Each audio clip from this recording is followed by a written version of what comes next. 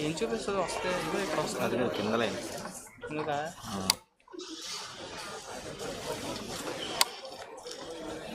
ఇందాక వచ్చిందా ఒకసారి ఇందాక వచ్చిందా పరపరమని ఏదో వస్తుందన్న చిన్నది వస్తుంది వాయిస్ ఇంకా దాంట్లో ఇంకా ఎక్కువ చూపించేస్తుంది పిచ్చి బాగా చాలా చిన్నది వస్తుంది ఇంకో ఛానల్ మార్చచ్చు కదా మార్చాను ఫ్రీక్వెన్సీ చాలా ఎక్కువ వెళ్ళిపోయింది అది రావట్లేదు అసలు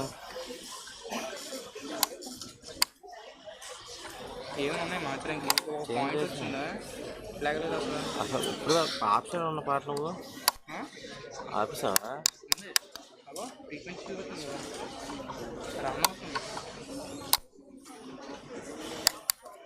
ఒకసారి మన ఇయర్ ఫోన్స్ కావా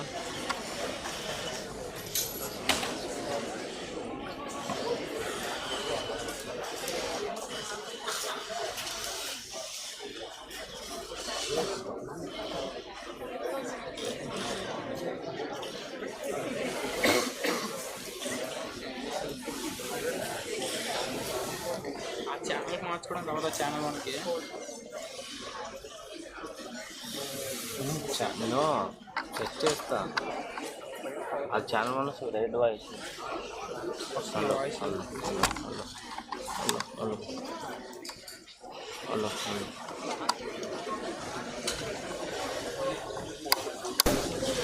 hello hello hello hello hello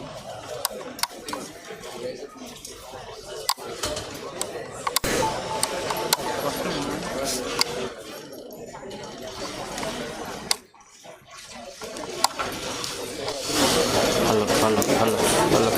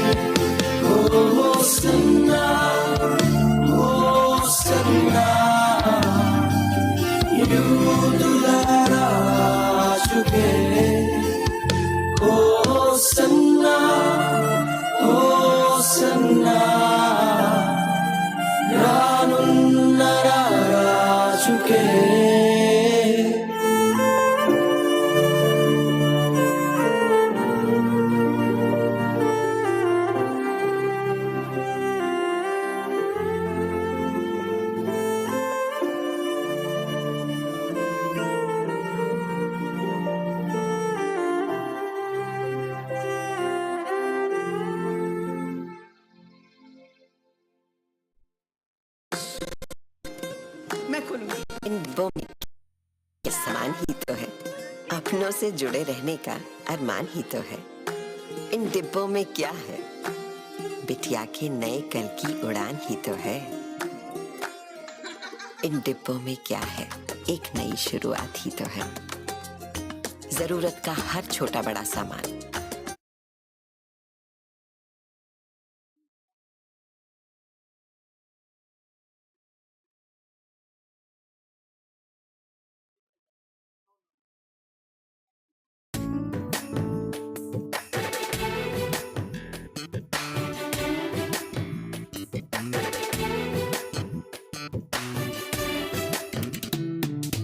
యెహోవాని నామము ఎంతో బలమైనది. Check, check. Good morning, everyone. We have a video which will be played now, which is a snippet of the whole event today. So please watch the video.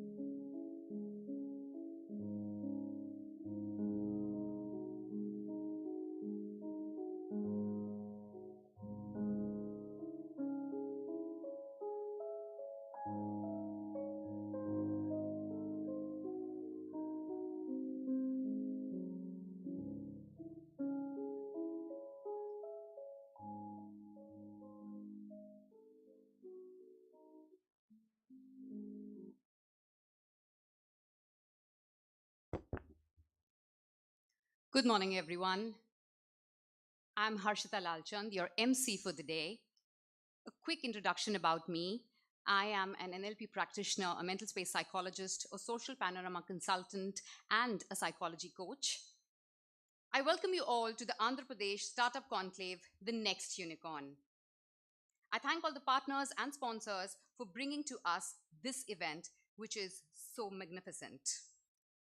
Knowledge is the greatest wealth in our lives, and Deepam or lamp signifies knowledge. So let's start the event by illuminating the light of knowledge and lighting the lamp, for which I would like to welcome our honorable speakers to the dais. I welcome Professor Pvgd Prasad Sir, Vice Chancellor AU, to the dais. I also request Mr. Sandeep Narula, Chairman ESC, to join us on the dais, requesting Mr. Divesh Tyagi, Senior Director, STPI, Mr. Ram Prasad, Director, STPI, Hyderabad, Mr. Gurmeet Singh, Executive Director, ESC, and Mr. Sudhakar Pantula, Convener for the AP chapter of ESC, to join us on the dais for the lighting of the lamp.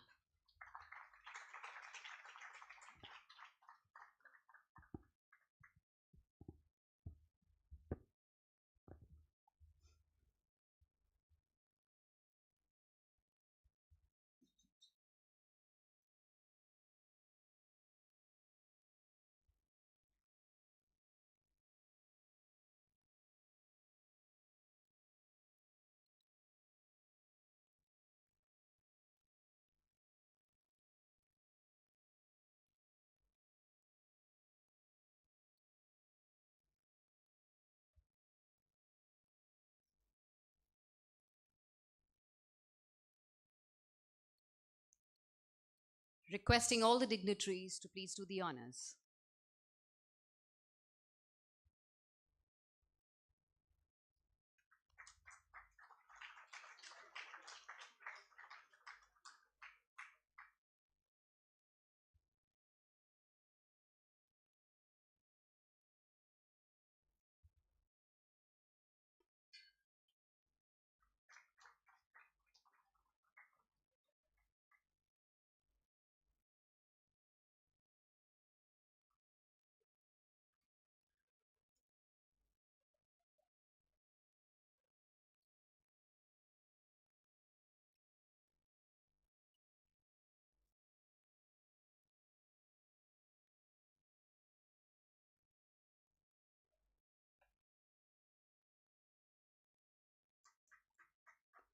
I think we can all applaud generously.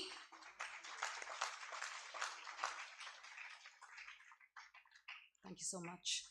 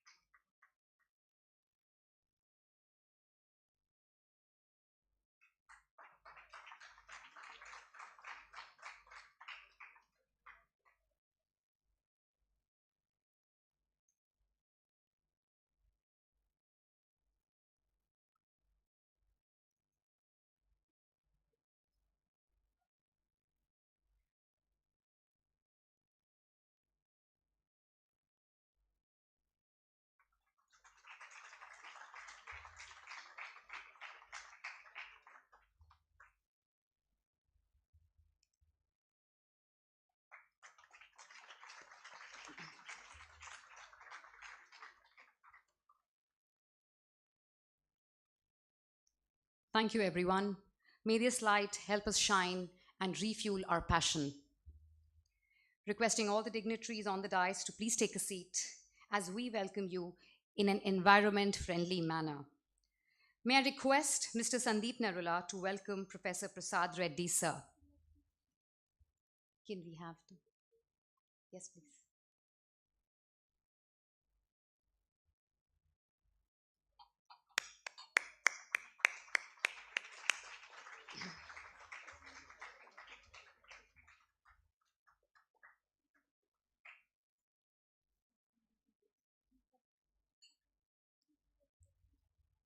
Thank you, sir. Inviting Mr. Gurmeet Singh to welcome Mr. Divesh Tyagi.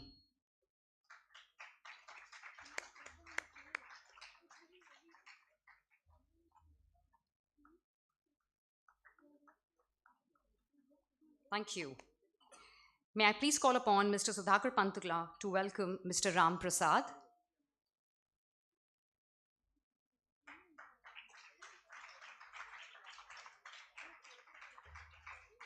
Thank you.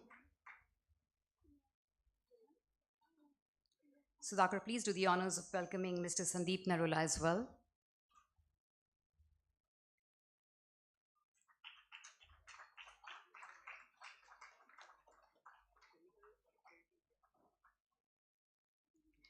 And yes, Sudhakar, requesting you once again to welcome Mr. Gurmeet Singh.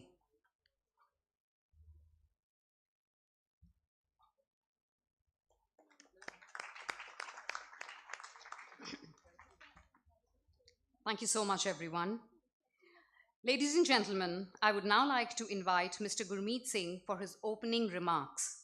Mr. Gurmeet Singh is presently the Executive Director of Electronics and Computer Software Export Promotion Council, ESC, India's premier export promotion organization, having over 2,300 member companies from the fields of information technology and electronics.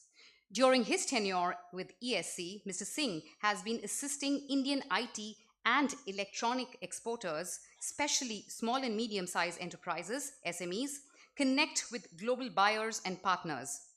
Having been associated with ESC since his initial years, he has been responsible for driving various export promotion measures that include mounting study missions and trade delegations, contact promotion, participation in overseas exhibition, hosting incubation programs in the United States, and organizing buyer-seller meets.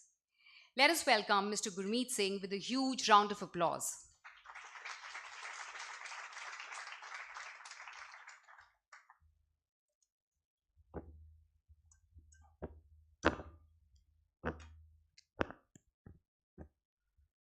A very good morning to all of you.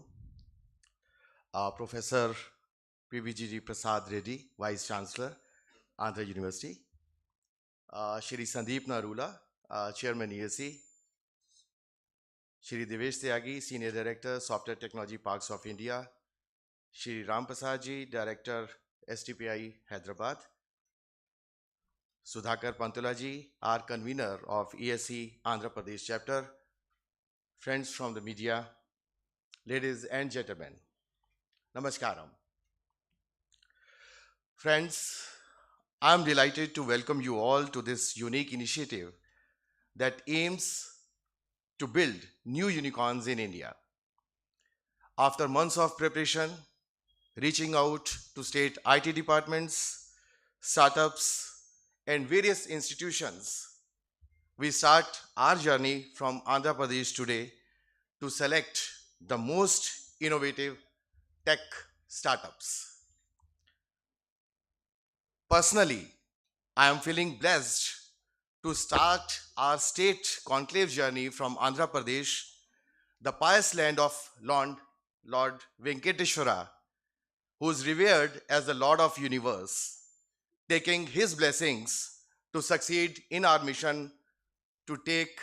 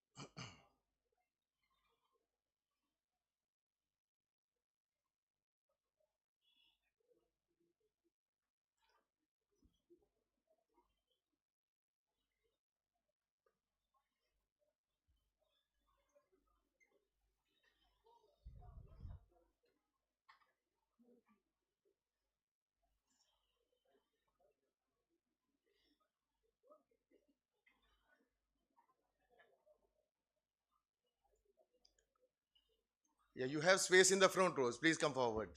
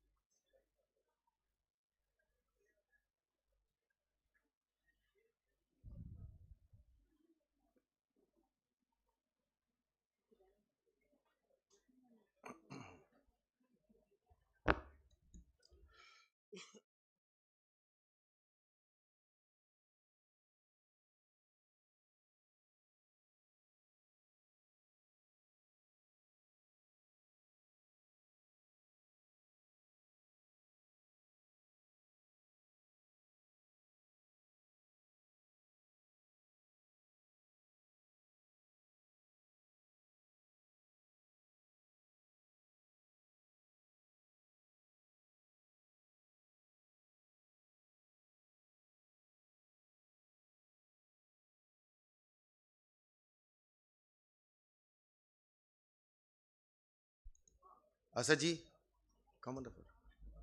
Thank you.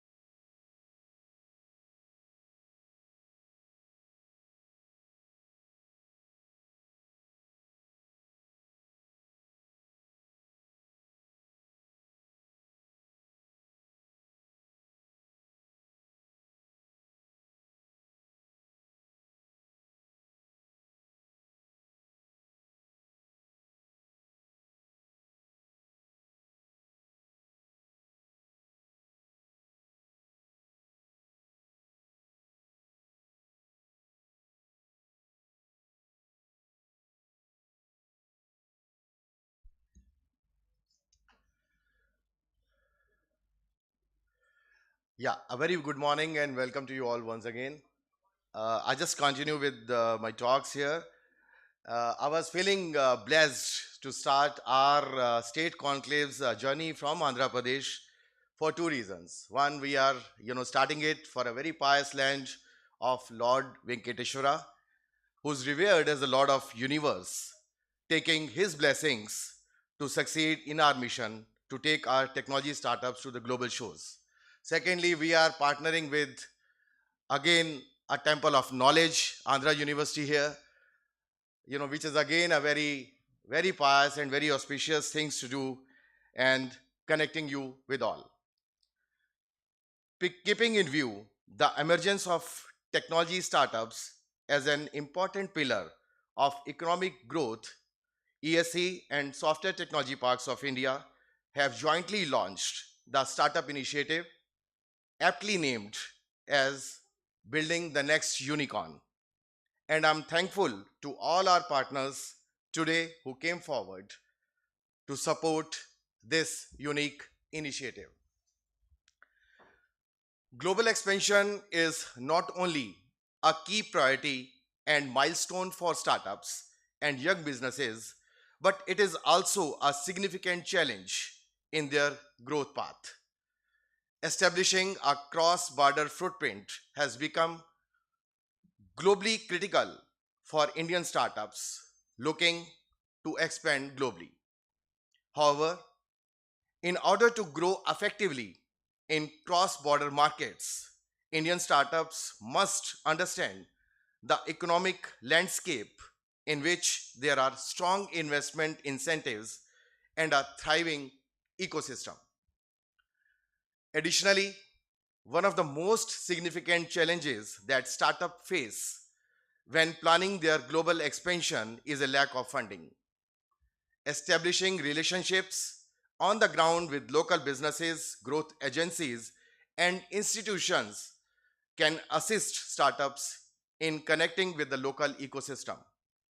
This will also help them build relationships with the venture capital and investor communities in an efforts to find ways to bolster their financial stability.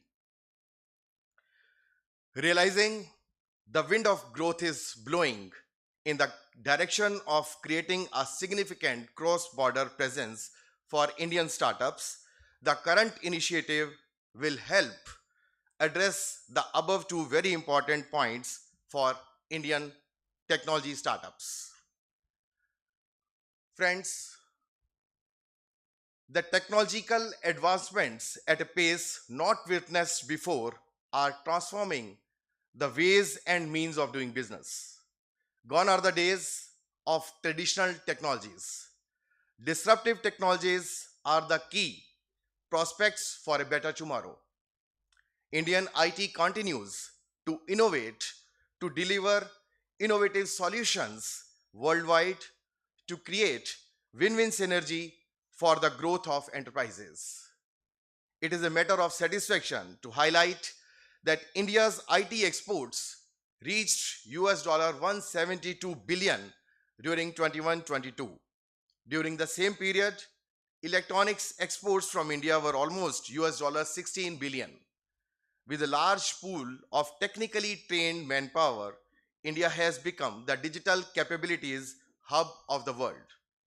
Our engineers and entrepreneurs continue to deliver the most complex tech solutions suiting the needs of diverse clients.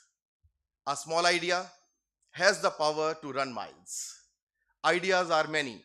Some leave them half the way, while others transform into reality.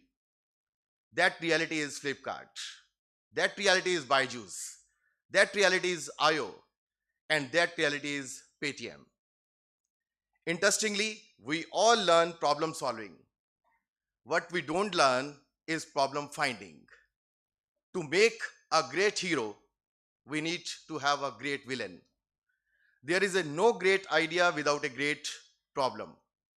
So I contemplate that today's generations should be trained on that. Today, apps have become answers to all our problems. Startups changed our entire lifestyle. Today, we can't imagine doing a transaction without Paytm, shop without Mantra, traveling without Uber, and eating without Swiggy or Zomato. The success of a startup is not just setting up an enterprise, it comes with a package which is hard work, risk, and adventure. Because one who runs from water never learns how to swim. Today, it doesn't matter where you come from and what your background is, because with a strong ecosystem created both at the central and state levels, you can get the kind of all the support for starting up, especially for women and economically weaker sections. The Government of India launched various programs for encouraging people towards entrepreneurship in various sectors and domains. Our Honorable Prime Minister of India has recently declared Jan 16th as the National Startup Day, which had already cemented the fascination towards entrepreneurship and starting up among many people. Proudly, India is the third largest and first fastest growing startup ecosystem in the world. India has a population, as we all know, of 1.3 billion people, contributing to approximately 20% of world's population. This literally means we are the future in developing the world, and that future is now. As we know, Thomas Alva Edison, who invented the bulb that does the best job of divining what is to build a startup. I have not failed. I've just found 10,000 ways that doesn't work. Our greatest glory is not in never failing, but in rising every time we fall. Look up at the stars and not down at your feet. Try to make sense of what you see and wonder about what makes the universe exist. Be curious. I would like to conclude by wishing the youth of India, you all sitting here, would take that opportunity to build the next Google, the next Tesla, the next Spotify, and make India the next Silicon Valley. We all are looking at you, the world is counting on you, and we can't wait to see what build next. Follow your heart and don't search the entire world for opportunities. They are always near to you. With these words, I conclude. Thank you so much for presence today. Thank you very much.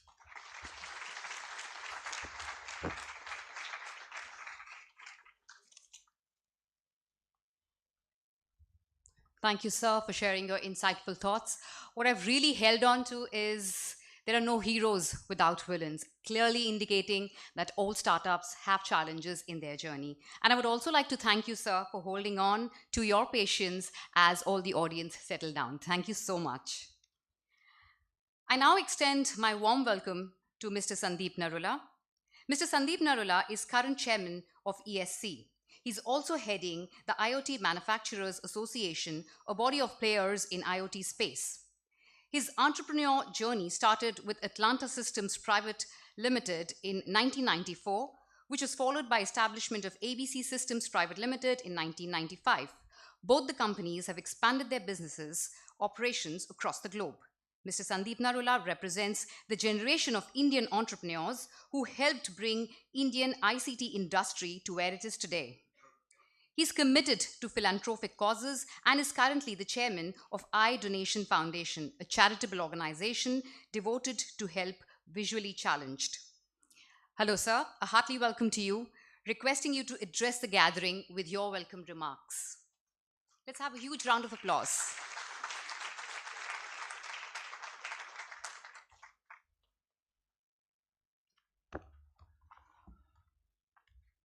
Thank you. Professor Pvgd Prasad Reddy, Vice Chancellor, Andhra University. Shri Devesh Tyagi, Senior Director, STPI. Shri Ram Prasad, Director, STPI, Hyderabad. Shri Sudhakar Pantula, Convener, ESC, AP Chapter. Shri Gurmeet Singh, Executive Director, ESC. Distinguished guest, leaders of the startup community in Andhra Pradesh, friends from media, ladies and gentlemen. Very good morning to all of you. Namaskar. This is my first visit to Vishakhapatnam, and I'm very glad that I'm here. Not only because the city is beautiful, but I found people more talented, more beautiful.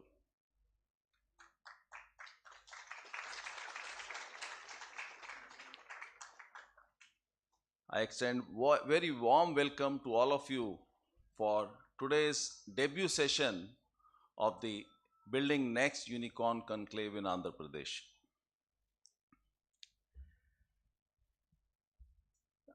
You are I mean, some of them, the leaders who have already started the startups, some would be thinking, some in the final year.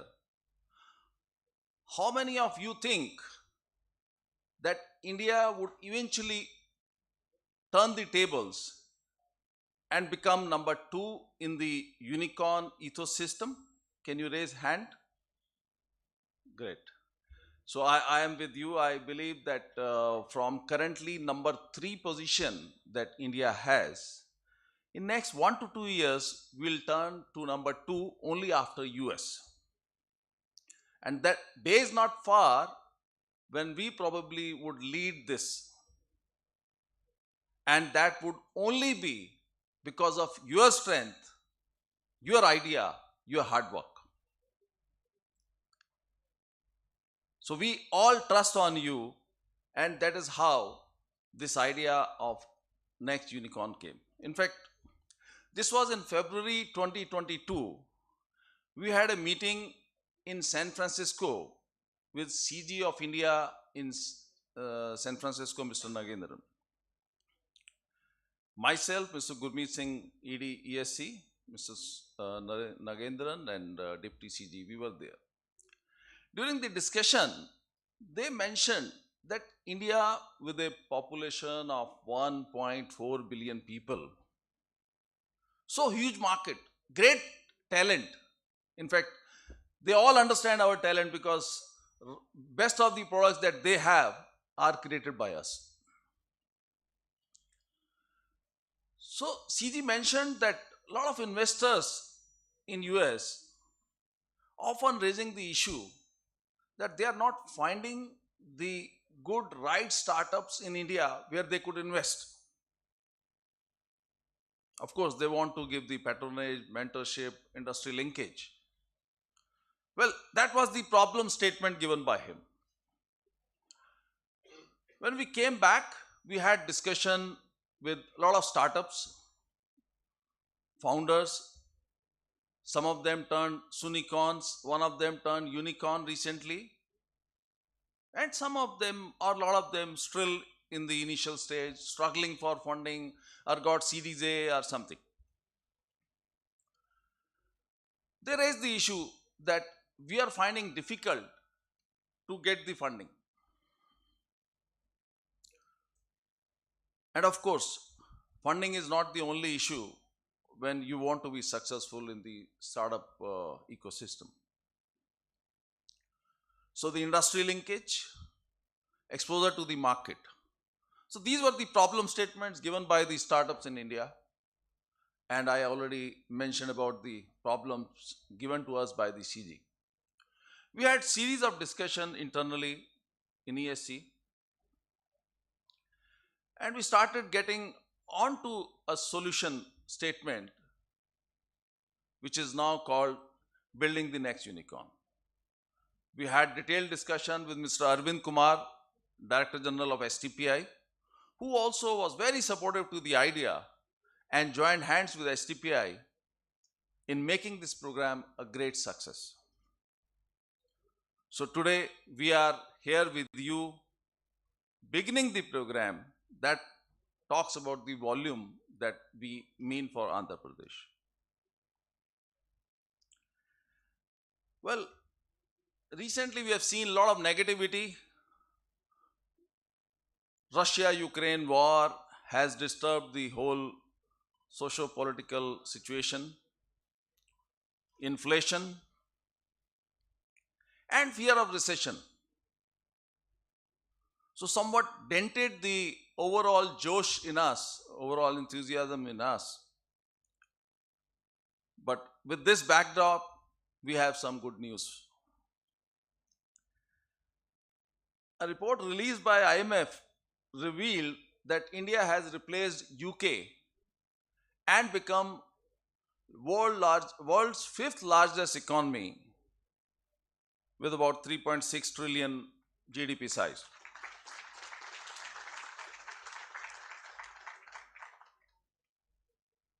Second came the growth figure for the first quarter of 22,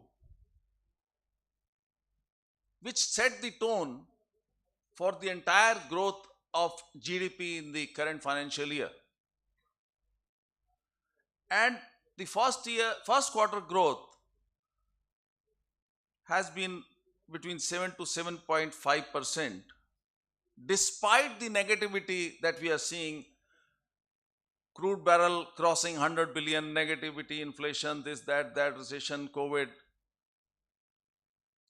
So which clearly gives the indication that this current financial year, we are, despite the negativity, we are going to see steady growth in the GDP of about 7.5%, and we will top the world growth in GDP. Then came third information. Chairman of the Economic Advisory Council to the Prime Minister said that Indian economy has potential to reach hopping $20 trillion by 2047. So, which is exponential growth in the next 25 years. So, with a country of 1.4 billion people, young, talented population, lot of dynamism, and all the factors I just mentioned are supporting us. So there is no way anything can stop us except ourselves.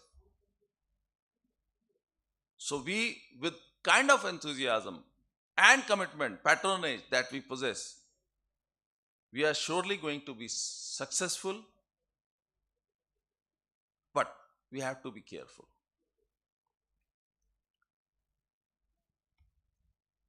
We have assembled today here with such positivity, where the economic growth is favoring us, and resolved to take the nation to the next level. The important question that we may ask to ourselves, that how do these startups help in the overall development? Are they the vehicle of economic revivalism, harbinger of change, or what? I say these startups has got all the ingredients and represent all and much more.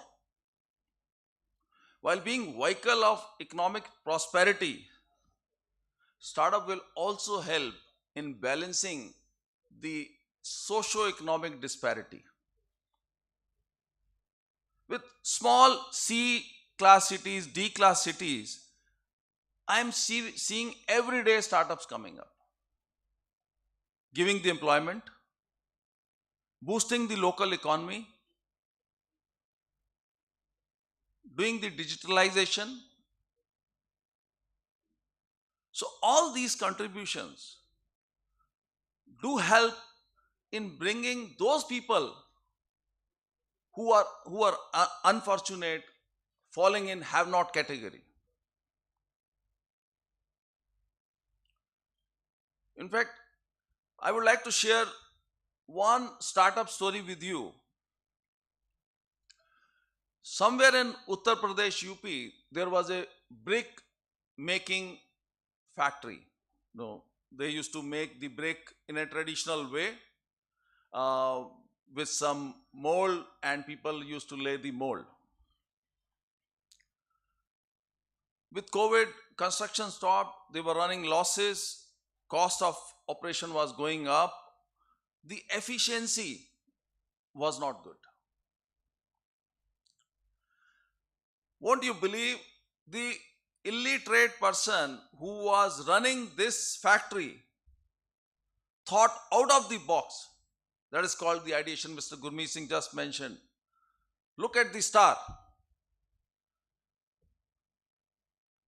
He resolved not to surrender. His partners went, his brother left him. He came all alone with bankruptcy looming large on him. He single-handedly created a machine to lay the bricks. Modi ji once mentioned a jugaad. Yes, that was jugaad. But eventually he evolved that jugaad. And today he is not only making the bricks with that machine, but he has started exporting that machine and so far exported to 8 countries.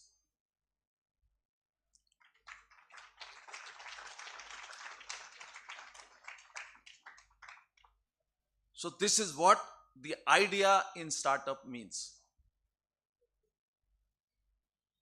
And this is how the startups can change the whole socio-economic situation in our country, where the numbers of have not are over 48%. We call people below poverty line. Yes, that is hopping 48%. Despite we clocking numbers in unicorn, our ranking in the world is going to 5th place, but we still have lot many people we want to work with, we want to work for. There's a lot of things to talk about new unicorns taking shape and startup making rapid progress. But at the same time, be careful and stay focused on your goals. Work diligently to develop your ideas into successful business ventures as that brickwala made. Let me emphasize that you are entering world of business. And there is no end point. Nobody wins in business. The success is a continuous process in business. You have to keep evolving. Especially, we talk of technical startup here. I would like to flag here that the development has to be a continuous process in the technology related startups. Because technology change so fast, we have to visualize the change coming to us. We have to be adaptive. Otherwise, you will remember there was a camera and there was a camera reel. Each one of us would have evidence of that in the form of photographs. And the company was Kodak.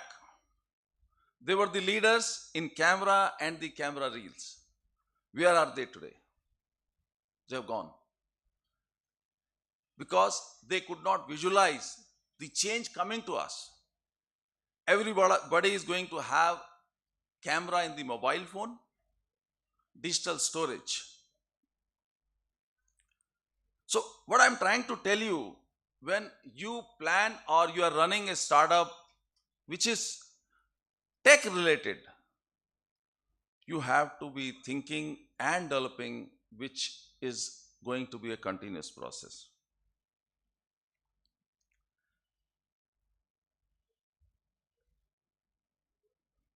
I can go on and on, but I know the time limitation also. I would just mention that some of you who are budding entrepreneurs, there is a lot of support system available in Andhra Pradesh. I've seen the dynamism of Vice Chancellor Mr. Reddy, Dr. Reddy. The support system available in the campus, the mentorship guidance could really be a strength for you. I also understand AP Innovation Society is also extending a lot of support to these startups. So I strongly believe that with such strong startup system in place, the startups which are there for pitching round, and some of you who are the final year students who are still contemplating what to do after my final year is over. Ideation, problem solving, yes, it plays great role. Along with that, teamwork. And third most important factor I would mention to you is the timing. You may be having very good idea, but timing has not come. So you have to balance all the factors and get going. No idea will come fully formed. You have to work on the idea to mature it. And to make it happen, you need to get going, you need to start. Take the risk, take the challenge, and look for the success which surely would come to you, because I strongly believe we have a lot of hardworking and smart working people here in this auditorium today.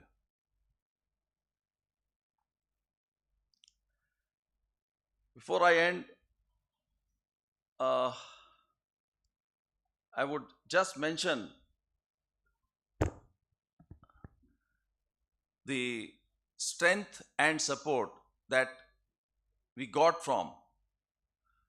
We have got Ministry of Commerce and Industry, Government of India,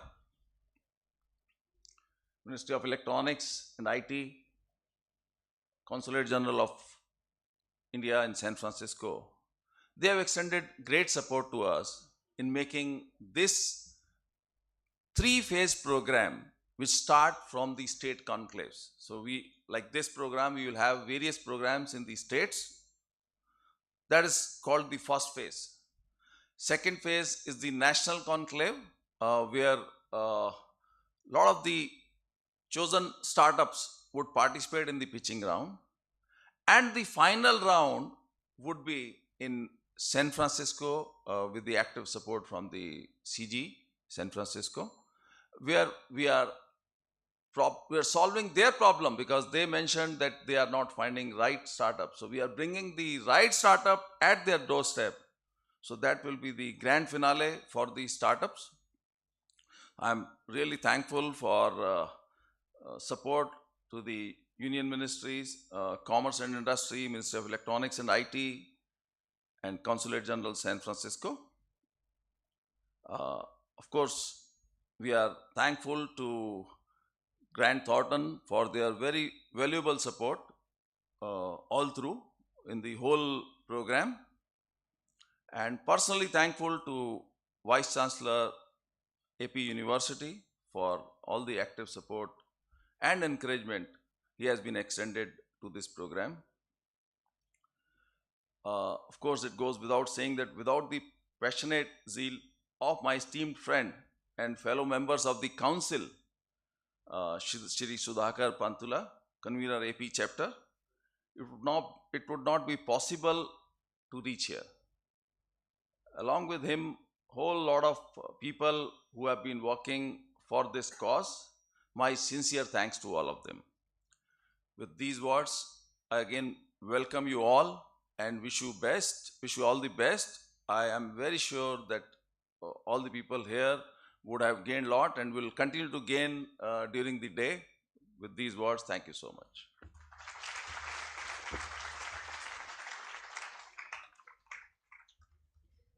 Thank you, sir. Your presence means a lot to us. And as you mentioned, today I think is the start of the journey towards creating next unicorn or maybe unicorns.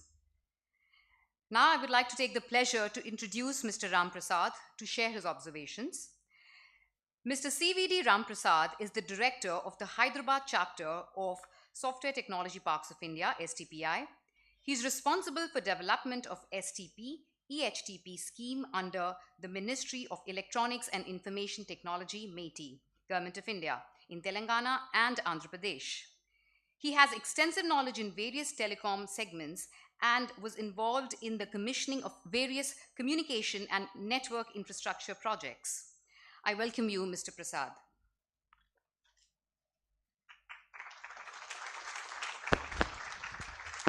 Thank you. Shri Prasad Reddy Garu, Vice Chancellor, Andhra University. Shri Sandeep Narula, Chairman, ESC. Shri Gurmeet Singh, Executive Director, ESC. my colleague from STPI headquarters, Dr. Devesh Chagi, Mr. Sudhakar Pantula, and other dignitaries from Government of AP and industry and startups and dear students. First of all, I would like to thank ESC for choosing Andhra Pradesh, to start the journey, of this series of events, that are planned to tap the, startup talent from India. Definitely, I think EAP will not, EAP will definitely raise to your expectations. And as you are rightly mentioned, in spite of the pandemic and odds, last year, we have really, shown a great growth, especially, across the country and especially in AP and Telangana. In fact, you will be happy to know that, about 26%, I think we have grown compared to the previous year with respect to IT exports, and both in AP and Telangana. That's really, you will see, the vibrant and, proactive industry we have here, and also the support system.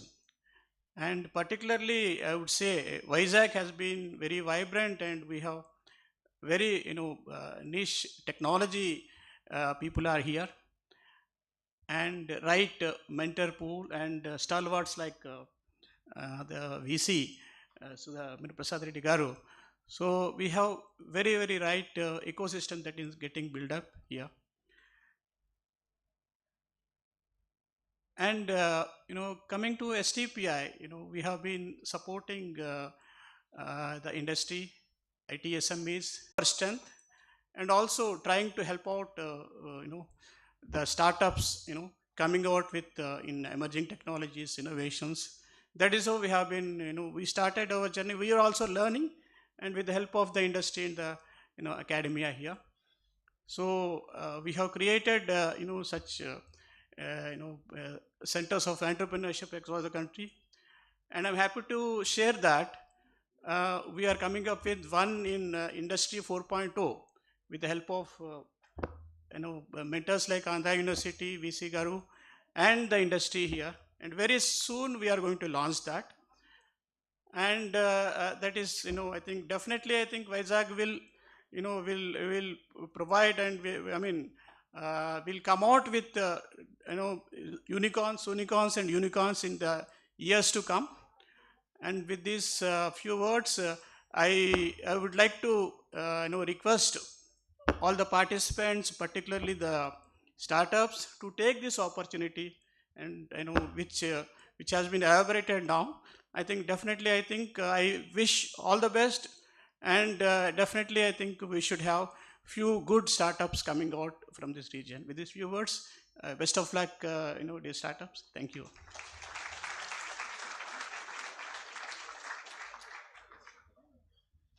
Thank you so much, sir, for your time and your insights. It is my pleasure to now invite Mr. Devesh Tyagi to share his observations with all of us. Mr. Devesh Tyagi is the Senior Director, STPI. With over 32 years of experience, he has been actively involved in the promotion of IT, ESTM sector and policy formation, also working for the promotion of entrepreneurship, innovation and product creation in the country.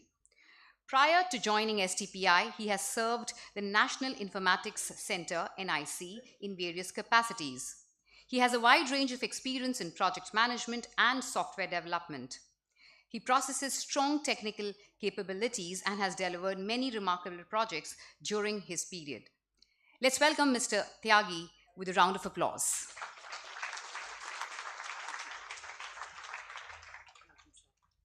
Thank you, madam.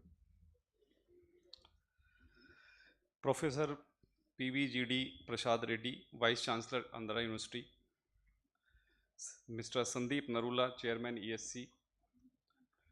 Mr. Gurmeet Singh, Executive Director, ESC. My colleague, Sri Ram Prasad ji, Director, Hyderabad. Sri Sudhakar Pantula, Chairman, AP Chapter, ESC. Representatives from Andhra Pradesh government, central government,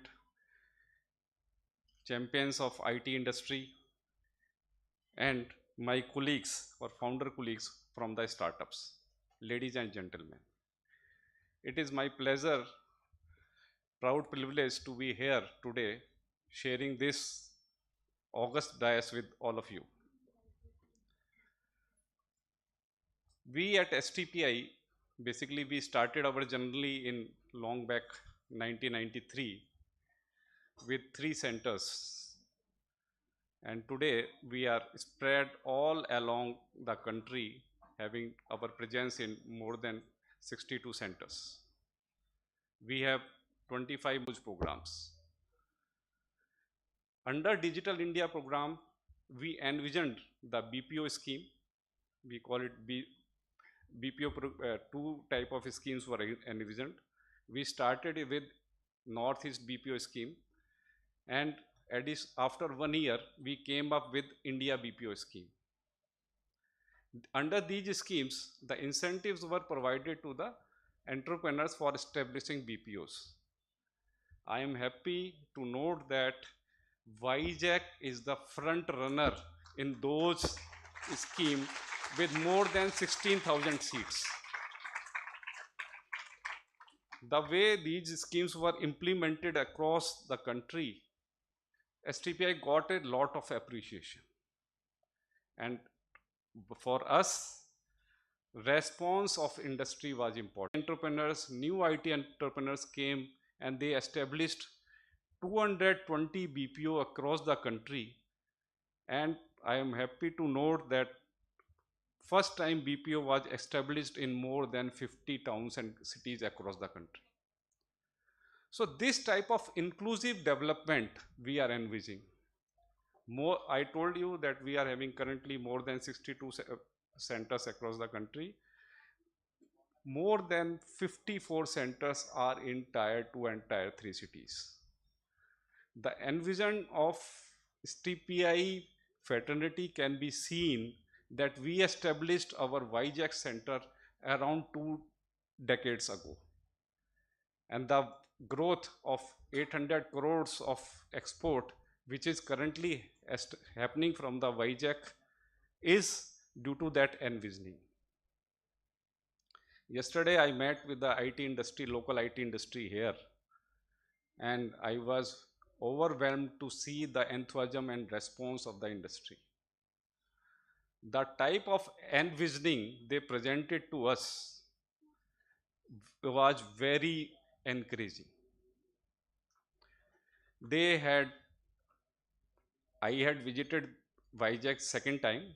When I visited 5 years back, they were at very nascent stage. They were starting their BPO operation here. And they were having only, say, about 100 seats BPO, 200 seat BPOs.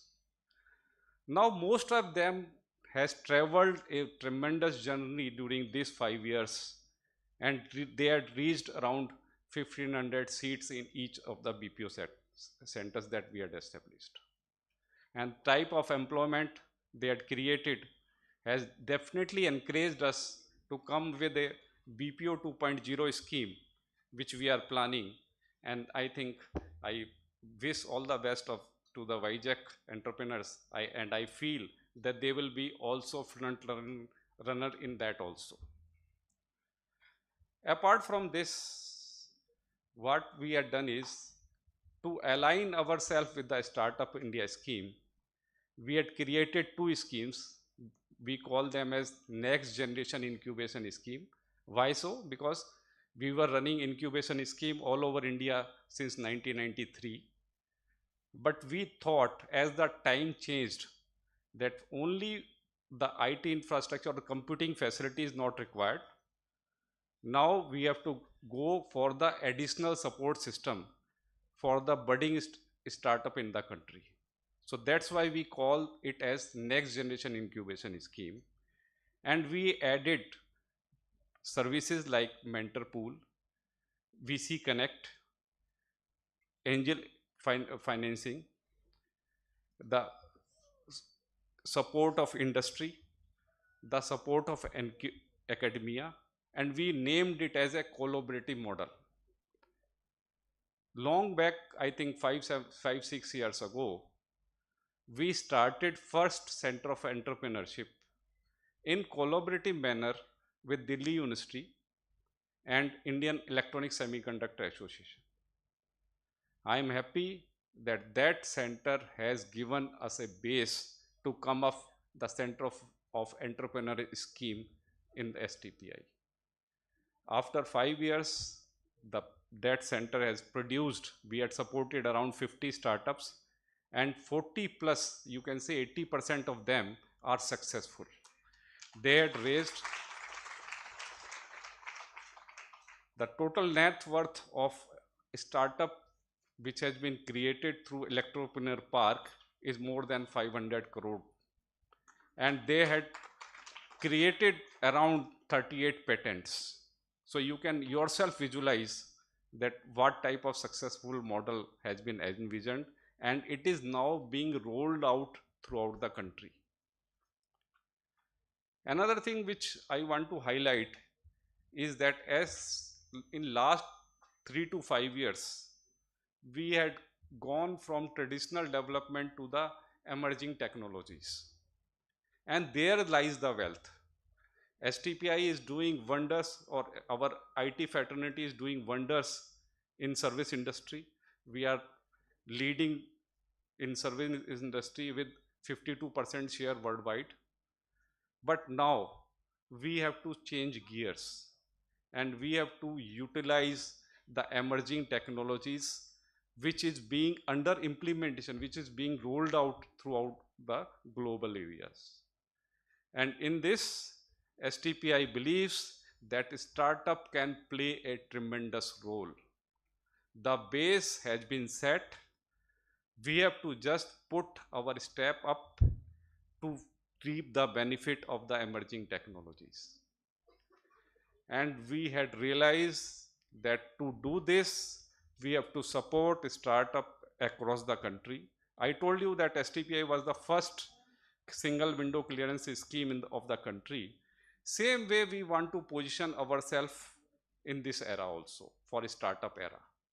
We want to become a single stop facilitation center for the startup across the country. So we had created a collaborative model. All the leading IT industry people are associated with STPI at present. To give you some examples, we had created a center of entrepreneurship in moving vehicle, electric connected vehicles at Pune. We had chosen Pune, you all know that it is a transport hub, and the type of ecosystem is already available. We feel that they will be clearly utilizing this facility, and that is led by a leading entrepreneurs in that particular field. All our center of entrepreneurship, whether they are in connected vehicle, AI, they are in AR, VR, blockchain, all the emerging technologies and upcoming domains like agri-tech, fintech, meditech has been taken or has been covered by STPI. So when you join hand, we are trying to create a collaborative model in that thing also. Say suppose at STPI Vizag, some startup joins hand with Industry 4.0 and they need some support or guidance in AI or AR VR. They can directly contact, or they will be directly networked with our center of AR VR at Bhubaneswar and AI at Mohali. So total ecosystem is there. Only we have to need the support of startups to utilize that. And I am sure the type of envision we are putting in, or we had met with recently joined hand with ESC, the next unicorn vision is not that far. And I want, because STPI always believe in inclusive development and the total development of all the areas. we had created even COEs in all northeastern states.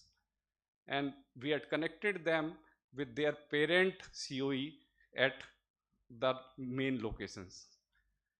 So I advise or I invite all the startup to join hand with STPI and ESC to build next unicorn for us. Thank you very much.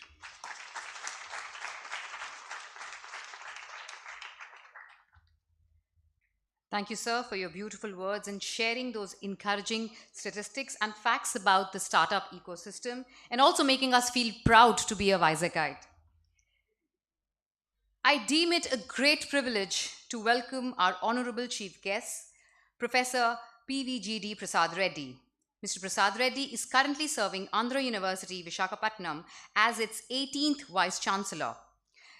Professor Prasad Reddy has previously held the positions of Rector, Registrar, Director, Head of Department, and numerous other administrative positions, and also been on the committees of several public institutions under assignments of great sensitivity and responsibility. He also served as Mentor Vice Chancellor for Central Tribal University, Vijayanagaram, from July 2019 to July 2020. Professor I think he's a man who needs no introduction. Ladies and gentlemen, let's hear it for him.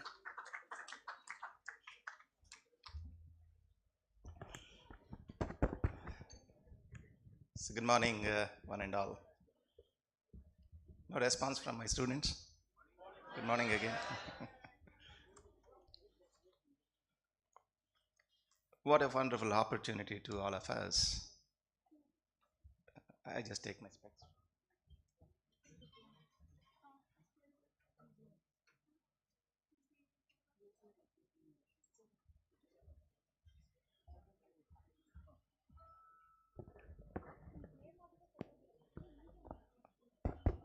Very happy to be there in the midst of all these wonderful persons who are all the leaders from the state of Andhra Pradesh, as well as some of them are national leaders who flew from Delhi to this place, to Visakhapatnam, and into the portals of Andhra University.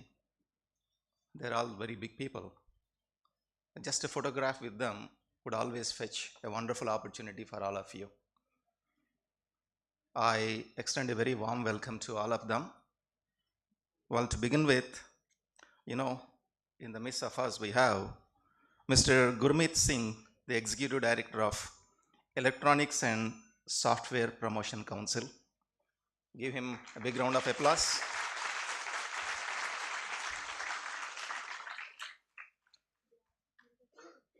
We have in our midst Mr. Sandeep Narula, the chairman of the Electronic and Software Promotion Council. And we have a very big person over here sitting on the dais. A lot of work with him once the meeting is done, for you only, in fact, for the benefit of all the students. Dr. Devesh Tyagi, Senior Director, Software Technology Parks India, and a very close friend of the university, Director for Software Technology Parks of India, currently at Hyderabad, Ram Prasad Garu.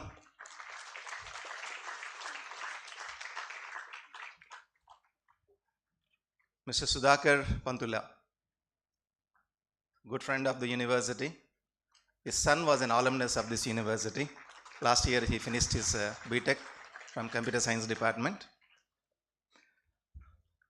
In the midst of us, so many wonderful people are there. You need to know all of them. Well, to begin with, we have our registrar, Professor Krishna Mohan. Krishna Mohan, can you show your face to them?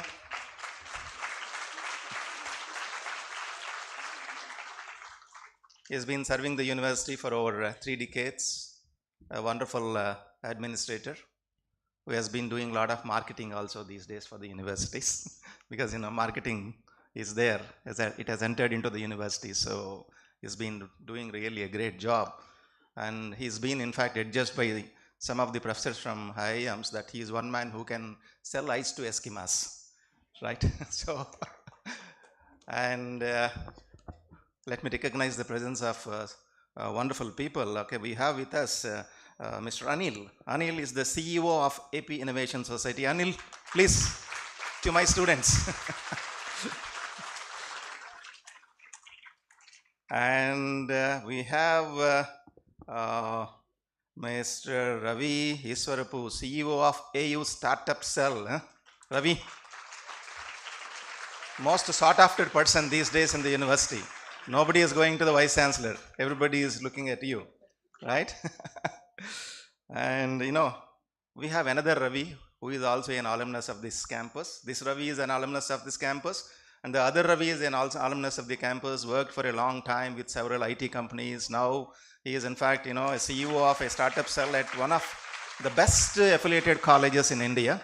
Of course, affiliated to Andhra University. There is an institution called Gayatri Institution. And in fact, he is driving the startup cell over there. Ravi, extend a very warm welcome to you. And, another proud alumnus of this campus, and who did his post-graduation, the MCA, the MTech, and also doctorate from Andhra University, worked at several places, now moved to Visakhapatnam as an additional director for STPI Vizag, Dr. Suresh. To my students.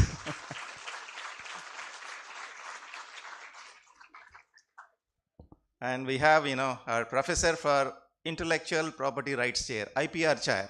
It is there only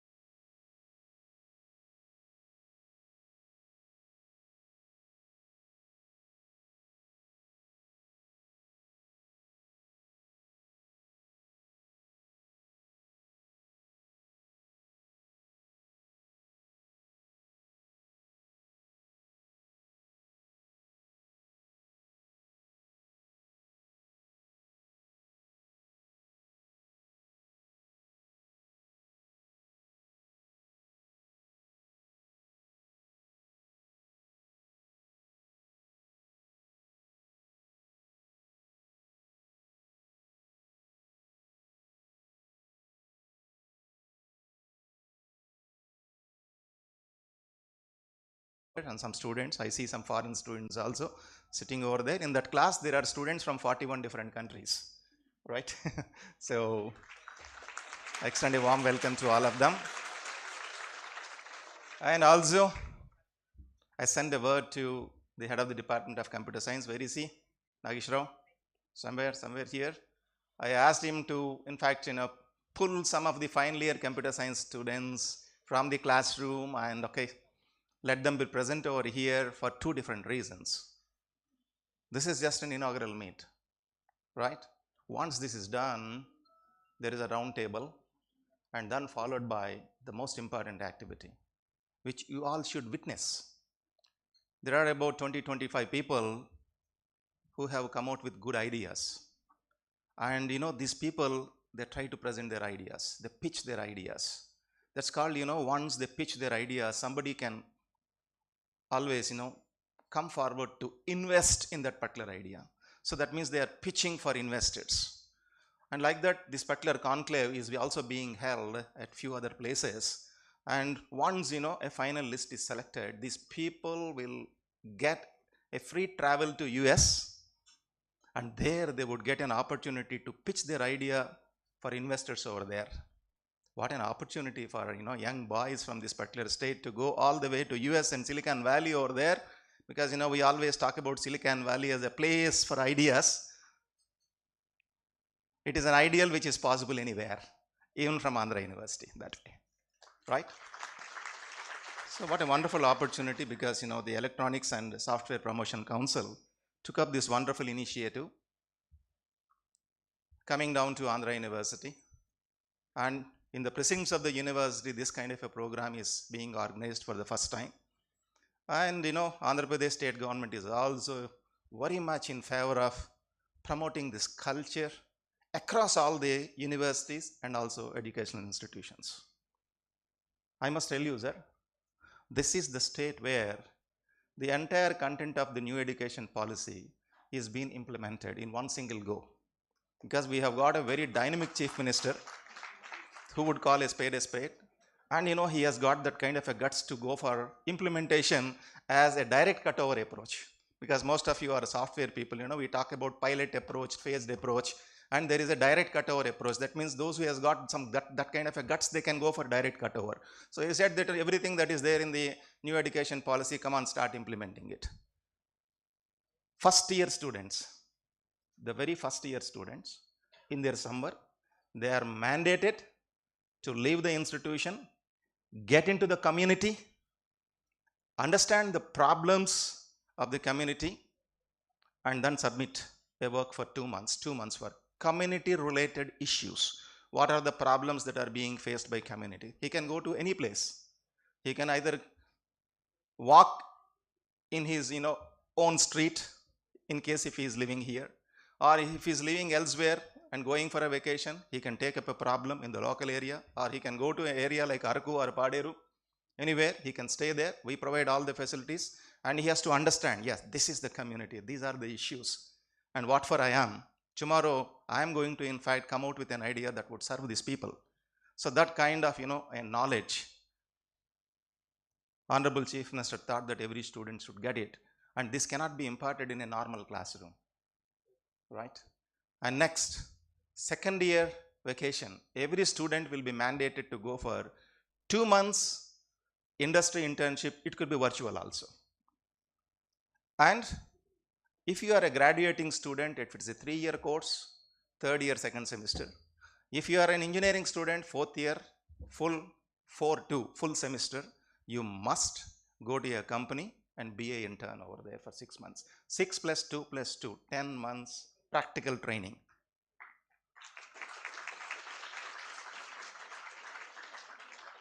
It is not just to make you job ready.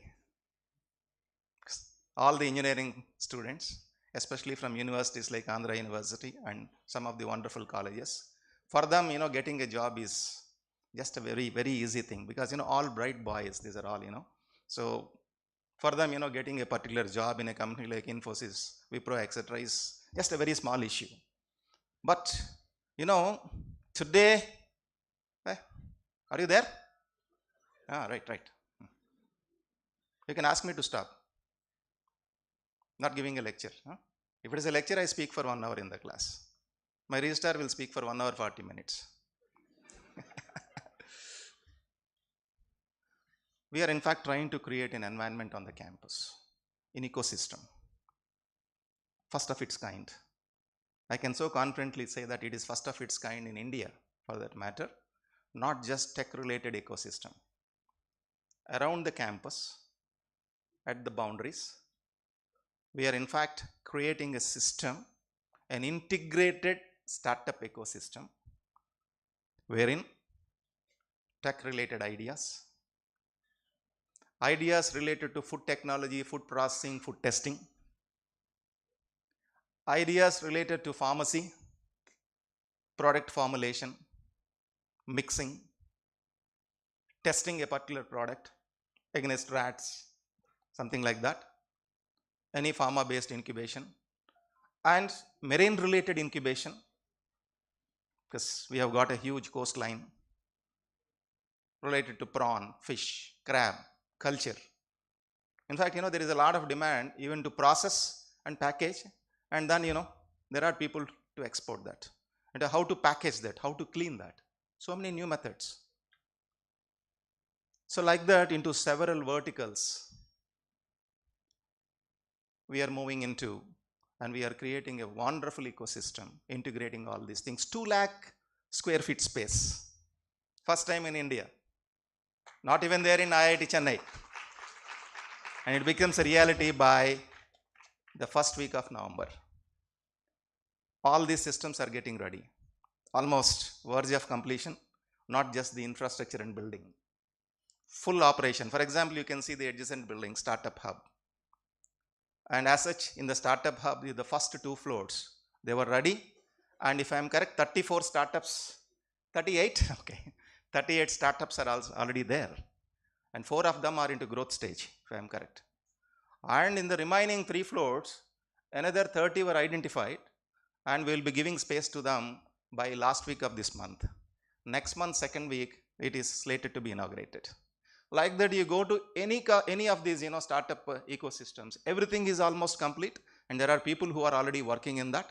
So like the total, all these things get operational by the first or second week of November. There is an ASCOM operation also over here, about 27 crore project, Center for Excellence for IoT and Machine Intelligence, all these things, right? So now today, as such, you look at it. Not my photo, I thought, the title, where is the title? No?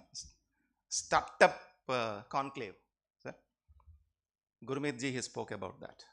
The ideas. It's the idea that matters today. Gone are those days, where you always look for a job, and suppose you want to get into entrepreneurship, you require capital, you require land, you require permissions from the government. No, nothing.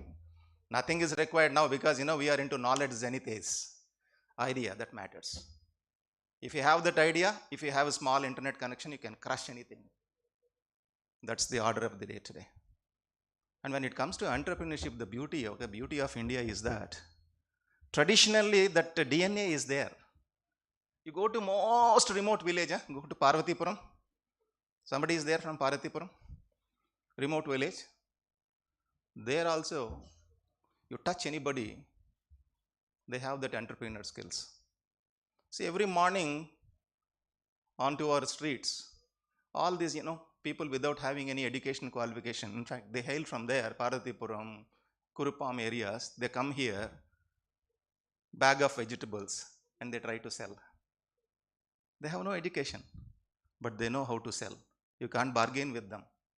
They know that language, that means that business language is already there. Who trained them? IIM Vizag? No. Not like that. So that means it is already there. That business, language is already there. You know how to do business. Right?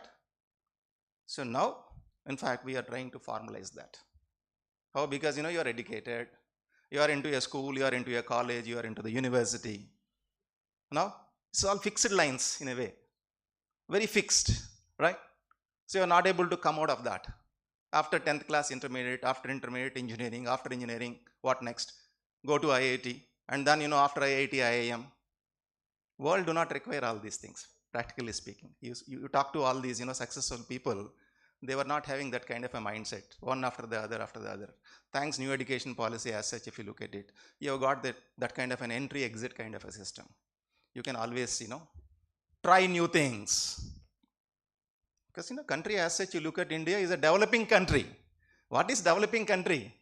Lot of possibilities. You go to US, everything is developed. So they do business from there.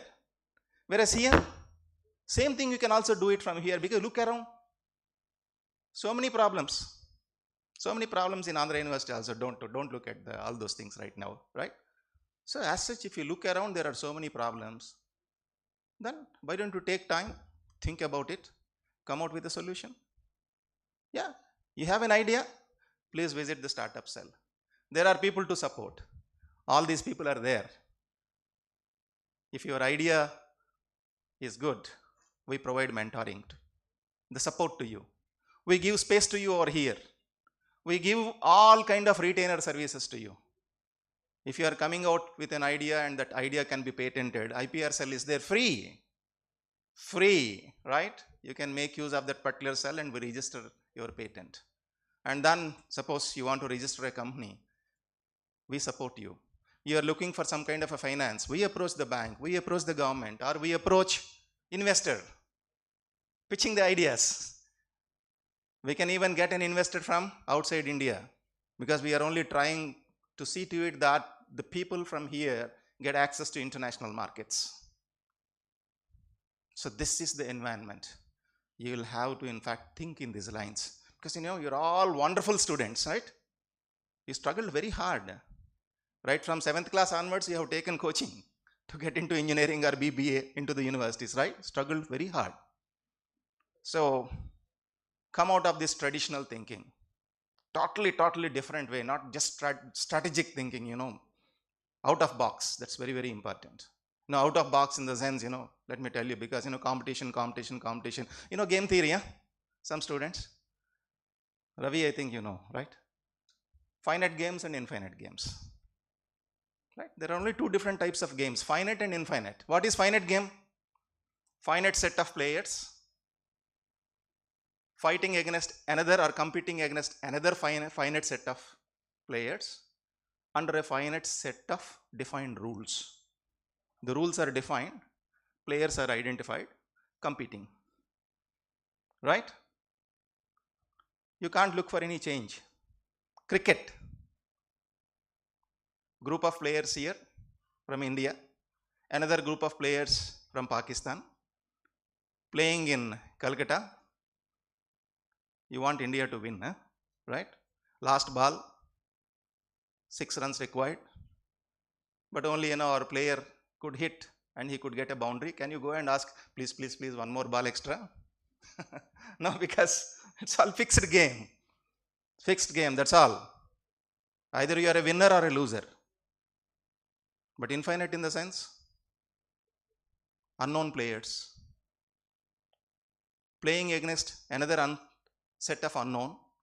And the conditions are also not defined, unknown. So the game is perpetual.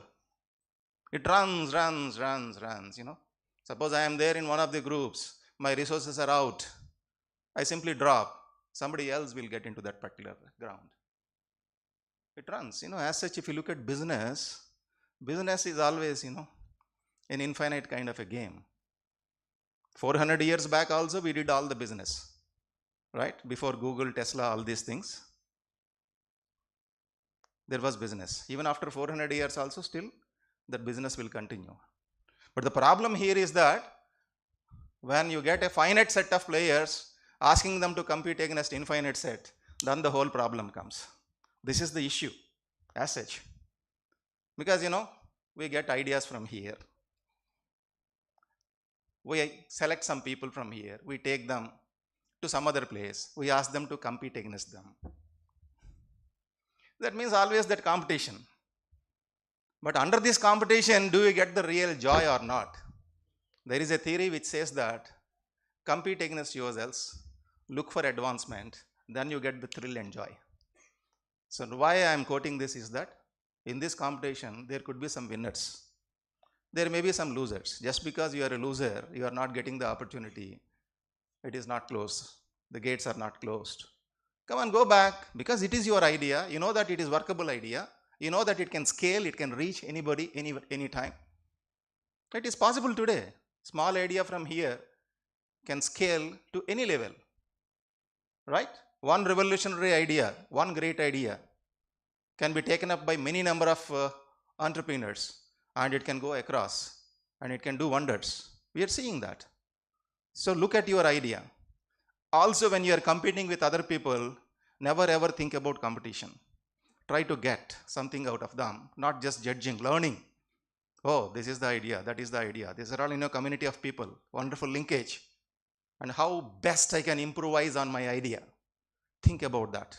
That's the internal kind of a competition, because in the world also today, big companies are competing against others. Universities are also competing. We are being ranked NIR of all these things every year. Does it mean to say that we are losing? We are not losing. We are only just trying to better ourselves. Problem is that mostly people think that, in the global industry, I may be taken over by somebody else. Somebody else is already there, but it is gone. You will be taken over by somebody who is not present at that point of time, who would emerge all of a sudden. Tesla, who knows? Somebody might emerge all of a sudden and he may take over. But most of the times when you talk about competition, it is all, that fixed set of finite game you are playing against one group, playing against other group. Microsoft playing against Apple. Right?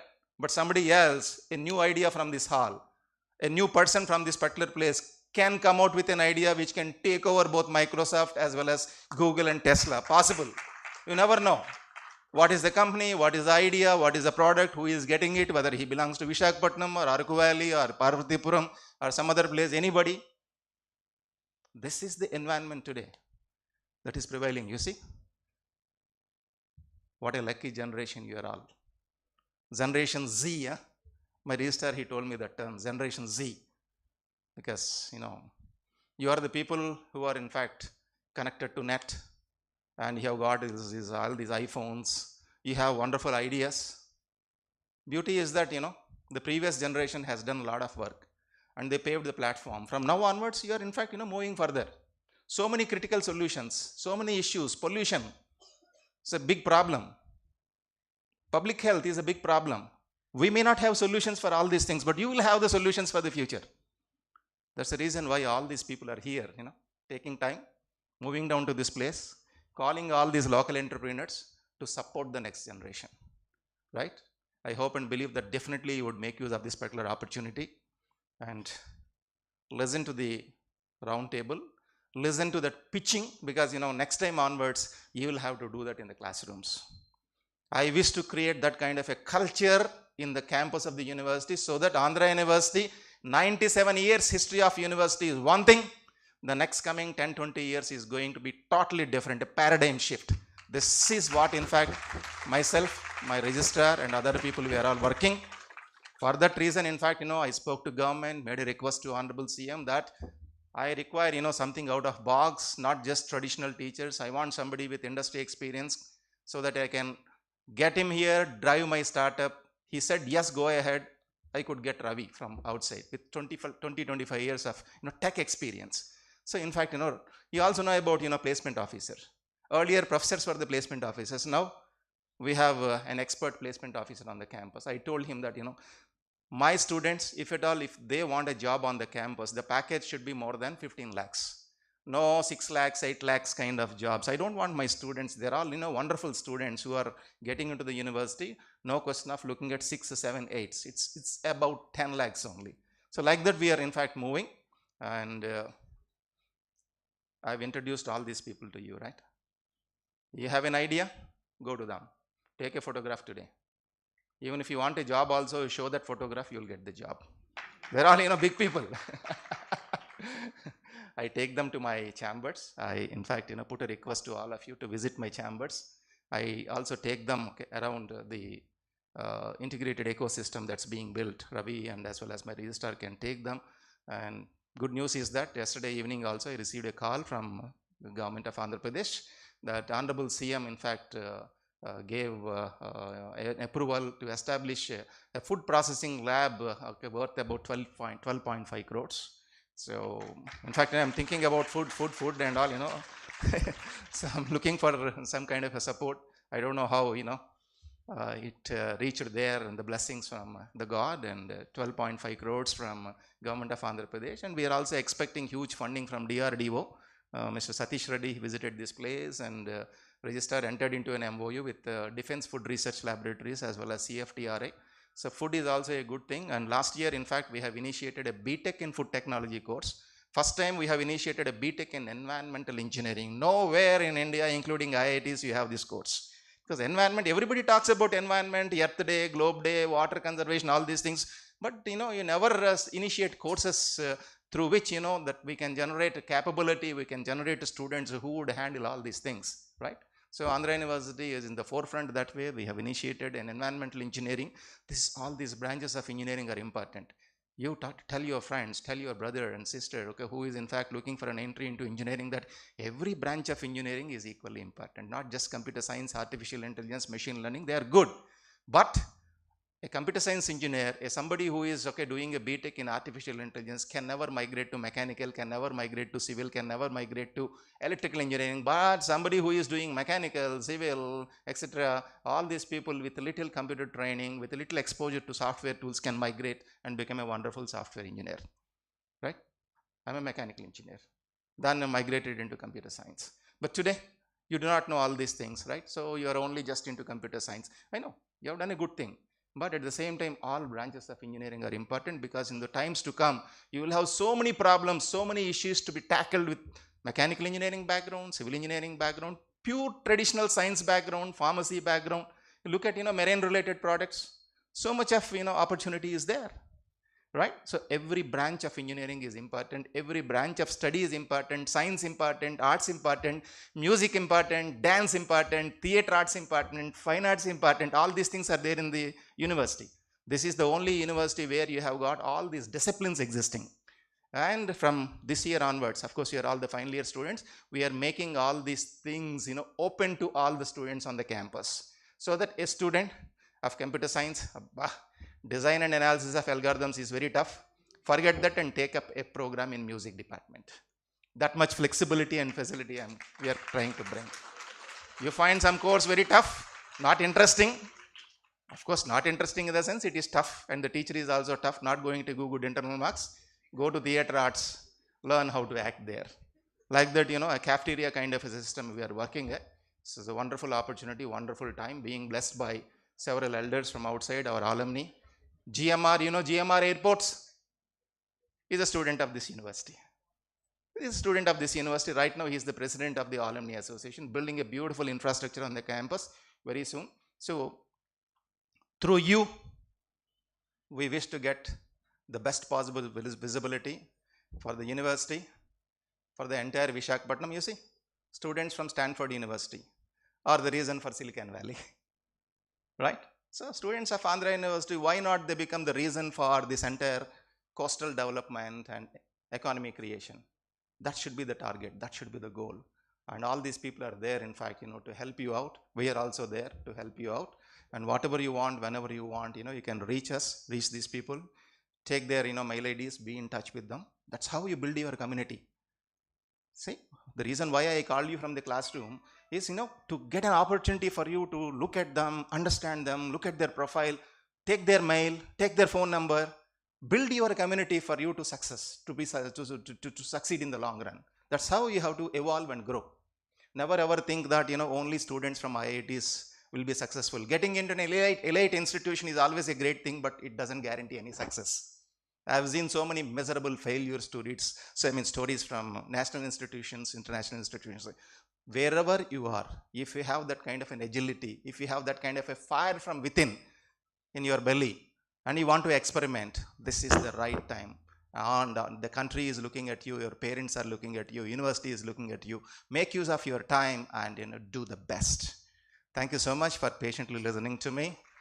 And I'll put once again the request to all these people, as well as the other people whom I have introduced, spare a few minutes of time. Let them have individual photographs with you so that they get the required mileage. Thank you.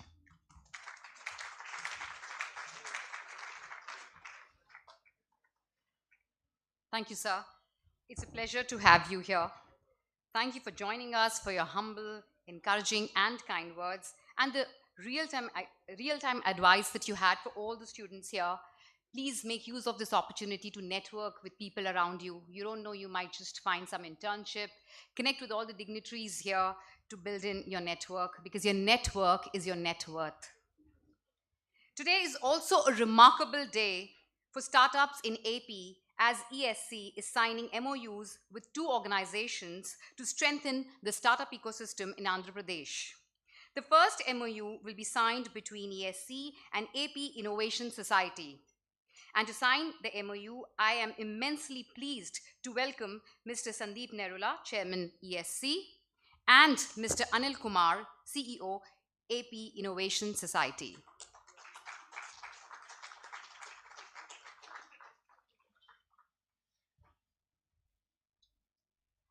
Welcome, sir.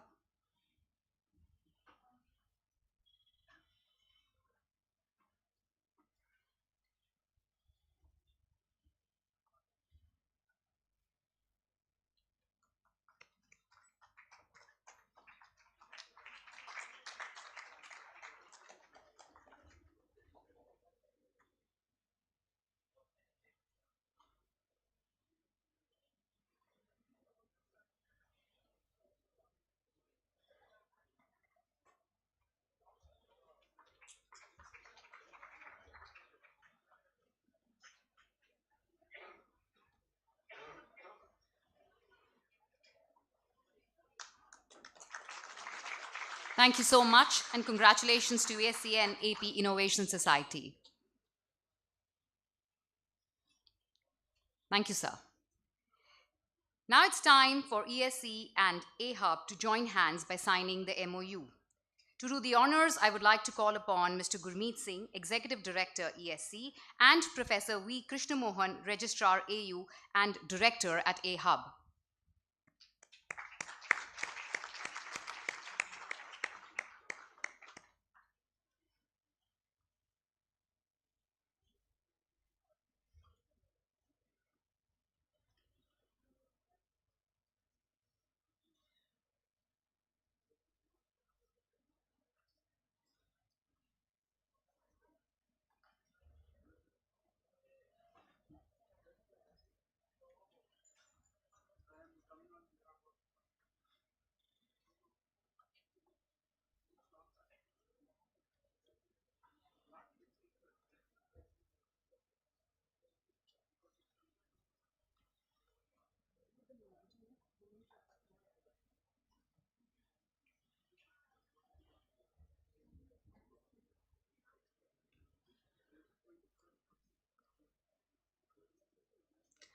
Thank you so much and congratulations.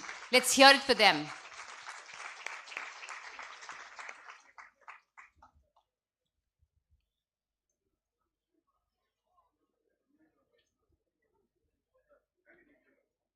Requesting our Vice Chancellor to please join and all the esteemed dignitaries to please pose for a photograph, a group photograph.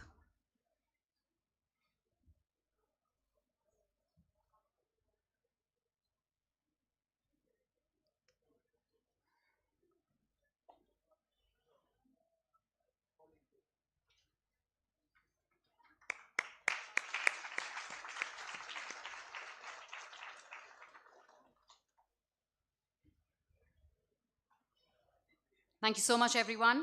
Now we would like to extend our gratitude through a memento to all our esteemed guests of honors. Requesting Mr. Sandeep Narula to present the memento to Professor Prasad Reddy, sir.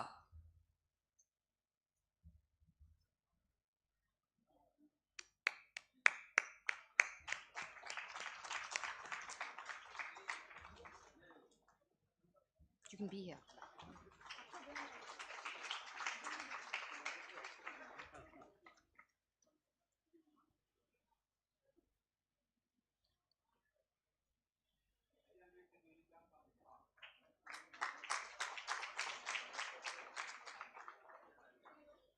Inviting Mr. Gurmeet Singh to present the token of appreciation to Mr. Divesh Tyagi.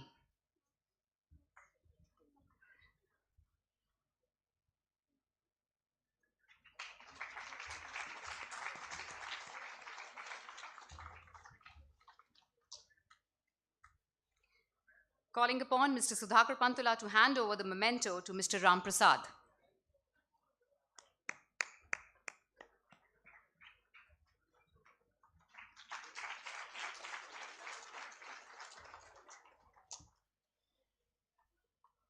Thank you so much. Requesting all dignitaries on the dais to please take a seat. And I request Mr. Sudhakar Pantula to please propose the vote of thanks.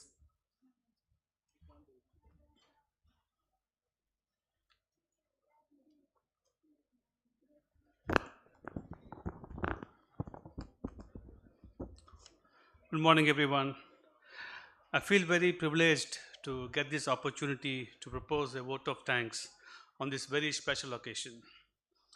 Friends, it's a matter of great honor for all of us here in Visakhapatnam to host the first state conclave of ESC, STPI, and APIS Startup Initiative to build the next unicorn.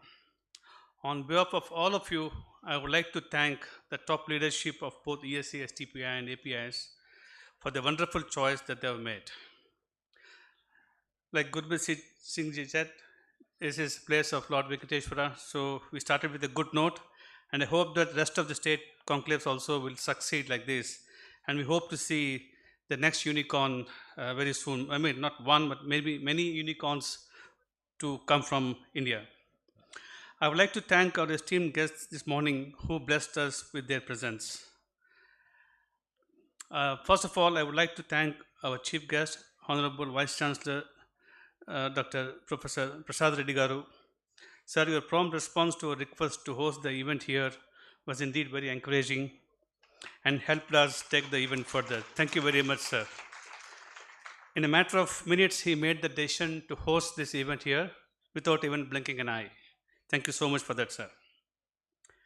Special thanks to Team STPI who have joined us in this initiative as principal partners. I must thank Sri Devesh Chagiji, Senior Director STPI, who has traveled all the way from New Delhi to bless this occasion, and his deep insight into how STPI has been extending help and promoting the growth of IT industry in India is very appreciated. And Sri Ram Prasad Garu, Director STPI, who has traveled from Hyderabad to be with us today and delivering his address as well. Thank you, sir. We'd also like to thank a word of thanks to Mr. Suresh Garu, Additional Director, the face of STPI here in Vizag, for being present here. STPI has done a great deed in Vizag since many years now. We are very thankful to STPI for being in Vizag and promoting the interest of the local IT industry here. Special thanks to Ms. Grant Thornton, who are guiding us through this new and uncharted journey as knowledge partners. I must acknowledge the presence of Sri Payal Sengupta ji, who is here with us this morning. Thank you, sir. Our thanks are also due to AP Innovation Society, AHUB and ITAP, who have worked shoulder to shoulder with us to make today's event meaningful. I would especially like to thank Sri Anil ji and his team. We also thank Anil ji for signing up the MOU with ESC to promote exports of software and innovation from Andhra Pradesh. Thank you, sir. I would like to thank my good friend and CEO of AHUB, Mr. Ravi Ishwarapu, for his untiring support since the time I proposed this idea to host this event here. He and his team of volunteers like Danesh, Pratibha, Vinay, Martin, Gayatri, Meghana, Ikram, Pujita, Mohan, Tony, Tejashwi, Harika, Jyoti, Kumari Bai, Koteshwaramma, Lavanya, Pramila, and many others who have contributed to this particular event. Thank you, team. Thank you so much. I would be failing in my duty if I do not thank our dynamic chairman, Sri Sandeep Narula ji, who took this courageous decision to launch this new initiative of the council and mobilize support of the ministries and of commerce and industry, electronics and IT, and government of India for this cause, for this exercise of holding this startup conclave. He also carries the credit for enlisting the support of Consulate General of India in San Francisco for the final leg of this initiative when the mission to USA starts soon. I may also thank Sri Narula ji for choosing AP as the first state to start this journey and for being with us today along with the ESC team. Thank you so much, Sandeep ji. I would also like to thank Professor Krishna Mohan Garu, Registrar AU, Director AHUB, for signing the MOU with ESC. These two MOUs foster cooperation between both the entities, that is ESC and the respective entities, APIs and Andhra University, in promoting exports and fostering innovation. I must also thank all the members of the panel who are going to participate very soon in the discussion. Mr. Anil Kumar, CEO of AP Innovation Society, Mr. Bhavani Shankar, Head R&D Electronics, Mr. Ravi Saripalli, Professor, Gayatri Engineering College, Mr. P.L. Sengupta, Associate Director of Grant Thornton, Mr. Ravi Ishwarapu, CEO AU Incubation Center, Mr. Suresh, Additional Director STPI Vizag, for taking part in the next event, which is the panel discussion. I also would like to thank the jury members who will be validating the pitching sessions later in the afternoon. From STPI, Mr. A.V. Malleshwar Rao, Additional Director, IPR Chair, Mr. Purushottam Garu, Knowledge Partner from Grant Thornton, Mr. P.L. Sengupta, Sridhar Kosaraju from ITAP, Shastri Garu from Fluent Grid, and Mr. Venkat Bonam from Amju Technologies. Thank you all. And my special thanks to all our sponsors, Electronic Systems from Vijayawada, Fluent Grid from Vizag, Amjur Infotech Private Limited, Maple Software Private Limited, InspireEdge, Virtual God Services for their support to this event. And also, I would like to thank Mr. Lakshmi Mukhavalli and Mr. Kumar from Crompton for their support to the event as well. Above all, my sincere thanks to all the delegates, the startups for joining this event. But for your enthusiastic participation, all these preparations would have remained useless. An event of this dimension could not have taken shape overnight. The wheels started rolling months in advance.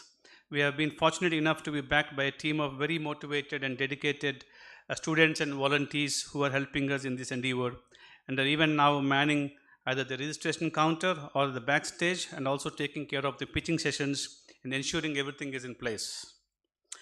I cannot thank them enough for the involvement they have shown and then willingness they have expressed to take on the completion of tasks beyond their comfort zone, in spite of their exams. Some of them are writing exams as I speak and will be joining us in a moment, maybe in the next half of the day. They have been working in spite of their exams late night yesterday and in the last few days as well. I thank every one of them.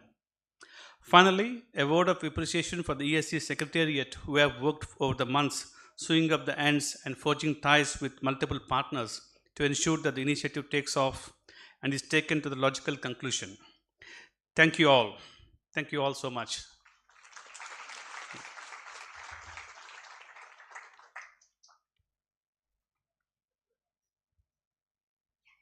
Yeah, sure. Thank you so much, Sudhakar. With that, we conclude the inaugural session and we will break for tea and gather back in 10 minutes. Following the tea break, we have a panel discussion followed by lunch, and then we have pitch-in and presentations by startups. Requesting all of you to be a part of all these events because this is going to be a learning journey for all of us, and this is also an advice from our Vice Chancellor. So please make sure that we all are present here to learn and to make sure we're taking this journey forward. We're all running on a strict schedule, so please be back in 10 minutes. It's 11:50. We'll be back at 12. Thank you so much.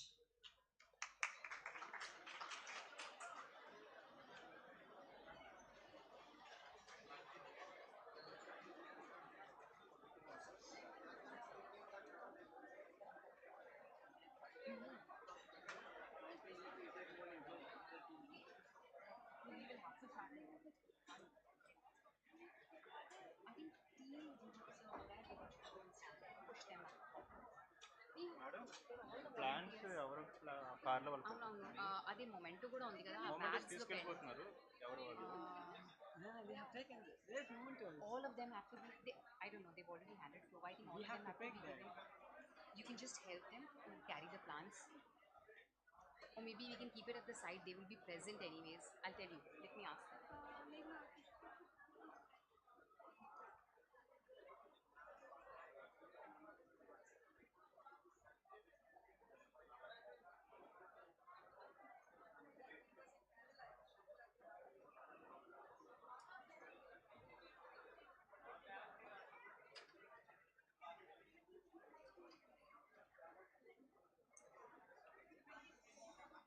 Which one?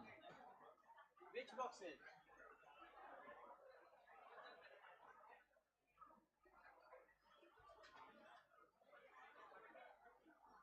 Take.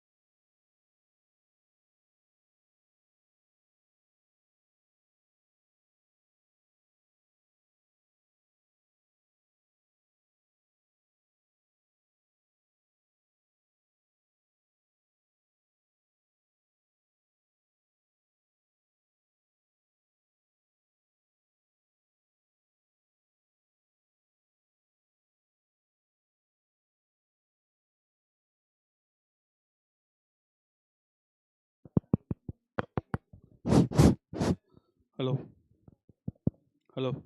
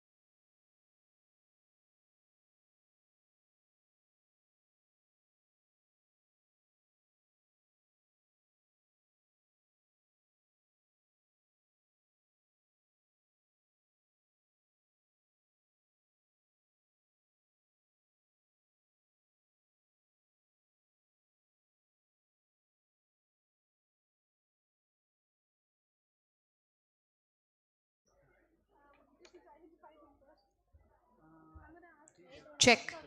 Thank you. Request.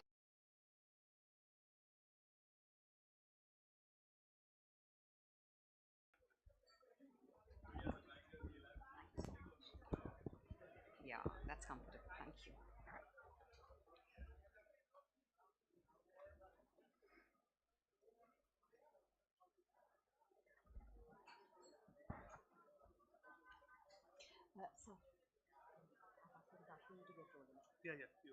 Please be seated.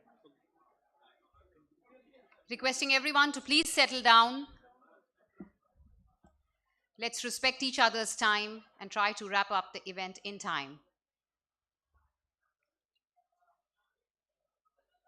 Calling for all the guests who are having their tea, please hurry up and get back to your seats.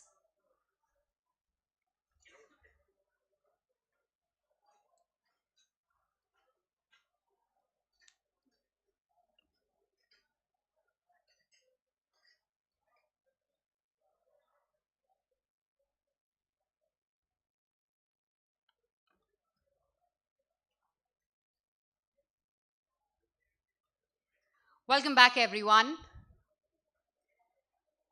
The word entrepreneurship reminds me of so many aspects: learning, successes, failure, ups and downs, belief in self, heroes, villains. We spoke about it in the morning, and the list can go on.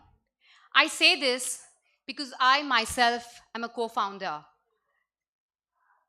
I'm the co-founder at All Is Well. We help corporate employees improve performance and enhance mindfulness by providing emotional and mental well-being solutions. And being an entrepreneur, I'm really excited to be witnessing the next session, which is a panel discussion on navigating the entrepreneurship journey. And with this excitement, I take the pleasure in inviting our moderator for the panel discussion, Mr. Sudhakar Pantula. Mr. Sudhakar Pantula is the CEO of Prospecta Technologies. Armed with a degree in industrial engineering and 30 years of experience in IT across a number of industries, he has great experience with startups, being responsible for many successful startups. He has over a decade of experience in designing and building enterprise solutions while also designing customized software to meet specific needs of the industry. He has a wide range of technical and solution architecture skills and is a certified lead auditor and consultant. Let's give a warm welcome to Mr. Sudhakar Pantula. I would now like to invite our valued panelists, starting with Mr. Anil Kumar. Mr. Anil Kumar is currently the officer on special duty to Special Chief Secretary to the Honorable Chief Minister, Chief Minister's Office, Government of Andhra Pradesh. Prior to this, he has served the AP Innovation Society and AP IT Academy as a CEO. He has also served as an officer on special duty for Minister of Industries, Commerce, Information Technology, Skill Development and Training, Government of Andhra Pradesh. Ladies and gentlemen, please help me welcome Mr. Anil Kumar. Next, I would like to invite Mr. Bhavani Shankar. Mr. Bhavani Shankar is currently heading IoT divisions in Electronics Systems Private Limited, providing smart solutions for railway signaling, smart cities, smart buildings, and industrial domains. Mr. Bhavani Shankar is the design architect for many IoT solutions innovated for different domains for the last 16 years. His area of expertise is building intelligent edge devices and sensing systems, data analytics, IoT platforms, and design thinking. Mr. Bhavani Shankar closely works with academic institutions in various capacities for improvement of curriculum and teaching learning processes. Please give it up for Mr. Bhavani Shankar. Our next panelist is Dr. Ravi Saripalli. Dr. Ravi Saripalli is the Director, Center for Innovation and Incubation, Gayatri Vidya Parishad College of Engineering from the last 12 years. The center has incubated more than 15 startups and filed more than 45 patents until date. Ravi started Inspire to Innovate storytelling movement. Goal to this initiative is to inspire students through storytelling and letter writing methods. Ravi is also working as mentor at Mentor Edge at the Center for Innovation, Incubation and Entrepreneurship, IIM Ahmedabad, and is also an advisory member to a few product startups. Ravi has an overall experience of 24 years in consulting, program management, training and mentoring, managed services, pre-sales, innovation and entrepreneurial development processes. Requesting Mr. Ravi Saripalli to please be here. Thank you so much. I'm so sorry. I would now like to invite Mr. Piyal Sen Gupta. Piyal has over 14 years of professional experience across verticals such as sales and channel transformation, growth diversification, strategy consulting, sales and operation planning, cost optimization, and network optimization. Prior to working with Grant Thornton, he has worked with KPMG India, Godrej, Electrolux, and Unida in consulting, sales and marketing, and category management roles. Piyal has extensive experience in driving revenue enhancement strategies for the client through sales and channel transformation, diversification, business planning, and financial modeling. He has also worked with clients in area of strategy formulation, implementation, market assessment, due diligence, and feasibility study. Mr. Piyal, it's an honor to have you here. I would now like to introduce Mr. Ravi Ishwarapu. Mr. Ravi is currently the CEO of Andhra University Incubation Hub, A-Hub, Visakhapatnam, a CXO turned entrepreneur, business consultant, strategist, investor, and speaker. Ravi has 23 years of experience in heading business, strategy, sales, operations, and corporate quality across the globe for large corporate and startups. Ravi's focus areas are devising strategy and leading business process re-engineering, business turnaround, new product service development, manufacturing and supply chain optimization, Six Sigma consulting, and cost optimization initiatives for many Fortune 500 firms. Ravi is a serial entrepreneur and is identified by INC 42 as one of the top angel investors in Andhra Pradesh. Please put your hands together for Mr. Ravi Ishwarapu.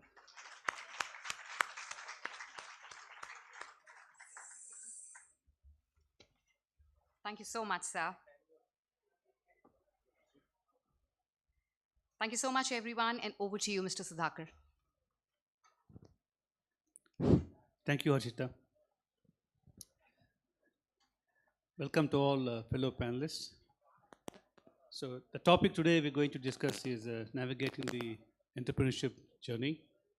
So what we can do is, each of us will speak for 2-3 minutes on what we think about this topic, and then we'll leave the floor open for discussions and any questions from the audience. Okay. Talking about navigating entrepreneurship journey itself sends a kind of chills in me, because entrepreneurship starts with one person, one idea, and one step forward. There are so many things to be considered in order to become an successful entrepreneur. A lot of entrepreneurs are there, but only few of them succeed in their journey.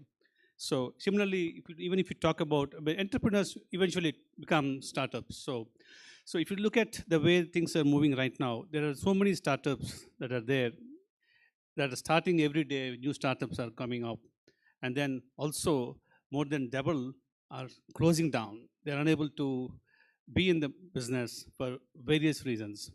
So what we can do in this today's panel discussion is to identify what are the reasons for these startups to fail, and also what are the reasons for startups to succeed and be in the market and scale up and to become unicorns.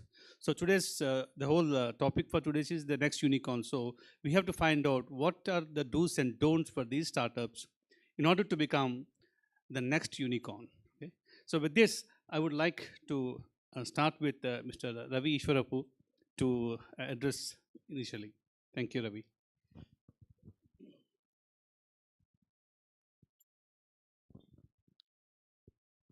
Good afternoon, everybody. Thanks, Sudhakar, for putting me on the spot. Right on. Yeah, before I could even make some notes and get ready for it. Okay, I know a lot of them have already gone. So that's not what we require for entrepreneurship people. I think my experience when you're talking about the word entrepreneurship or startup or co-founder and all that stuff, and if you relate it again to a student entrepreneur, very few will make it. I know not when we're talking about the morning speakers, including the VC Garu, talking about students trying to get into job creators than job takers. Not an easy job, very few. But successful stories do exist on the campus. Is Vikas and Maidar here? No. Okay. I would say there are two types of validation that a person will need to go through. We largely talk of the external validation when one starts off an entrepreneurial journey. You say idea validation, then you say, is the market ready? How much is these terms like SAM, TAM, and what is the addressable markets and other stuff. That's the business plan part of it, which I think is about, maybe 30-40% of it. But most important part, the missing link, is your internal validation. That you and your team or co-founders, are you ready for this journey? This is a big thing that we keep missing. We keep trying to say, is there a big market? Is there an idea? I feel idea, if it's not a patented one and if it's not out of the world, sort of an Apple coming in at the first time or a Tesla sort of a thing, most of the startups are Me Too's, let me be clear. So with that, I think idea is no big deal. It becomes no big deal because you know what Amazon does. Can you do it much better and bigger than what they do? So I feel because with the type of startups that are coming up as of now, idea is about 5%, then validation, doing your market studies and getting everything ready and being clear on your approach and your vision for the next 5 years, at least 5 to 10 years, is probably another 20-25%. But you as a person, how involved, how courageous are you, how determined, how are you ready to celebrate a failure? Things might go wrong. You started pre-COVID, you started on something which is probably ecotourism, and then it goes boom for 2 years, nothing. So that's a failure. Like I said, serial entrepreneur, we had interview buddy when we launched, it was a big failure. Srinivas is out here in the crowd. So it was a big failure. We thought B2C with students and it never worked, and it was a big this thing. Then we pivoted, we changed. So are you ready for this journey of getting hit, slapped again and again? I, as an entrepreneur, I can tell you at the end of the month, I know I just finished, end of the month, as it's approaching 25th onwards, my BP starts shooting up because I have to ensure that all my startups, whether the paychecks are ready to be signed and then sent out, am I cash? So there's a lot of things. You'll have a lot of sleepless nights, trying to find your first customer, you're knocking on doors, beg, borrow, steal, you're trying to do everything ready. So leaving a job and getting into an entrepreneurship out of a thing, from something which is very good, comfortable, to a zone that is not so comfortable. Are you ready for it is the big question that you need to ask yourself before you can even think of an idea, before you think of the next unicorn and all that stuff. So I say the internal validation of self-readiness becomes the most critical aspect before you jump into entrepreneurship. Thank you, Ravi. I like two words you said. Are you ready? And banging your head. I think this is very, very essential because entrepreneurship is not an easy journey. You need to bang your head many times during the month for various reasons. Yeah, thanks. So I would like to now go to Mr. P.L. Sengupta ji. You have been a knowledge partner and I'm pretty sure you have faced many startups in your long distinguished career. So being a knowledge partner, how do you see or what do you see how the startup should take up this journey, or the entrepreneurs should take up this journey so that they are successful? Hi. So what we have, so we have worked with startups, mid-size organizations as well as large-size organizations. What we have seen is, especially in a startup journey, there are essentially four key things which we feel is there would be many more parameters, but what we feel these are some of the four key essential parameters that any entrepreneur needs to keep in mind while starting on their growth journey. So first is, of course, the product or the solution that the entrepreneur is offering. Is it a real solution? What is in it for the customer? Is it meeting some unmet need of the customer, or is it just a fad that is being addressed by the product or the solution? Because if it is a fad, it will wane off in some time. So the first key thing that you need to ask yourself is, what is my product? What is the problem that it is solving for the customer? So that is, I would say, the most important point. Second is, of course, the scalability of the business. So obviously, if you have to understand scalability, you need to do a detailed research, who my target audience is, how the customer base is growing, has it grown historically or is it actually shrinking? You do not want to enter into a business or a solution in which you see the market is already shrinking. That is a recipe for disaster. So the scalability has to be kept in mind. Third important thing is the sustainability part of it. Look at the macroeconomic environment, how dynamic it is, how is it changing every year. You have some or the other event that is happening which no one could have forecasted, a COVID, Russia-Ukraine war. Tomorrow maybe you never know what could be in the offering. So how agile is your business model? How flexible is your business model to adapt to these changing macro environment? So that, I would say, is maybe the third key important point that entrepreneur needs to keep in mind. And fourth is, does your business have a moat? How easy or how difficult is it for a competition or for any new player to copy your business model or to replicate your business model and do it better than you?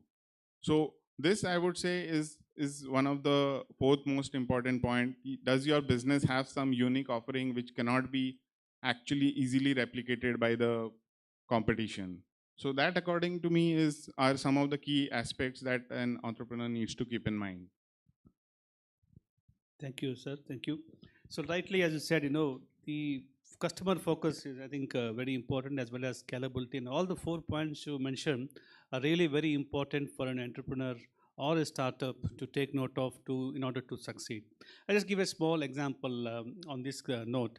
There's a gentleman here, I don't think he's here right now, but there's a person here I know who has heavily invested into domain names. He owns more than 10,000 domain names, and he trades domain names. So the idea need not be something B2C or C2C. It can also be as simple as investing into domain names. He created a niche for himself. The person's name is Alok Maheshwari. He's not here, unfortunately. But yeah, so the idea needs to be very unique, and it should sustain the entrepreneur's ideology of growing it or scaling it up.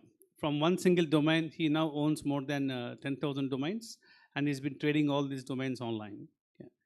So with that, I would like to now ask how innovation plays an important role in a successful journey of an entrepreneur or a startup from Mr. Anil, who is the CEO of AP Innovation Society. Yeah, good morning to all my fellow chairperson and the fellow panelists. I take this opportunity to be here and representing AP Innovation Society.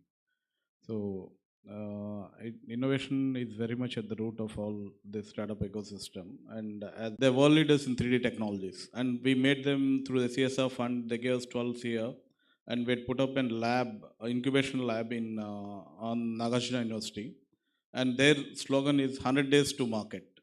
If a product doesn't go to market in 100 days, then no point in sitting on it and wasting your time. So they give you that kind of ideas, and you have to inculcate and incubate in such a way. Like, and then perform, then promote. See the kind of steps they take it. Let me give one example so that what I am talking you would make sense. In 1977, a person named Fred Smith, he was in the classroom like you, in the business classroom. I think most of you are BBMs. So he was also sitting other side in the economics class, and professor asked, can you put up one proposal for your final year project?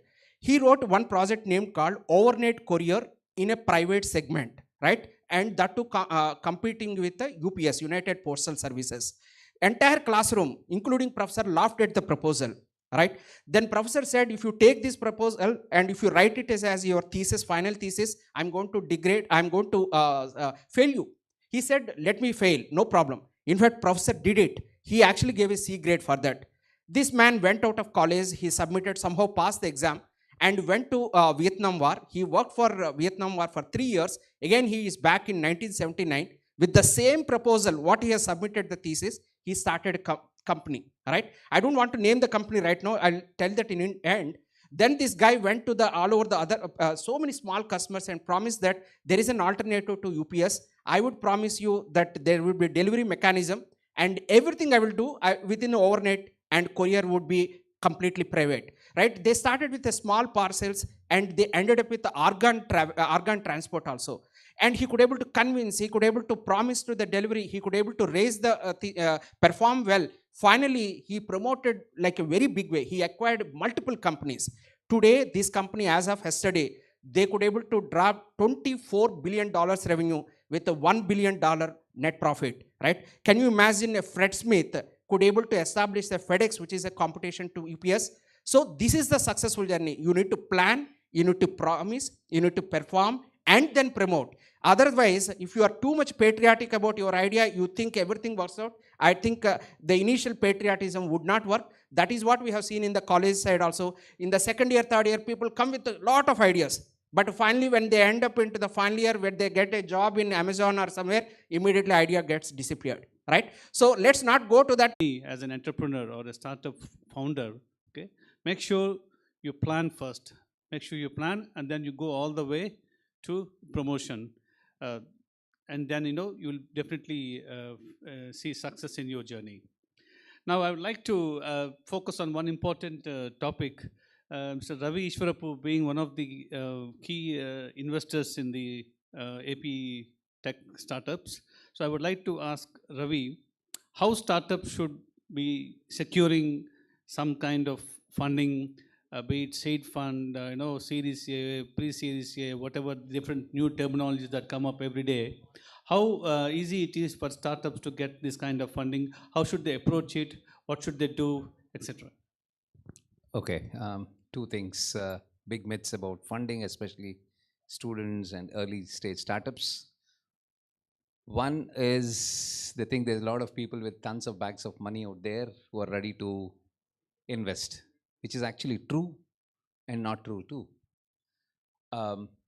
Just an idea in itself, they say, I have a great idea, I'm looking for people or who will fund it.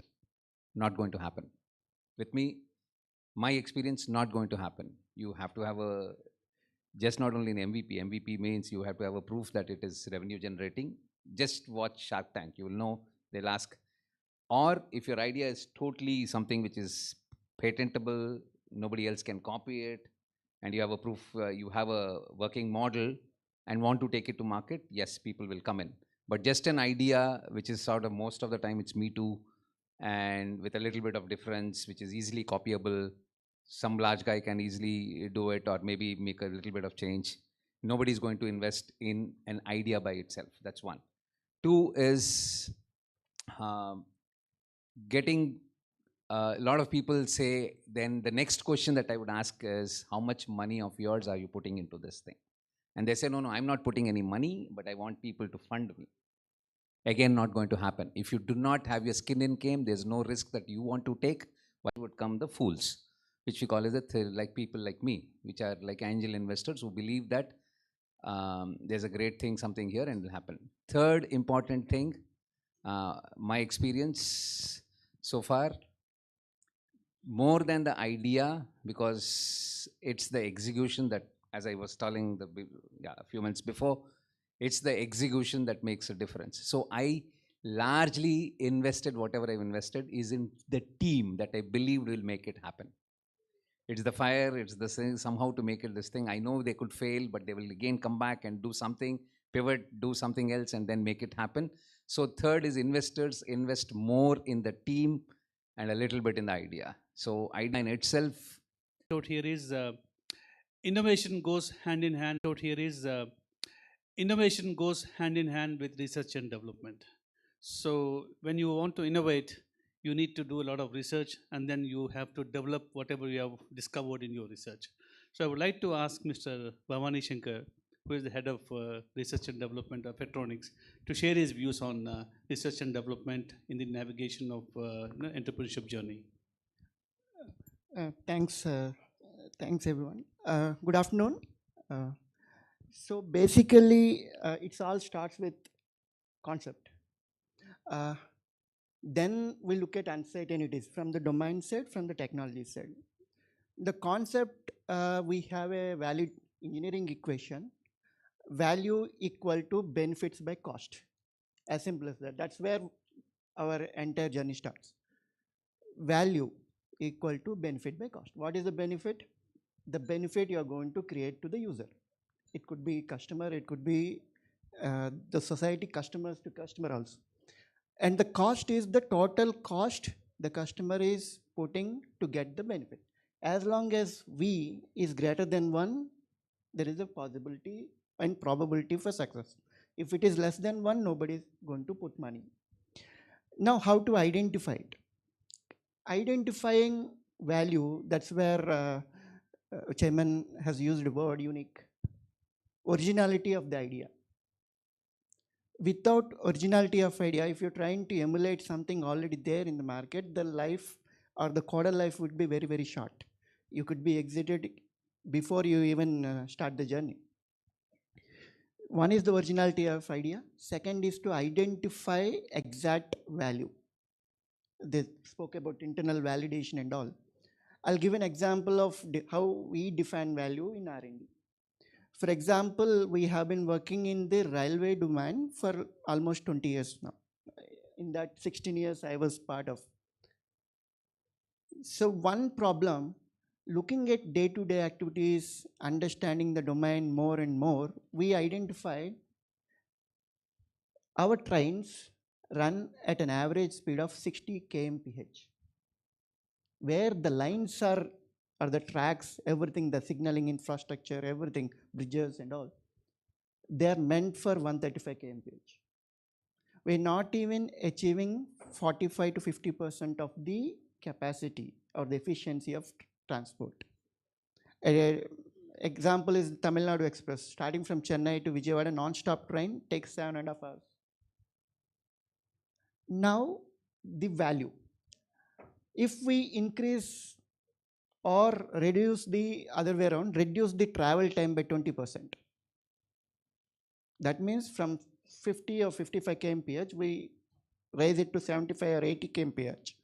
What is the net value to the country? Indian Railways budget is 1.5 lakh crore. If 20% of time they can run more trains, that means in total 30,000 crores saving every year. 2 crore people travel every day on trains. If their 20% of time reduced because there is a reduction in the journey time, cumulative value of 2 crore people. That's the value we are looking recurring. If we are able to solve it, then that makes sense because we are putting R&D effort into it, understanding the uncertainty of domain, understanding the uncertainty of technology. Then comes my second equation. We need result in R&D. 10 products, solutions we start, 9 will definitely fail. I myself burnt crores of rupees. The second equation is mindset plus practices multiplied by technology will give you result. Technology, we see on the university has spoken, a lot of new technologies are coming. If we use the yesterday's technology or obsolete technology, because it is multiplied by it, result would be 0. Mindset is what you need as entrepreneurs, founders, or innovators. Practices you learn, best practice in your journey, but the technology you choose, that defines the end outcome. So you have to be looking at the futuristic technologies, not the old generation. The third equation I conclude this small talk is the trust. Why we should trust you? Putting money. Why we should trust you in solving a problem? If any person or any company cannot be trusted in all aspects, we are only trusted in some aspects. There is a context. If our results are visible, if there is a predictability in our result, that future also we will be succeed.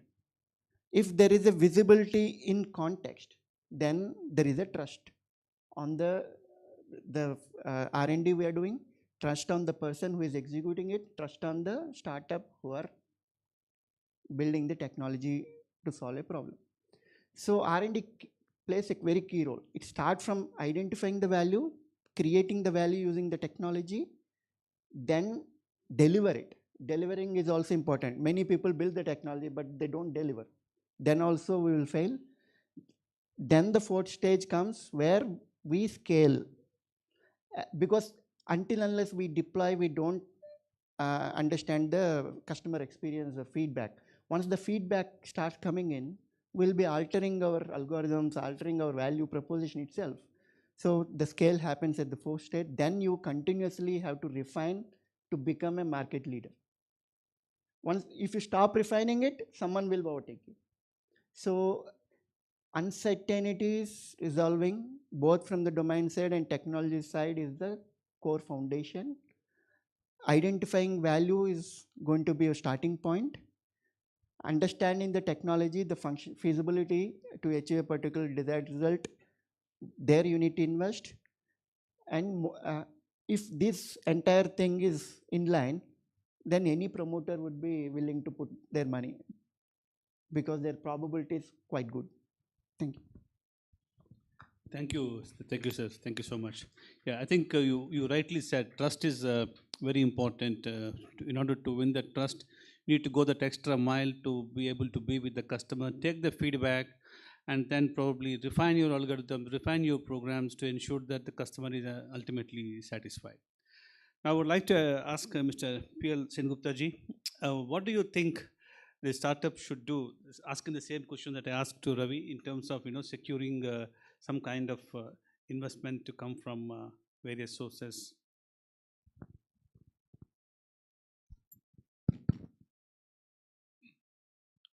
So firstly, even before looking at options for securing the funds, as Mr. Ravi said earlier, the proof of concept has to be ready. Because without a proof of concept, it's very difficult to successfully get funds from either the venture capitalists, the angel investors, so on and so forth. So once that is done, so you have the platform ready, I would say. Today, there are a lot of opportunities for getting the funds, a lot of initiatives by the state governments, by the central governments, promoting the startups. So that has happened in the last 5-7 years. One good thing what we have seen is the accelerators and incubators, especially with respect to technology. Today we have more than 500 accelerators, incubators in India, all developed in the last 3 to 4 years.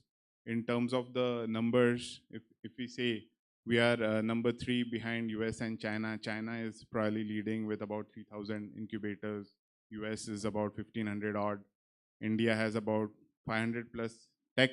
And this is specifically tech accelerators, incubators, which I am talking about. So the opportunities are there. But having said that, prior to that, the proof of concept needs to be established, because that is what any investor would want to look at before actually investing in your business. Thank you so much for your insight. So the next question I want to ask is to Mr. Anil Garu.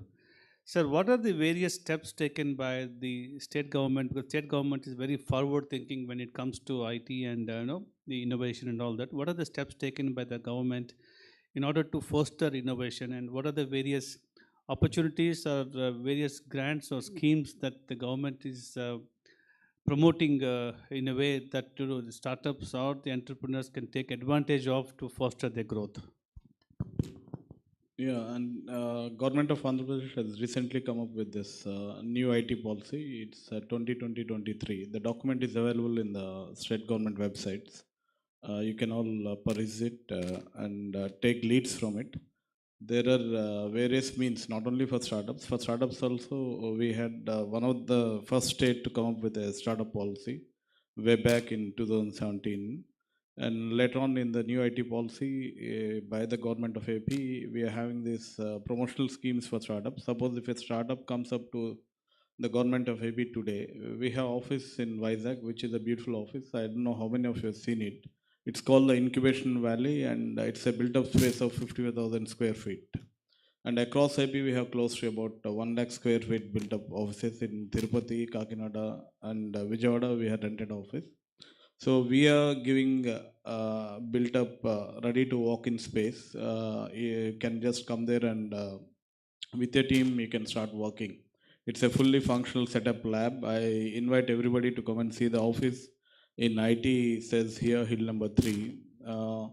Here we give close to 2 to 5 seaters for a startup on a starting scale for a period of 6 months, and if they keep performing and if they go to next level, we give them up to 2 years. And we are also giving them the lab facilities, the incubation facilities. Right now, we are tying up with different nationalized banks that approached us. And with a seed fund, we are planning to create a funders fund. Couple of banks talking huge, and then they're also asking us to give the matching grant from the state government side, which we are in the process of doing it. We are talking to external investors. Last time, we had done a very big roadshow in Dubai. And we talked with the DTech, it's called Dubai Technological Entrepreneurship Center. And we went to a couple of venture and angel funders there. We pitched about AP. You can see on this the CGA San Francisco. We got a letter from him. He's a Telugu person, Prasad Garu. From the morning, his name has been coming up repeatedly, and he's been supporting both Telangana and AP governments very well. And he's asked us to come next month to USA so that we can pitch about ourselves like this. Today's startups, if they do well, they'll be taken there. So like that, there are a lot of opportunities that we're coming up. We have different schemes from central government, from IT, like Tide is there. They're giving us close to 1 crore of rupees, so that we have been running a lot of hackathons.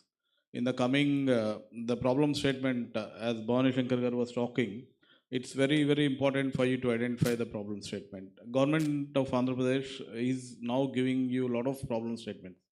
Suppose the central fund management scheme that we are running in government of AP, which is the single monitoring track for all the payments that are being made in all the government departments. With FinBlue, the STPA you have been seeing, the fintech STPA in Chennai is called FinBlue, and with them we are working right now, and we are launching in next 2 to 3 days a fintech grand challenge.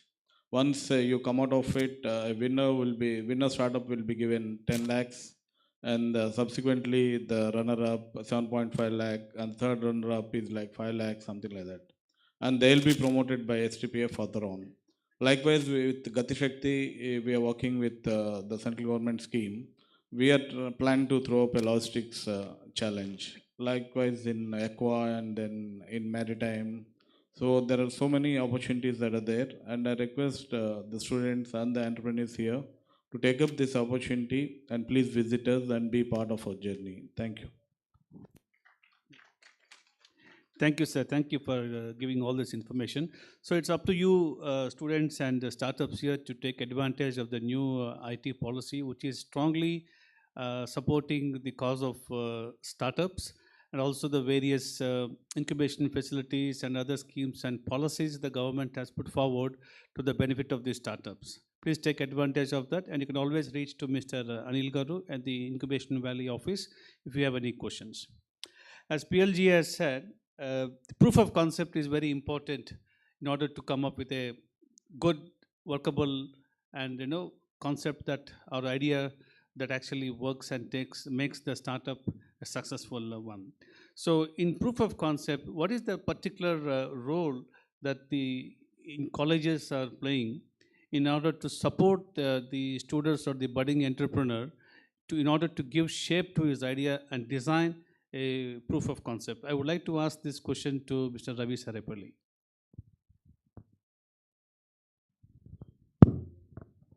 Maybe if I again tell these are the ways we are doing, probably I think you would not appreciate. One, I think straight if we talk, we have a design thinking course right from the first year. It's a mandated course. Everybody has to go through the design thinking process. It is not a theoretical course. It is absolutely a practical course. Everyone has to go through. As you know, design thinking is nothing but a human-centered approach for a experiential innovation, right? So while we talk about, there are so many practices which anyway would take some time to describe, but if I go with analogy, probably I think it will imprint in your mind. As you know that Chinese bamboo, right, is one of the hardest bamboo on the earth today, right? If you look at the cultivation process of the Chinese bamboo, first year farmer seeds the bamboo and he waters, he fertilizes, nothing happens. First year he seeds it. Second year he comes to the same time, he goes to the same process, even you will not see this 1 inch sprout coming out of it, right? That is the process. Third year again, he comes, he waters, he fertilizes, nothing happens. You can't even see the sprout 1 inch coming out. Fourth year also he comes out, he would do the same process, nothing comes out. You know what? The nature is so surprising. End of fourth year, within 15 days, this bamboo grows more than 95 feet, right? Engineering education is 4 years. First year, second year, third year, fourth year. We do lot of effort. We would not even see the sprout coming out from one of the ideas also.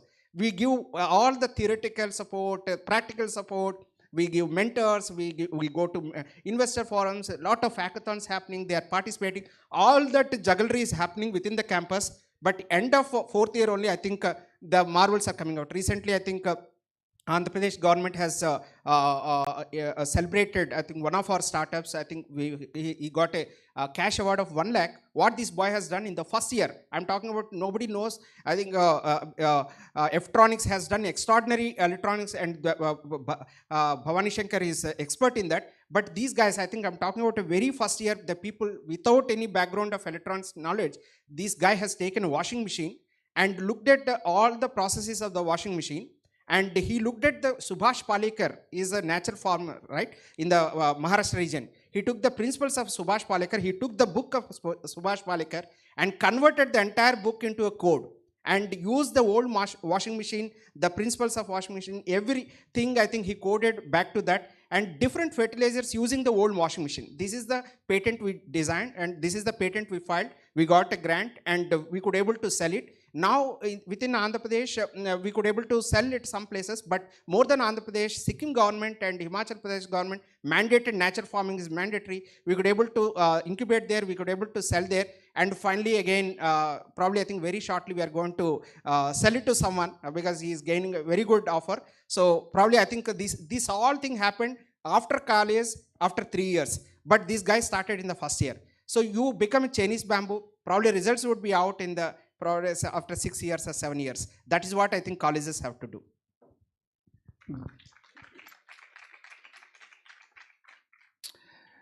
Very well said, sir. Comparing engineering studies to Chinese bamboo, except that some bamboos grow in the first year itself. So, yeah, my next question is to Bhavani Shankar Garu. Yeah. So, taking this analogy of Chinese bamboo, how do you think the industry should work with academia in order to nurture that the bamboo to grow in the first year, and how the industry should help the innovative minds of the students to so that they can come closer to proof of concept, if not in the first year, maybe by the final year? Basically, 3 ways of doing it. The first one is the internship. Go to any company. Don't look what the company does, what is the worth of it. Try to do minimum 6 months of internship in your education, 4 years, minimum 6 months. I have known some students who have done 1 year, because some universities allow. Some universities even allow 2 years. 2 years in college, 2 years in industry. So what does it make? It will give you insight into industry, what exactly happens inside, how the product development happens, how it's get translated into a visible product and all, manufacturing practices, everything. Even you will understand the finance aspect. The second way of doing is, I know it's a lengthy process. Your curriculum takes time to update to the industry needs. At a go, it cannot be done. What industry is doing right now is to give internship to faculty as well. So this year we started as a CSR. We allocated some significant amount to it. So 30 professors from ECE, electrical, computer science and IT. So from the OT side, almost a minimum is 3 months, professors. College is funding them. They are working on ARM, sensors and modern communication technologies. So once they deep dive into the technology, they can teach better. Even they can adapt to new curriculum. So faculty were given opportunity to do this kind of activities. Once we have the trust that, okay, the faculty and the students can spend some significant time and do, from the industry we are even offering some modules development outsource, like a consultant. So Siddhartha Engineering College, they are helping on the building the fail-safe algorithm on FPGA. It's a good. So it ranges. If any university does a safety audit of a product, fail-safe audit of a product, they can charge 1 crore. 1 crore is the amount paid to do the testing of a fail-safe product. But it requires significant of time from the faculty, the PhD students and all. So these all various opportunities are already there. One thing is you should have, one is someone has to connect, someone has to take the lead. The other thing is students and faculty has to take proactive interest and reach out to the whoever available in the vicinity. Thank you for that, Bhavani Shankar. So guys, internship plays a very important role in the 4-year period of the engineering students. I think you all should make use of the summer holidays or break times, and do as many internships as you can. And also, it's very interesting to note that you are giving internships to professors, faculties, which is actually a very, very good idea, because the professors, though they have a lot of academic knowledge, they probably, some of them at least, lack a little bit of practical knowledge in terms of application of this particular knowledge onto a solution, onto a problem solving or something. So this will definitely is a very interesting idea. And I think with this knowledge, the professors are much more able to connect with the industry and pass on the knowledge and experience to the students. And students, while doing the internship, can also come up with a few innovative ideas that could probably propel the next unicorn as well. Thank you so much for that. In the interest of time, what we will do is we will take a few questions from the audience to any of the panelists. So please feel free. There is a mic available. So anyone has questions, please raise your hand. We'll give the mic. At least we'll take 3 to 5 questions depending on the time. Anyone? Startups on the top, students.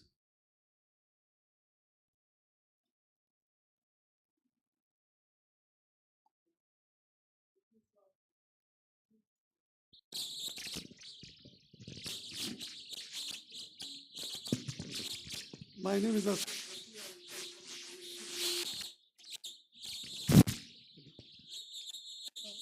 come from Electronics and Software Export Promotion Council.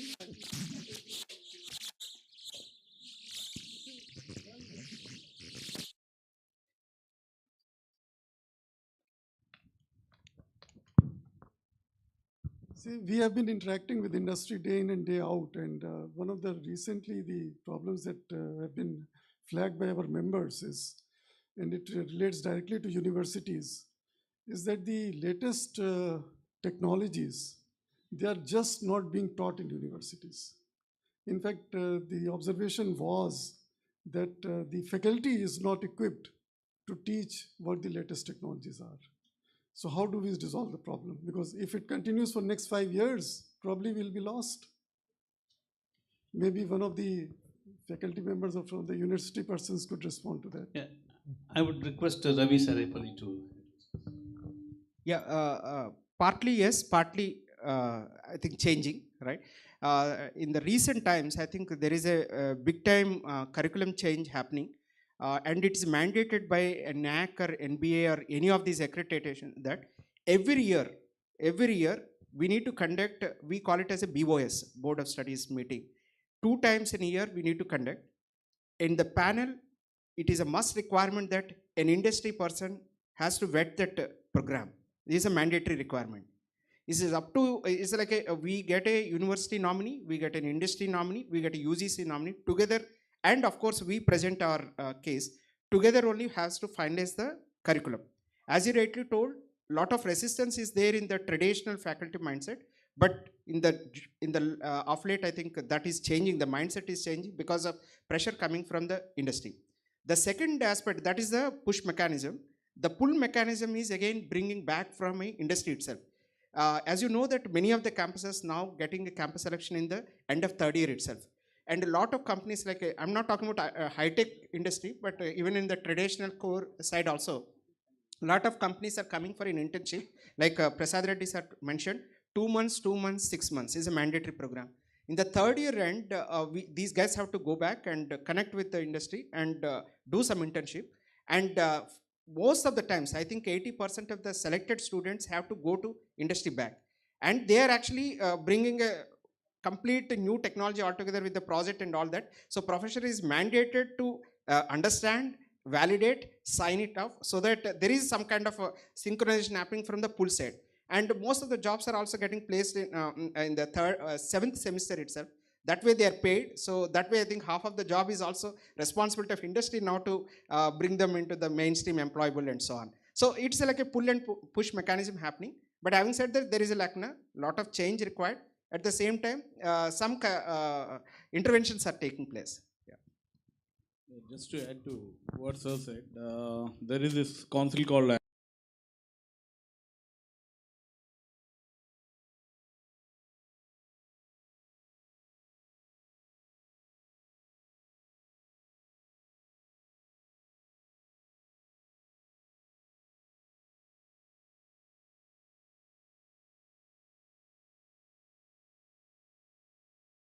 will conduct the regional workshops with all the VCs and the principals and arrive at curriculum changes because it takes certain amount of time.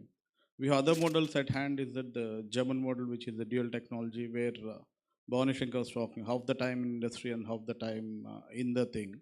So that model also we are actively looking at it. So these are things that takes a certain amount of time. For example, in the emerging tech in blockchain, if you say it's a disruptive technology, you can't readily say that the process will be available. Like, I mean, we, from the government side, we are doing this FDP, faculty development programs, way back from 2017-18 also. We had identified professors from the best of engineering colleges and send them, government has sponsored and send them to abroad so that they come back and give us, like, I mean, these nitty-gritties of the curriculum development and how to go about that. So that process might take a bit of time, but I agree that it has to be in line and in sync with the emerging tech that's happening around. In fact, one example would be there's this unicorn from the blockchain which is called DLT Labs. They approached me last year and then they said, give us 3,000 candidates. And the general, as VC was saying, it's 6 to 8 lakhs. The starting salary will be 12 lakhs. And they will train the candidates. But nobody is is at that level. In a sense, when you look at, no university or college today in a position to start off that course right away. So the industry itself is coming back and saying that, we will start hand holding and we'll start doing our bit also. Because ultimately they need this manpower. Just to add to what he said, again, there is a concept of professor in practice now in place. In fact, myself joined as I worked for Wipro for more than 15 years and joined industry. Now we have Ravi Ishwarapu, sir is here. So people are coming. I think there is, yeah, you are saying something. So before you respond to what you're saying, let me add. See, you're talking a lot of curriculum change and things like that, which are directed at the students. What my question was, what I'm trying to find out, what I'm trying to flag is that there is a need to have a fresh set of faculty, because the faculty is found to be, fountain in those technologies. Yeah. So maybe from the government side, sir, perhaps at some stage, maybe some thought will have to be given to even subsidize some of the universities to hire faculty from outside. Maybe we might have to invite some of the existing faculty members who are overseas, who can straight away come and give what is required, because if we fail to do that, we'll be losing out on the latest technologies. 10% of the progressive institutes are actually taking up 10% of the faculty, as you told, they're from outside or from industry. It is happening, but only in a progressive institution.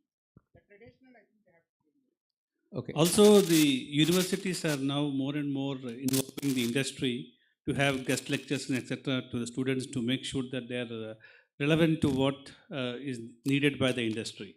Yeah. Okay. A little bit different perspective. I'm known to be crazy. Probably next 10 years, the largest university in the world would be digital.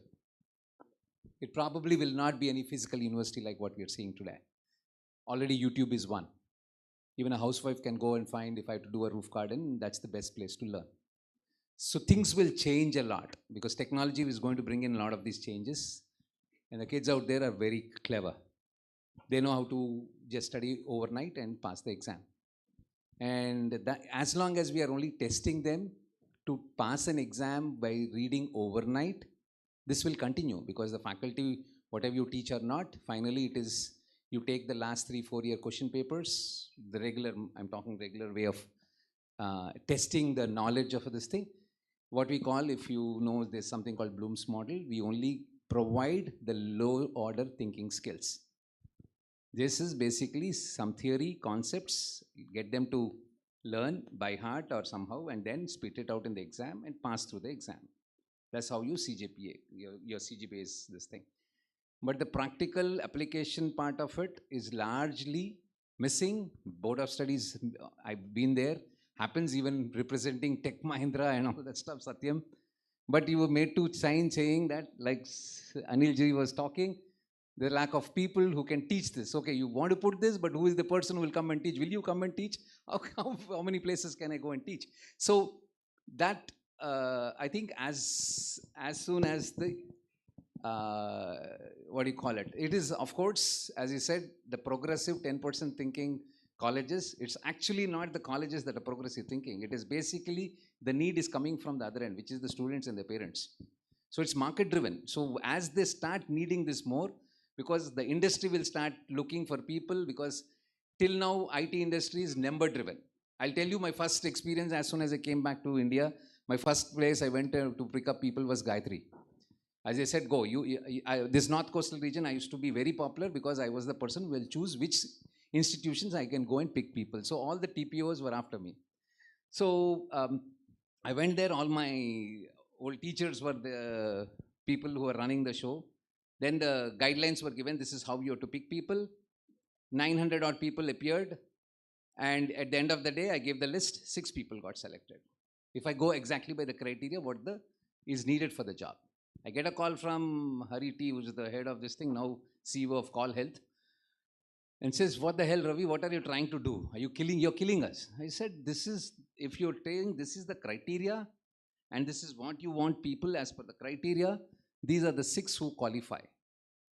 They started easing out things right in front of me. I was just holding my head and I said, unbelievable. You can go back and check. 109 people were selected for Satyam 2006 or 2007, 6 and 2007 January campus. Yeah, so that's, from those days, things will change because there's too much of supply, the need from the industry. Then what will happen is people who are industry readiness will become this thing. Then people will, the kids and their parents will realize if you're not practically ready, which the industry needs, you will difficult to find a job. Even apply for a US visa, now everybody thinks having a great CGPA is this thing, but a lot of people don't know that added to that is they look for a holistic this thing, your internships, you're practically doing things, all that is where you get a good admission.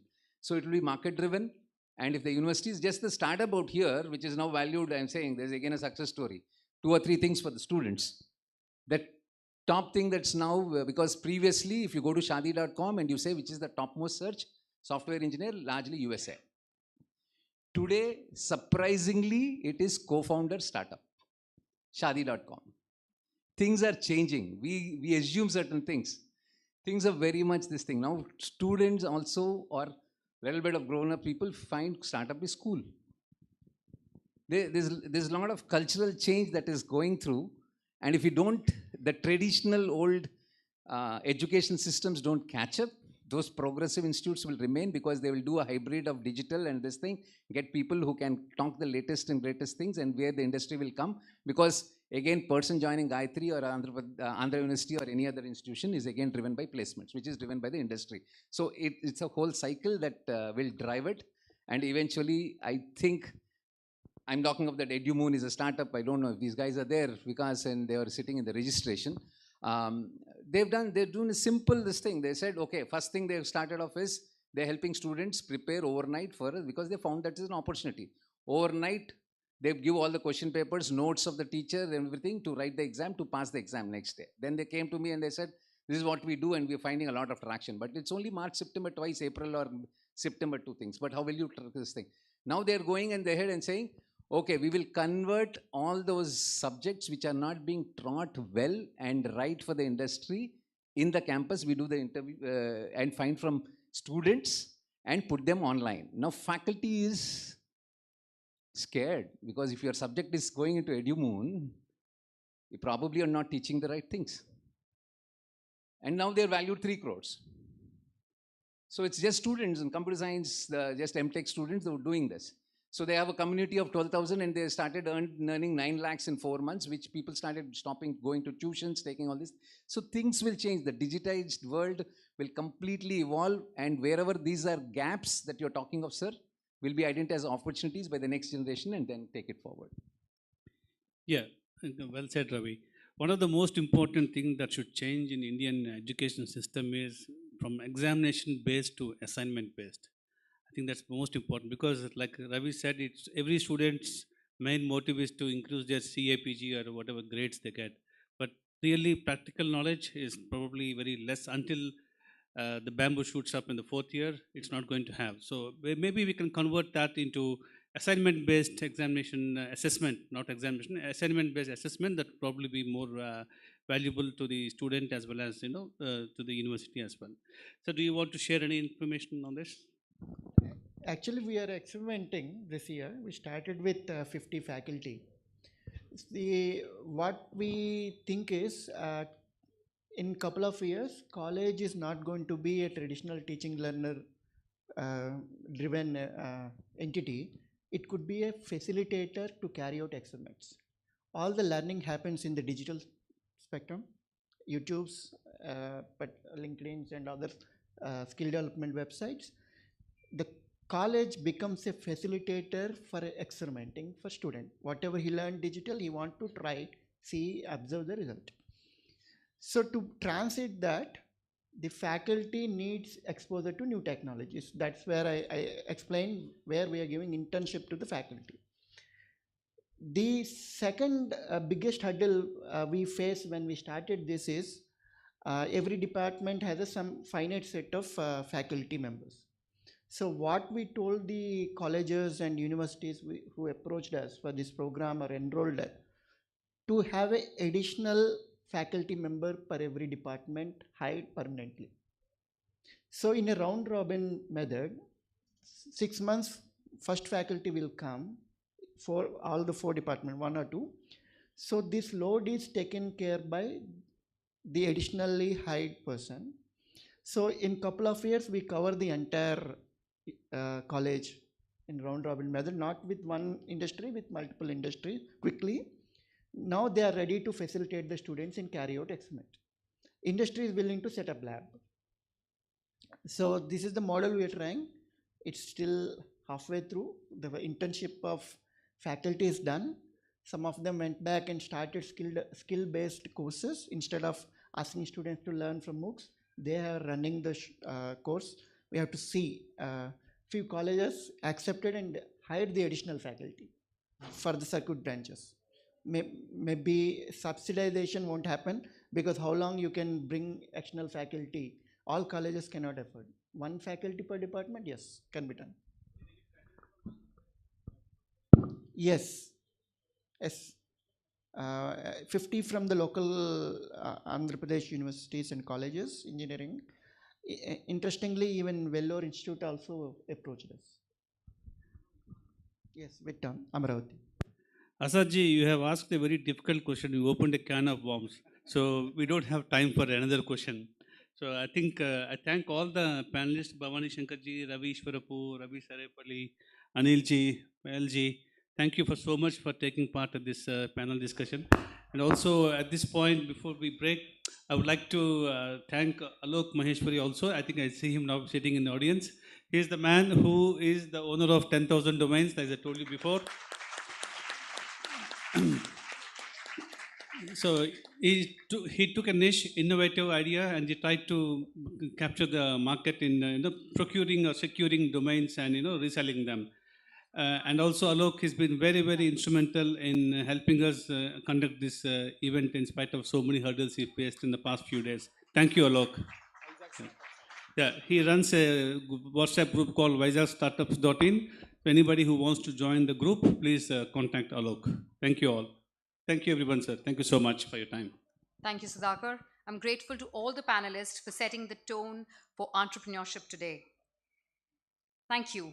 We now have the memento presentation as a token of gratification for all the panelists. Requesting Mr. Sudhakar to please do the honors.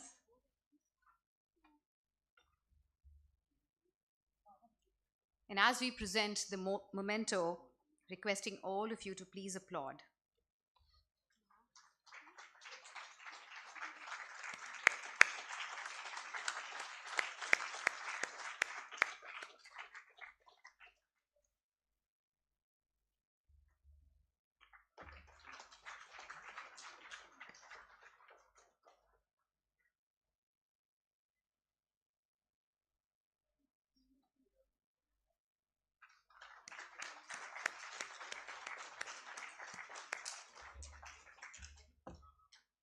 Please keep applauding, keep encouraging.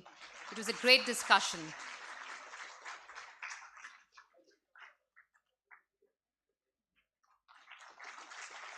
I'm sure all of us are going back with our share of learning.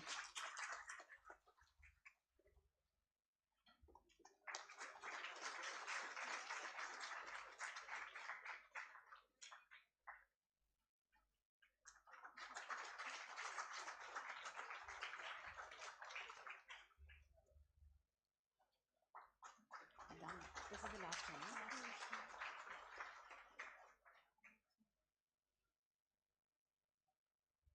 I would also like to invite Mr. Alok Maheshwari on stage to accept our token of gratitude for his relentless efforts towards building the startup community.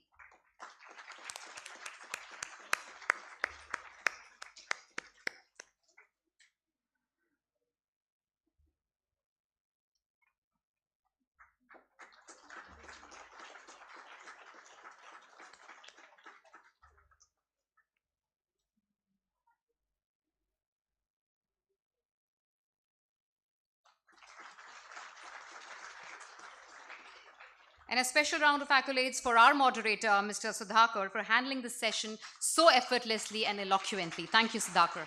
Thank you, everyone. That brings us to the end of this panel discussion. We will break for lunch now. We will have a half an hour lunch break. Post lunch, we will have the presentations from the startups, requesting each one of you to please be here to encourage those startups. So it is 1:20 now. We will be back by 1:50. See you all. Enjoy your lunch. And please be back on time. Thank you so much.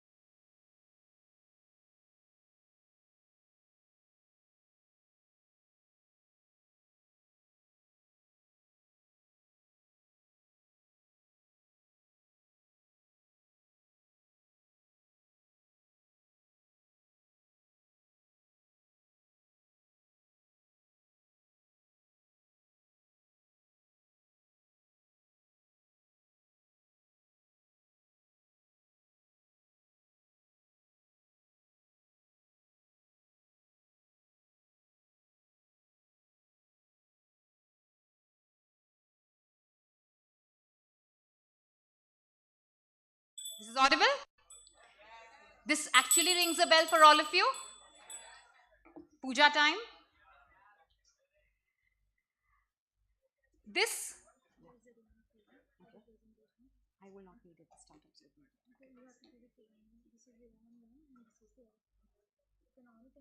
Sure. Sure. So yes, at the end of 6 minutes, I would ring this bell, which is a reminder for you to start wrapping up. And at the end of 7 minutes, I would ring the bell once again, asking you to stop. Please make sure you stop, else I will have to interrupt. Towards the end of the presentation, the top 5 performers would be selected basis their pitching performance today.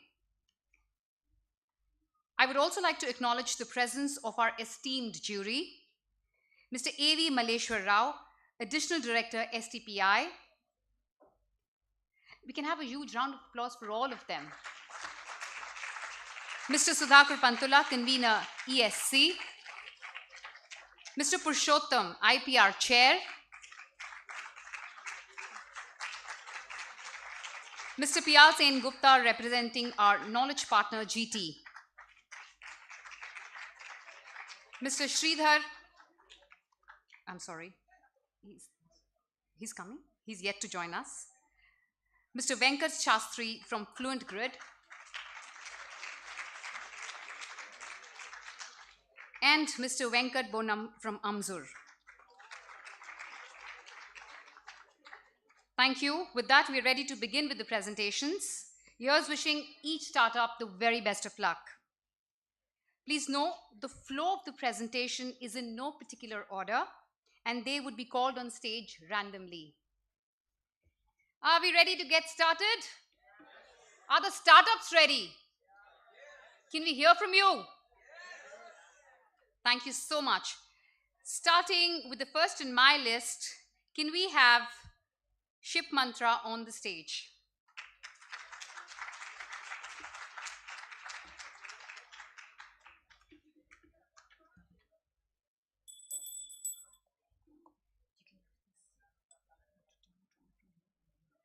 Was it on?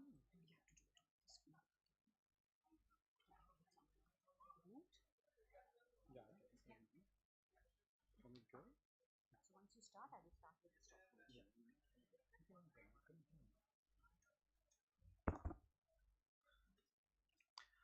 Good afternoon, everybody. I thank AP Startup Conclave for giving the opportunity to pitch. I thank all the jury members. So myself, Dinesh, representing Ship Mantra. I think by the name itself, you understood what we are about to talk, right? So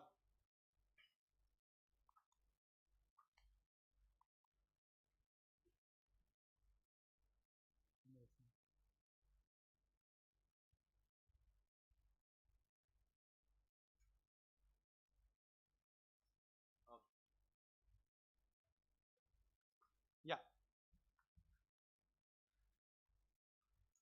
So you have app for everything. For travels and tours, you have Oyo, Go, Bpo, Airbnb, everything.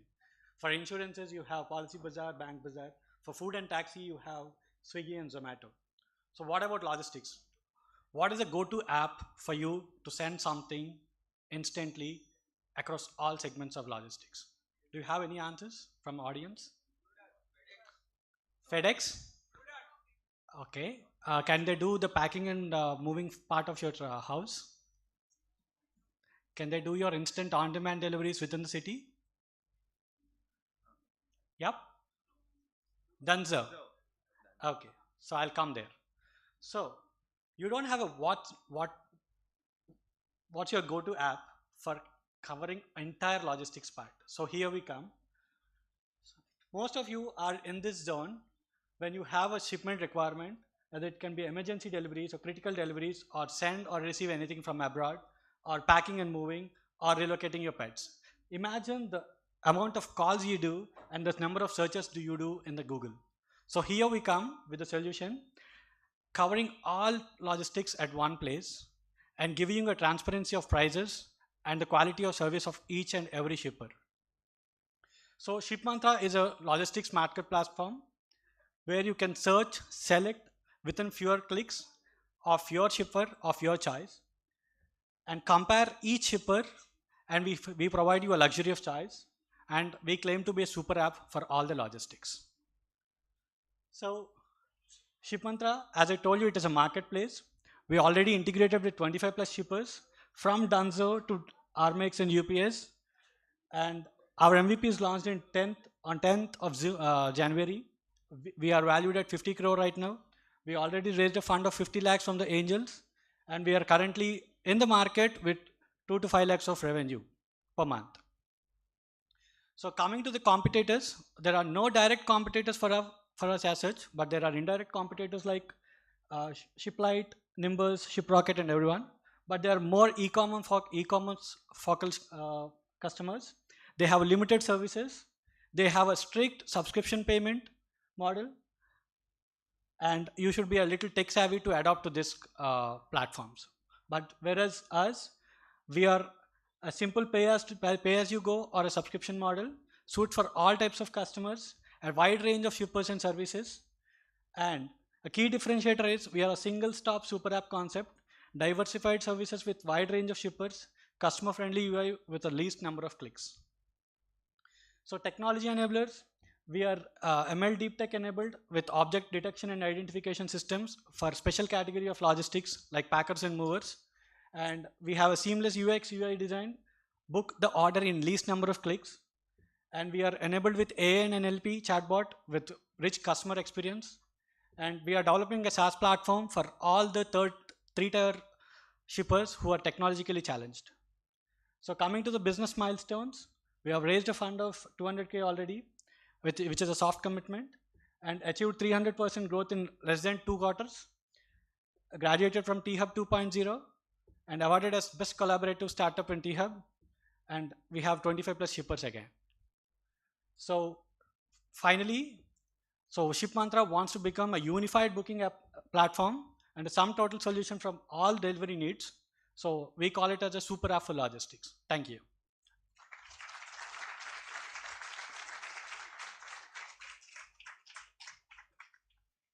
So any questions, you're free. Can you give a background of the founders? So myself, I'm founder CEO, Reddy, and he is sales head of ShipMantra. Hello, sir.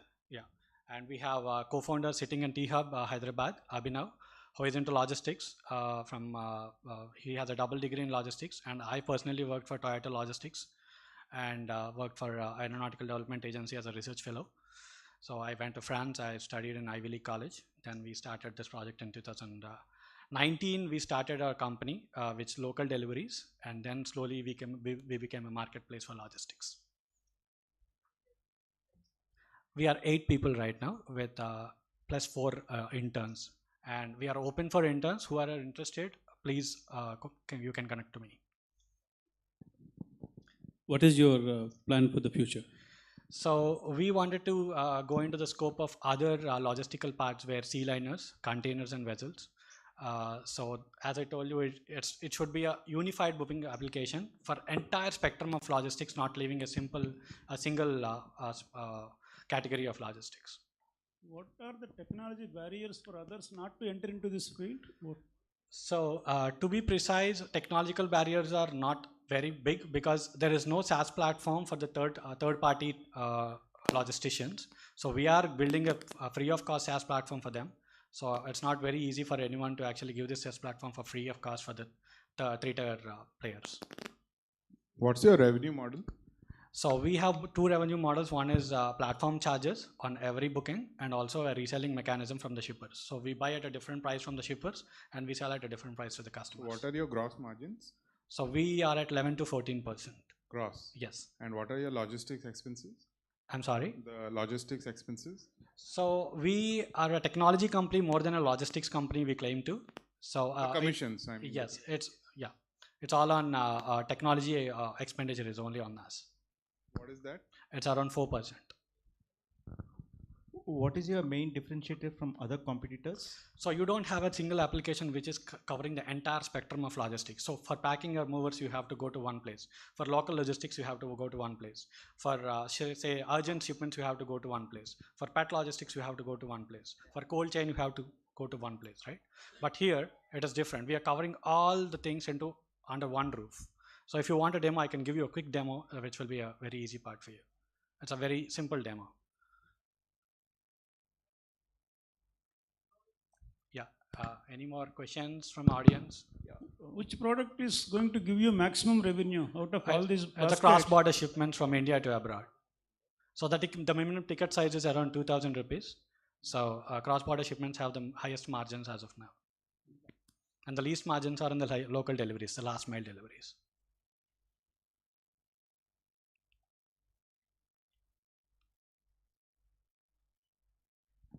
I don't think we have time for demo, so please continue with your presentation. What have you? Yeah, that's all. We are done. So we have some time to demo. That's the reason.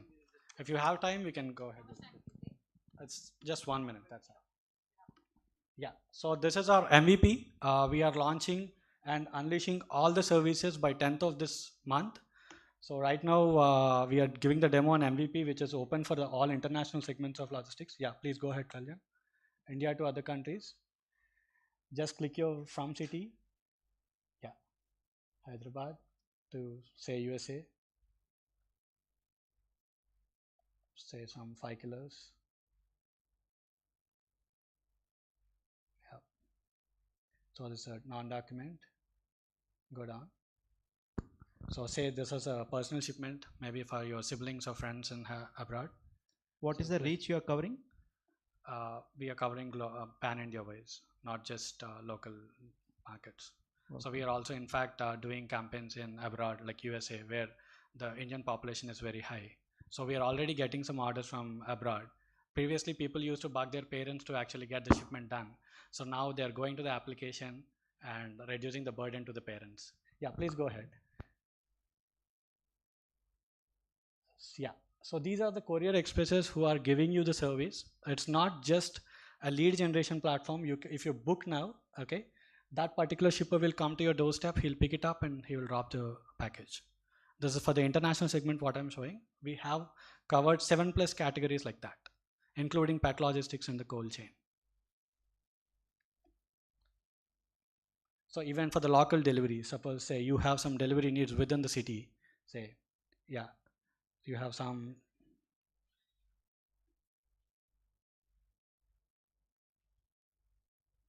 So what we are doing is we are giving a platform where you can choose the shipper as per your choice, and we give the comparison matrix of all the shippers as per the price and transit times. So that is the major unique selling point what we have. Just 1 minute. It's 30 seconds. Yeah. So this is a local shipment, maybe in Hyderabad. Yeah. Go up, Kalyan. So these are the players who have right now, Borzo and Porter, who are there to do your local shipment. The moment you click on book now, these people will come and do your job. Yeah. Thank you very much. Thank you. Thank you.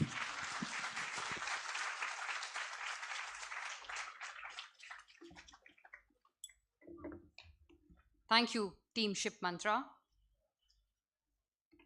May I request the next team to please come on stage, team from Green Jams.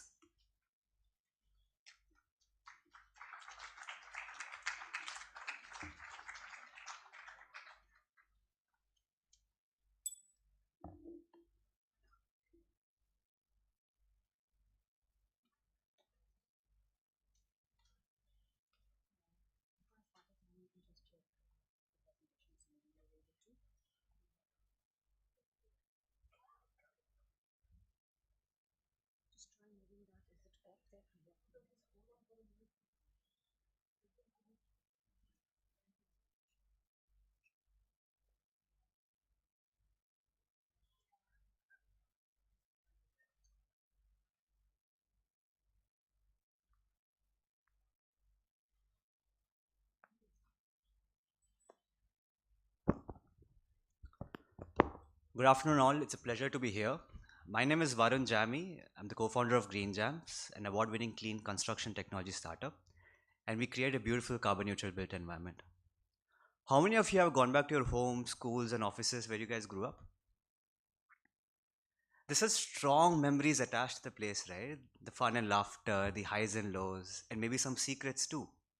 But did you know that 45% of reason why climate change is happening is because of these buildings? The way we build today has led our cities to become hotbed for heat waves and freezing winters. If these are living conditions today, when our kids and grandchildren grow up and in the prime of their life, the world would be borderline inhospitable. On the other hand, almost 100 million tons of crop residues are burnt annually in India. This leads to economic loss of more than 2 lakh crores. This phenomenon became popular because Delhi having this really bad air quality issue. But indeed, that's something that happens across the world.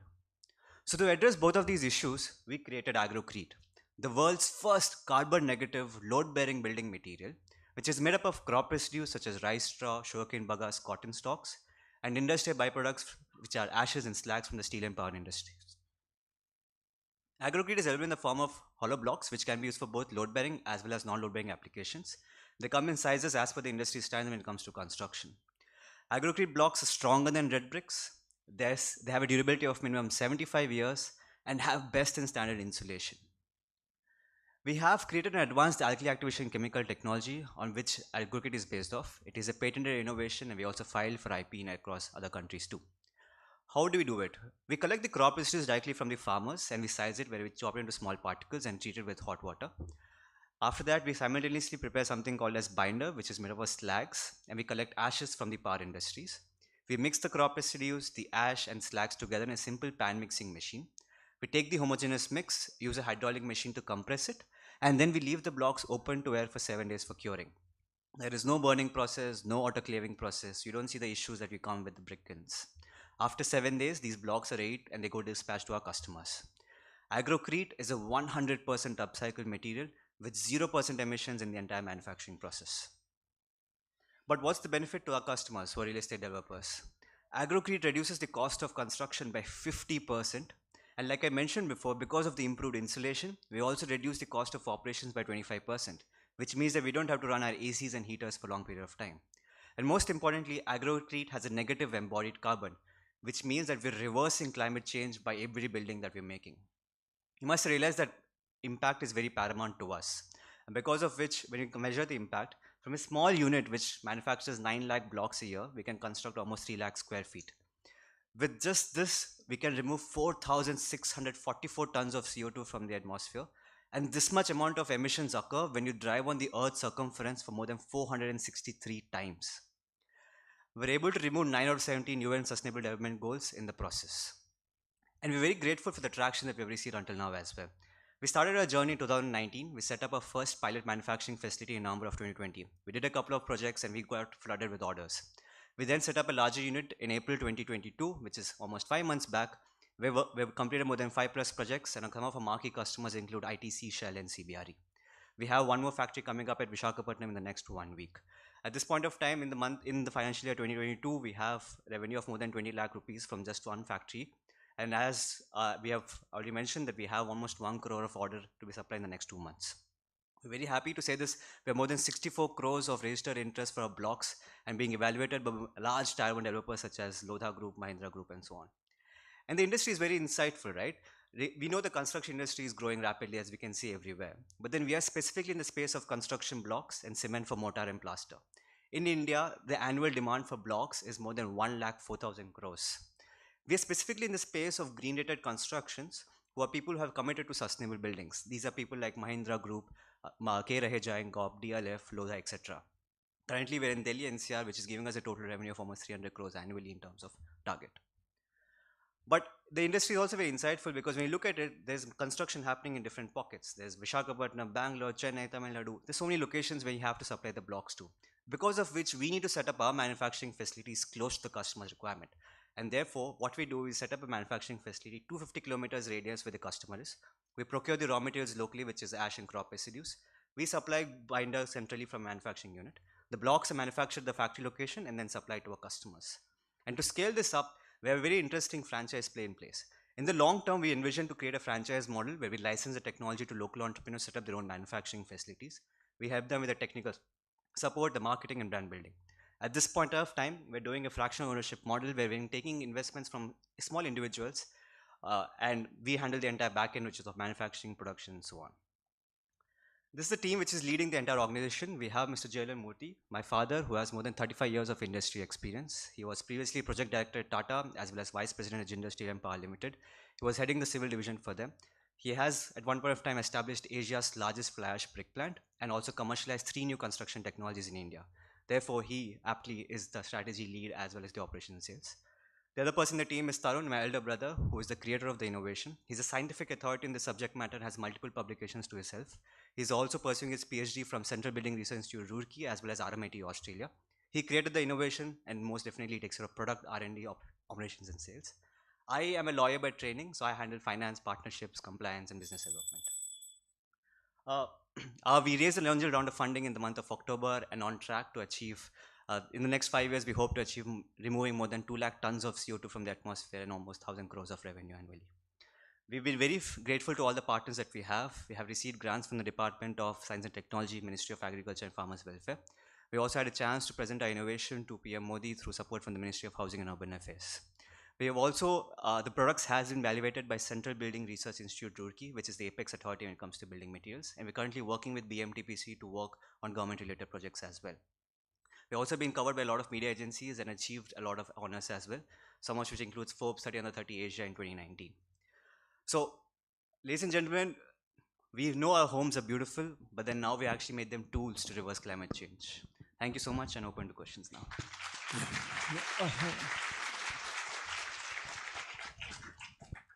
Did you get any certifications, like any from the labs Yes, for sir. your bricks? Yeah, so there is an IS code which is relevant to us, which is called IS 2185. So IS codes typically mention the materials that have to go into it. Crop residues was never thought to be a choice of material. So we do our testing compared to the code that is existing. So the numbers that you saw was as per the report that we received from Central Building Research Institute, and that's the certification or sort that we have. But did you, any official certification given to your bricks with the proper lab testing and all? So that's done by the lab, sir, the IS code testing. They actually specify how the procedure of testing and everything needs to be done. So that's an NABL accredited laboratory. Okay. And for the government related projects, we're working with BMTPC for the same. Okay. Great to see your contribution to the environment, but what are the cons?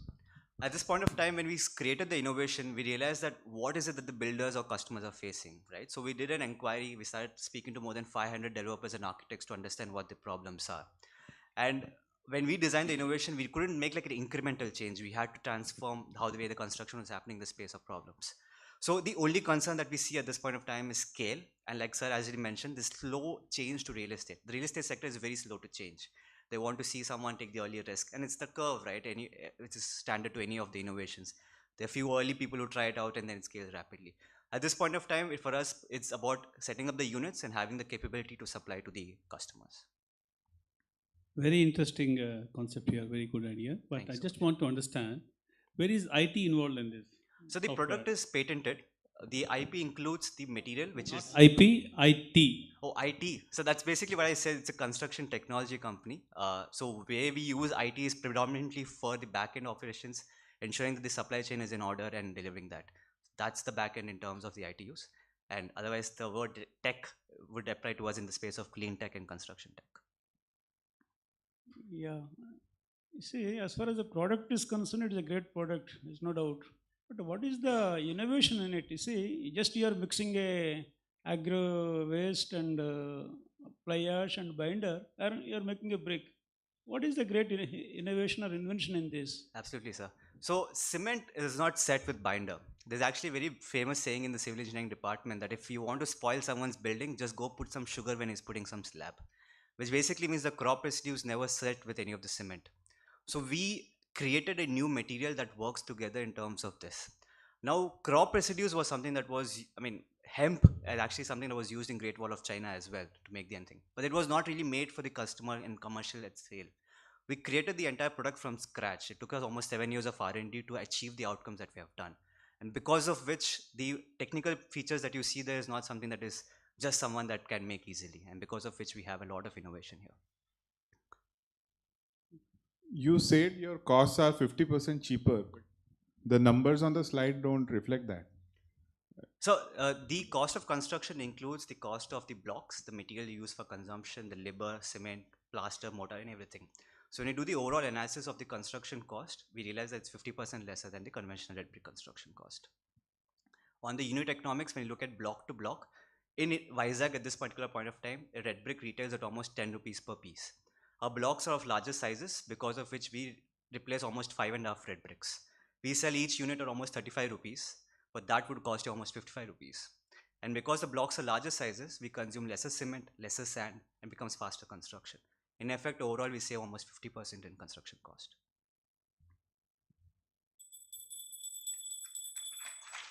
Thank you so much.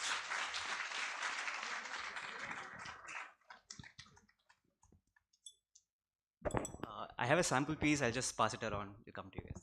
Thank you.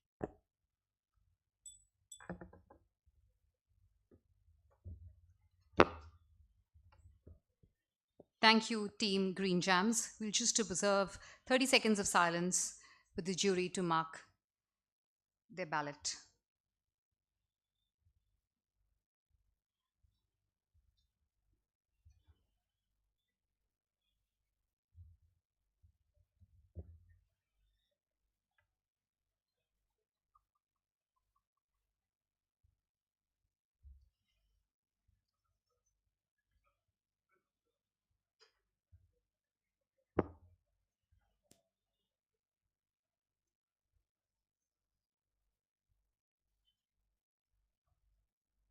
Next, I would like to invite Team Farmex Innovations Private Limited on stage. Let's hear it for them.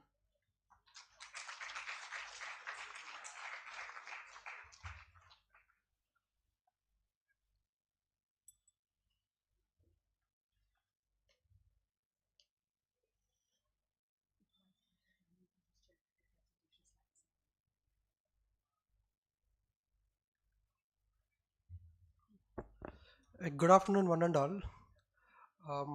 Thank you for giving this opportunity to introduce myself. My name is Shivanagaraju. I am the founder of Farmex Innovation Private Limited. I have completed my graduation in Electronics and Communication Engineering. On my third year, I seen my brother got into huge losses in poultry cultivation. I got placed in campus interviews and worked as 2 years in Sonic Solutions as a IoT and embedded system developer. I feel some guilt on this issue. My brother got losses due to some human errors and some management issues. After that, I resigned and come back and worked on this poultry issues and started my company and working on it.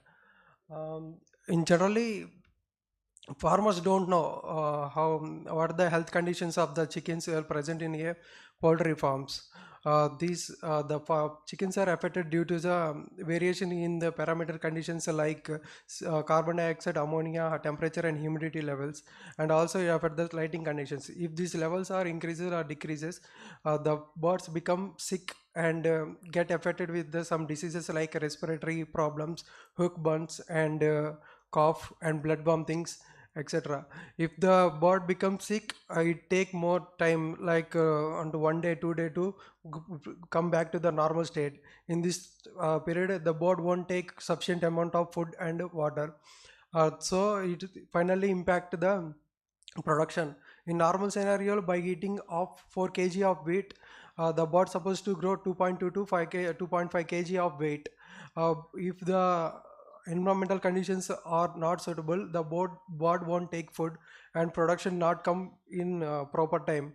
The production would come in 4 weeks, 4 weeks to 6 weeks to weight gain of 2.5 kg of weight. If the production is not coming in on time, so the farmers are get previously orders. If they are not supposed to provide on a required date, they got cancel the orders. That is one of the reasons for the losses of the farmer. We developed a product that monitor the environmental conditions in the farm and sets the atmospheric conditions with respect to the aging of the birds, and give alerts to the farm management team and the owner of the farm.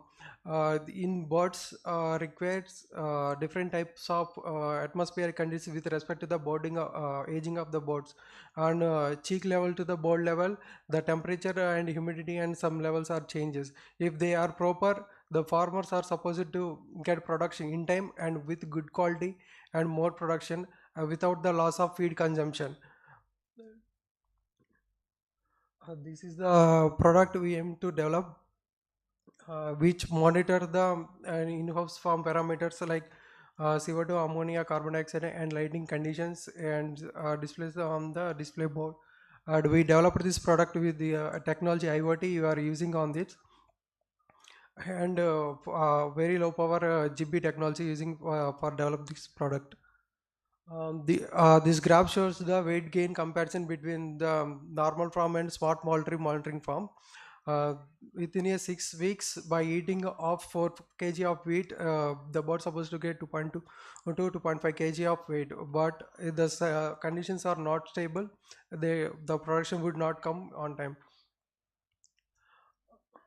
The India ranks the world's third position in the poultry market at the worth of 1.75 billions in 2020. It is supposed to grow 2.8 billion tons in 2030. In 90% of the farmers are from rural areas only. They are the small case farmers. They get the work orders from the large case farms and cultivate the cultivation. And there is no technology support for the rural area farmers. I supposed to give the technology support to increase their productivity and get more profits. This is my revenue model. I sell revenue can be generated by selling a product to business to customer, and business to government. And NABARD also providing a subsidy to the poultry farm purchasing, and by the sales and annual maintenance charges and cloud charges, the revenue could be generated. I use that the large scale farmers as influencers to penetrate into the market and goes to the market very quickly. This is my business model. This is some of the my team. The below one, Satyanarayana, is the owner of Satyavati Poultries. He is the first person who funded for developing of the product. And I sell some product to the farmers with the cost of 15,000 for each, and placed in some poultry farms and testing on it. These are the some awards I got. Thank you.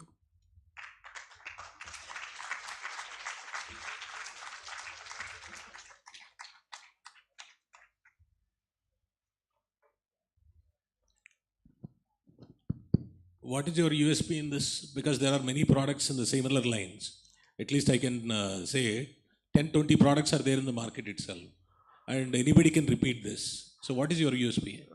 Actually, they monitor the only farm conditions only. We developed the algorithm to perform with set the environmental conditions with respect to the aging of the birds. And our devices, we are developing the easy plug and play devices. They can be easily installed, and which covers the more area compared with the other product available in the market. Generally, the count of 5,000 bots is the farmer supposed to use three devices only. You mentioned something in the cloud. What is the connectivity? You did not show anything about the cloud. How it is this device is connected to the cloud? Actually, these devices are connected to the gateway. By this, I developing an app. It is not developed yet. So you are going to give a mobile app to the farmer? Yes, to mobile check. app to the farmer. Okay.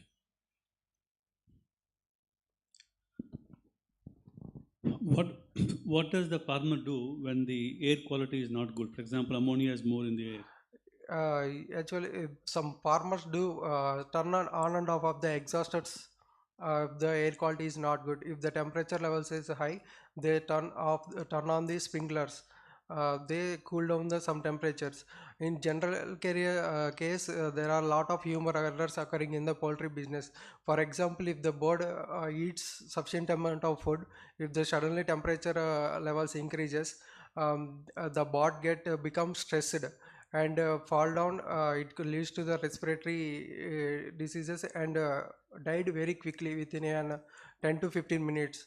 If the farmer doesn't notices, it causes huge loss to the farmer. Within 1 hour or half an hour, count of 200 to 300 birds are died. But manually, the farmer needs to switch on the exhaust fan. Manually, the farmer needs to switch on the exhaust fan. It cannot be automated. We automating this. They supposed to automate. Manually switch on. Sir. They are supposed to manually switch on these. Manually switch on these devices to automate this.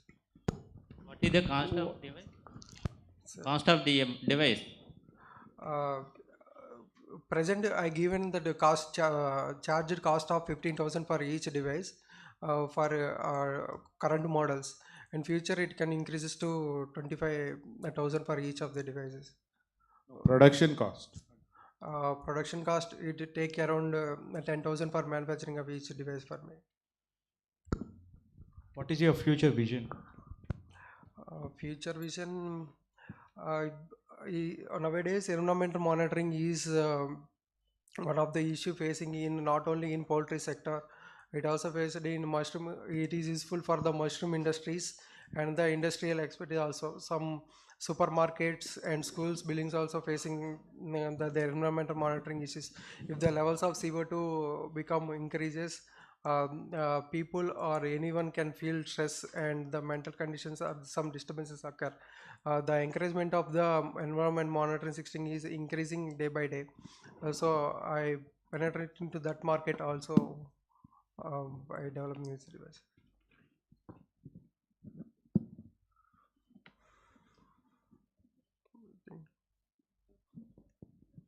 What price your competitors are selling this product?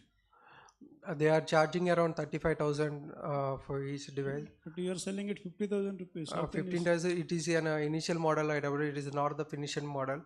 For my finishing model, I supposed to cost like 25,000 for each of the device. There are some variations in these devices. Someone needs only the temperature and humidity monitoring. They need such type of sensors only. The cost should be less. If they are required CO2 and ammonia sensors also, for the sensor cost is high.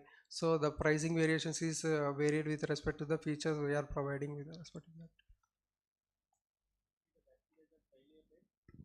Product failure rate. Failure rate. I didn't understand what you are asking for. Product is not working. What kind of solution you are Yeah, no, for that, if the product is my market, I use I2C control for that. If the product is not working, it immediately gives that alerts to the management and farmer team.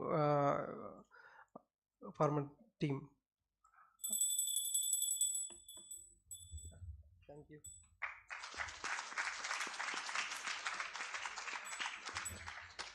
Thank you, Pharmex Innovations Private Limited.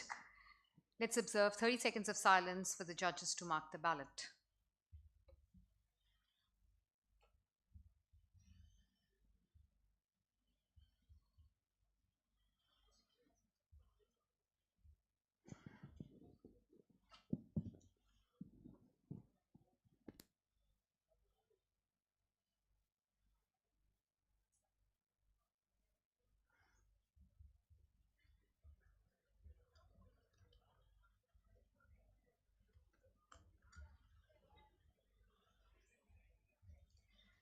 Now, please help me welcome the team from OCensus India Private Limited. Do we have the team from OCensus India Private Limited present in the auditorium? Okay.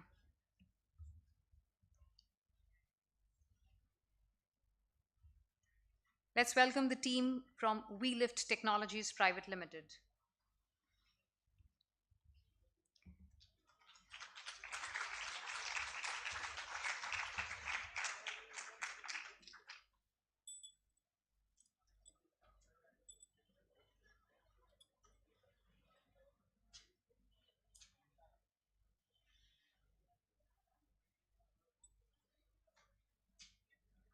So you can check the controller if it's working. Please check. Once they put it on, you can check.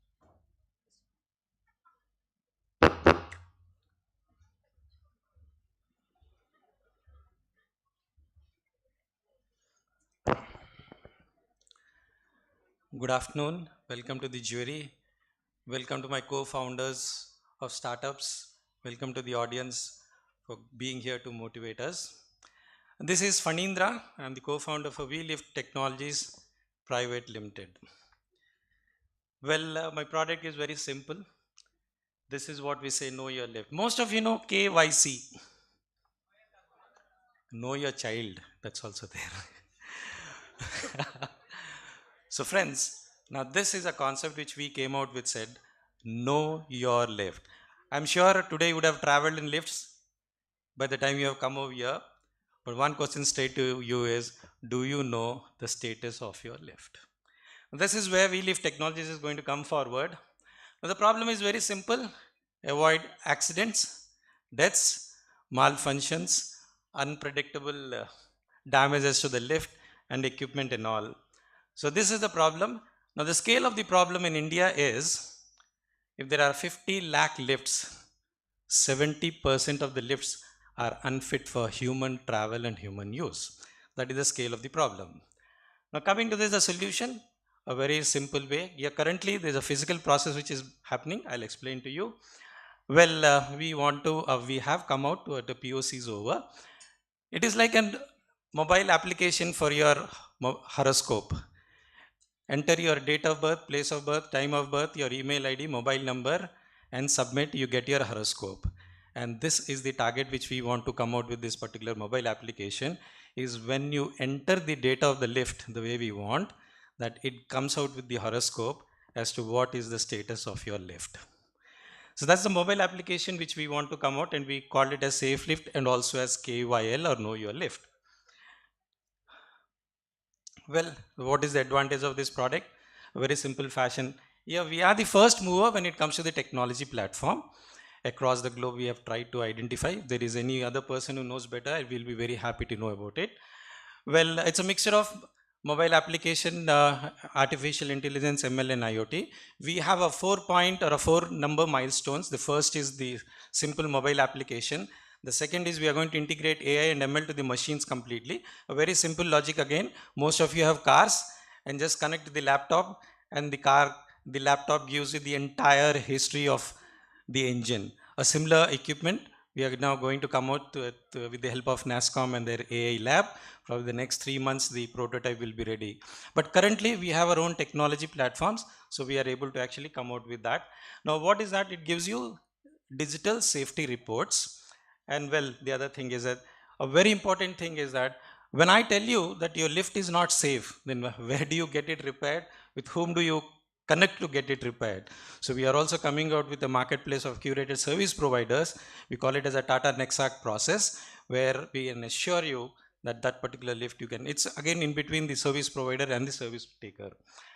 Well, in fact, when it comes to the market, I already told you, in India every year 1 lakh lifts are sold legally, 2 lakh lifts are sold illegally. That is the status of this country. And these 2 lakh lifts are the problem we are trying to identify, because this 1 lakh which are sold by these multinationals, we don't have any challenges. And these lifts are at the home and residential segment, which are ground plus 1 and 2 and tier 2 and tier 3 cities. The major challenges is where they install lifts, but they don't know what is the fate of their lift. So that is where actually, so we have around, our market research tells us there are 30 lakh lifts there, and if we address 1 lakh lifts coming out with the digital reports, the major advantage with this is a lift is a dynamic product. A report which is given now, there is no such rule that you can take this report and carry on. It can change the next minute also, so that you will be always needing a continuous process. Well, that's our business model. How do we make revenue? Well, the target is definitely the lift owners, the lift users, the hospitals, the hotels, the lift companies, where we can give it as a SaaS model, and also for the lift sales and service providers, where they can use it as a tool to evaluate the lift. It can be used as a metric for the lift.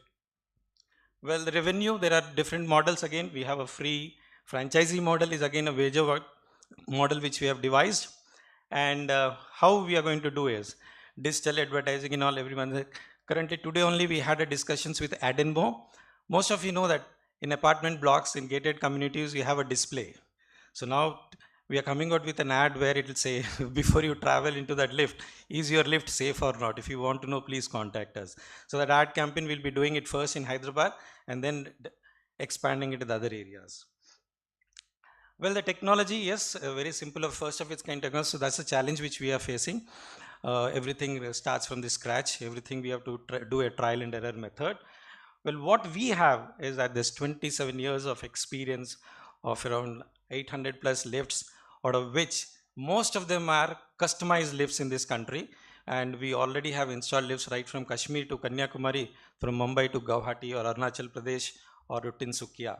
And most of these customized lifts, when we started installing, we understood the customer psyche in different areas and different localities.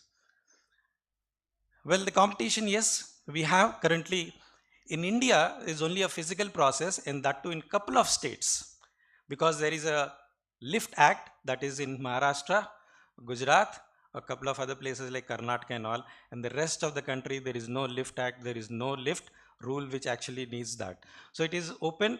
So there are physical processes are there in these locations. Now we want to digitalize that in a big way so that anyone and everyone can know about their lift state, and particularly that ground plus 1 and 2 and 3. Well, why we lift? That's our team. That's a strength which we have.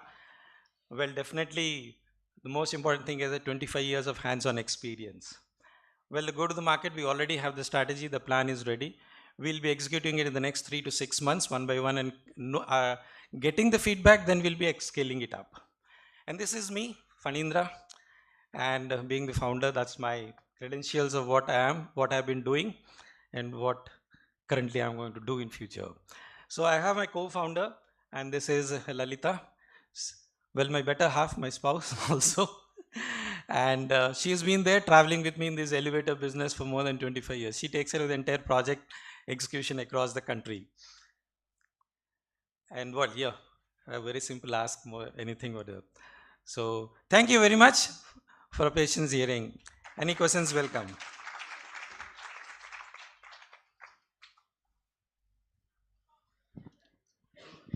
Is it an idea state or do you have a prototype for this? The mobile app is ready. But how mobile app connects to the lift? No, currently it is not yet connected. The first is only the mobile application where rudimentary you submit the data and then you get a report out of it. Now, what kind of the data you submitted? The name of the brand of the lift, the number of floors, whether what type of a gate it is having, is the lift running when the door is open? But how do you get that data from the lift? The person who wants the report, he has to submit it. Okay. So we actually, to put it in one simple sentence, sir, in our business, the lift buyer is someone, the lift owner is someone, the lift user is someone, the lift service provider is someone else. So we have a challenge where our product will be B to B to D to C. That's the kind of a platform which we have to come out with the entire marketing strategy. So the mobile app has got nothing to do with the operation of the lift. It's something in data input only. Data input. Currently, that's the first step. Second step, when we are going to have this AI and ML, the way we are talking about a car, we'll be connecting that particular equipment to the lift, where a real-time preventive. So diagnostics can come from the yes, panel it has board to. of It the has to. Otherwise, it has to. That will take time. Are you generating any revenue now? We have done the physical process and generated a lot of revenue, but through the mobile application, not yet. That only from the next month onwards.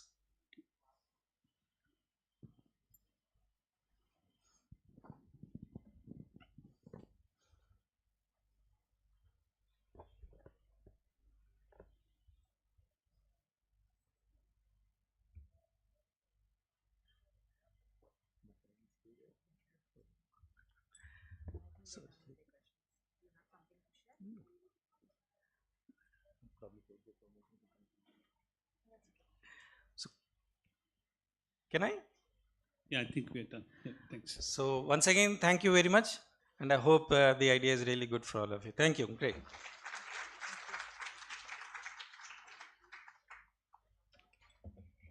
Let's observe silence for the judges to mark their ballot.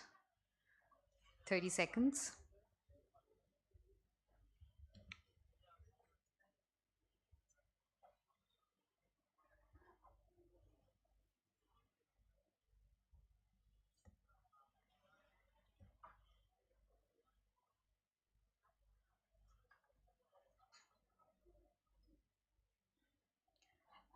Please help me call the team from Talent Spotify Private Limited.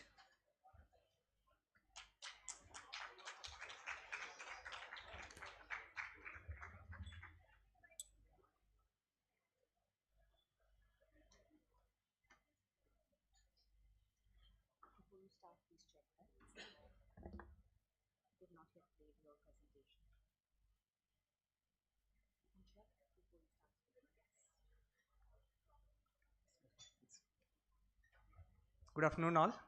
This is Anil from Talent Spotify. I have been working as a HR tech professional since last 2 decades onwards. 20 years back, when I was working in one of the Hyderabad-based IT company, one of my friend, James, who was working with me. James was a top performer, and once James was assigned a critical project by his line manager, Dennis, and that needs to be delivered within 2 months of time. Unfortunately, the project was delayed for a week, and Dennis was upset about the delay. During the year-end appraisal process of James, when Dennis recollected the delay incident, then he just gave a poor rating despite of his entire year's great performance. Eventually, James was dissatisfied, demoralized, and he decided to leave the company. James' exit created a ripples in the company and the team, and people started leaving one by one, and eventually it's impacted the project health, and that's eventually converted into customer dissatisfaction. This story is happening since last 20 years onwards across the world wherever I have worked.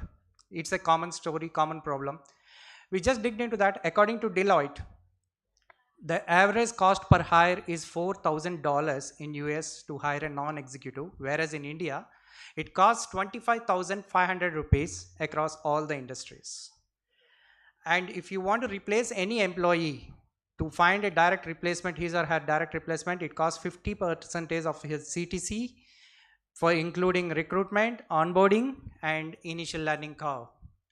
And recently, due to post-pandemic, and we have seen that there is something called as a proximity bias, which is people are working on a hybrid model. People are treating differently whomever it is working from home, and the people are whomever it is working from office, it's been differently treated on this. And that's causing a problem of great resignations and quiet quitting, what we are hearing now today. So we just analyzed into that one, and we figured out 48% of this problem is caused due to the talent management issues on this one.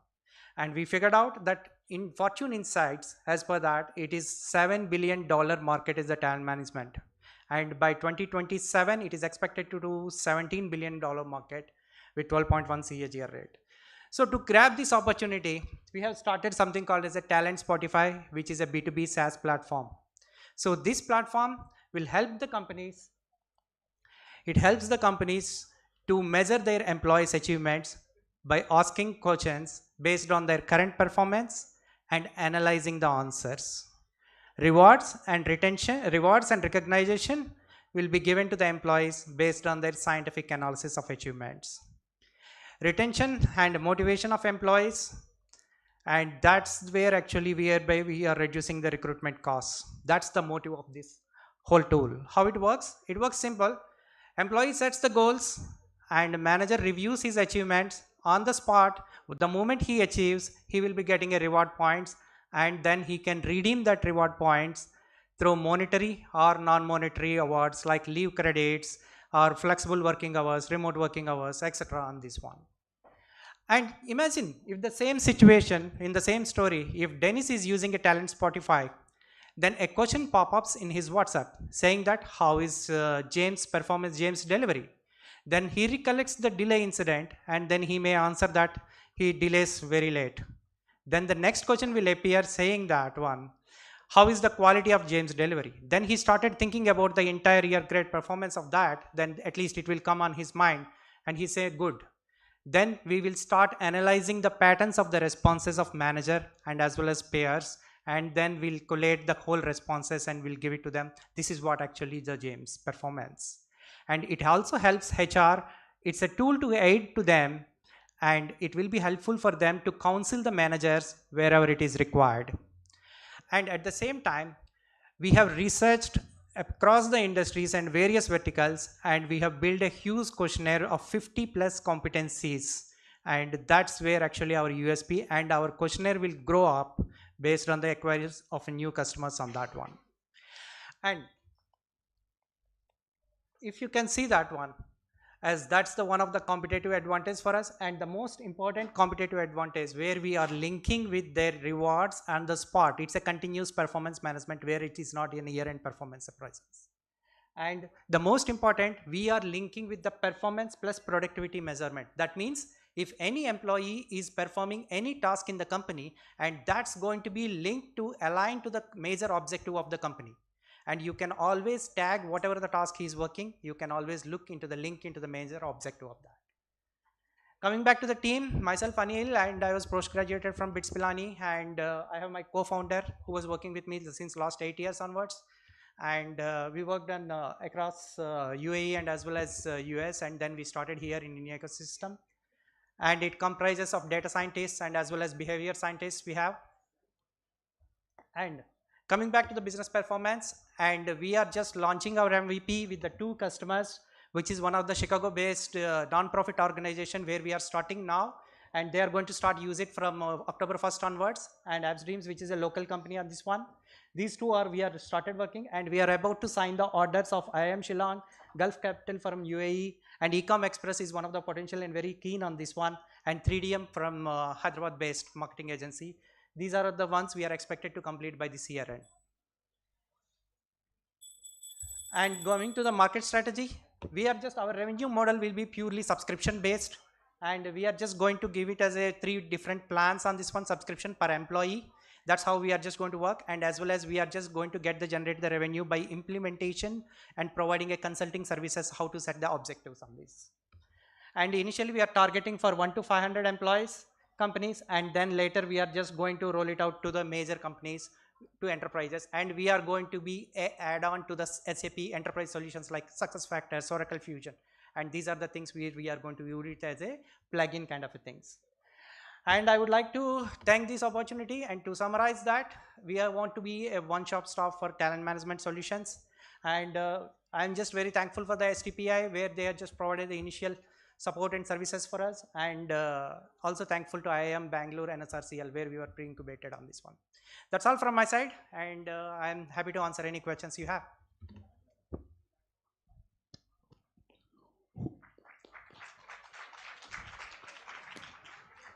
Who are your competitors and what is your differentiation factor? Okay.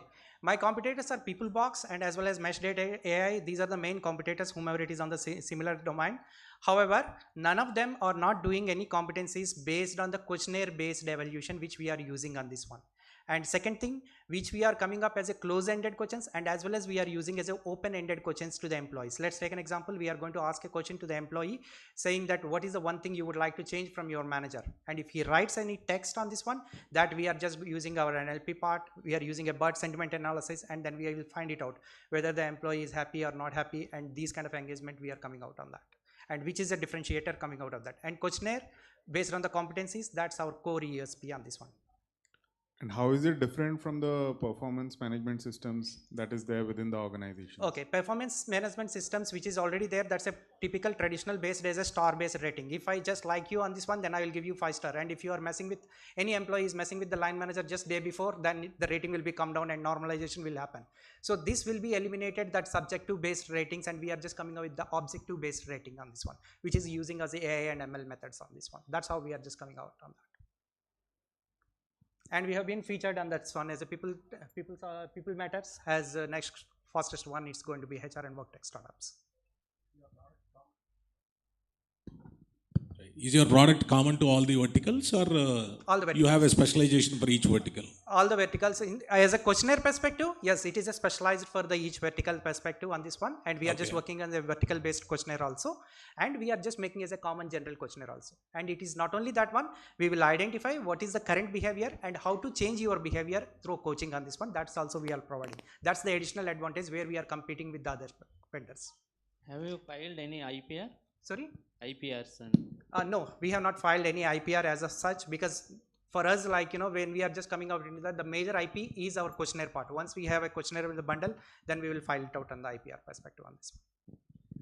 Is it a cloud offering? Sorry? Is it a cloud offering? Yeah, it's a SaaS-based product. So then how do you do the integration with SAP and all that? Okay, there are SAP, there are some REST APIs. For example, SuccessFactors are there. SuccessFactors is having its own REST APIs on this one. You can use it as an Employee Central and as well as core part, and where you can use their APIs coming to our platform where we can just do the goal performance management here, put the data and result over there. Performance final score, you can jump it into the Employee Central. And similarly, Oracle Fusion also, and Microsoft Dynamics. And we are integrating to Salesforce also in terms of getting as a customer KPIs on this one. That's how we are. Have you done any pilot on this with Yes. any major company? We are just doing with the non-profit organization, which we are doing it now. And as well as we are just going to try it out one of the most first paid customers, probably, I hope so. And Ecom, probably Ecom, and as well as 3DM, we will try it out as that one. What is the employee count of that non-profit organization? Non-profit organization as of now 100. We are just coming up with, including as a volunteers and as well as employees on this one. We are just taking on this one. It's a good size for the initial to start up on this one. Okay. And we want to target only for the 100 to 500, at least for 1 or 2 quarters. Then after that, once the maturity model is increased, because this is end of the day, it's a machine learning model. So currently the accuracy is coming up 92%, where it requires a lot of data. And once the data is accumulated, then the model will be matured on this one. So we will go to enterprise next level. Thank you. Thank you for all. Thank you.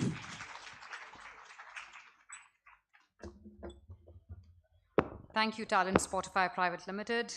Let's observe 30 seconds of silence for the judges to mark their ballot.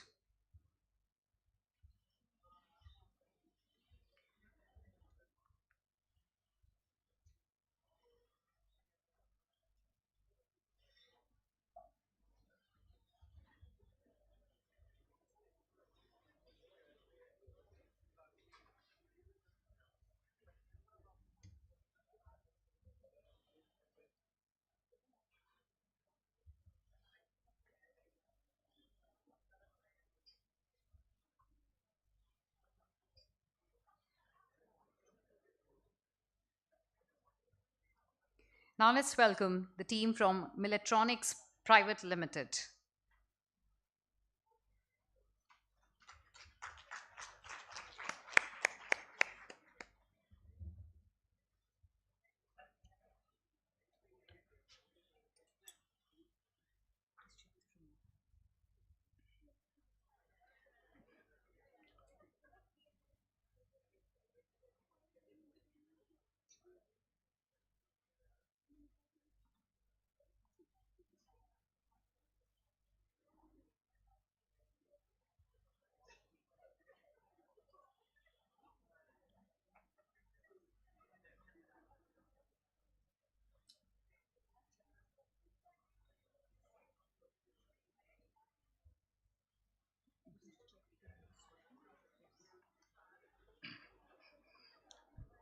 Good afternoon, all the dignitaries. I am Lokesh Vanka. I am the founder and CEO, and the co-founder is V. Ratnakumari.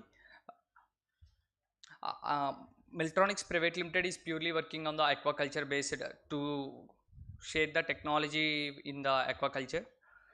We are seeing the farmers majorly facing problems in aquaculture is time to time fish feeding. It leads to the overfeeding, underfeeding, and the overfeeding and underfeeding causes the water parameter problem, and there is a lack of water parameter problem, and also the shrimp real-time growth monitoring and applying minerals and fertilizers time to time. Every 15 days, full moon day, half moon day, they are molding time. In that time, they are supposed to give the minerals to the shrimps.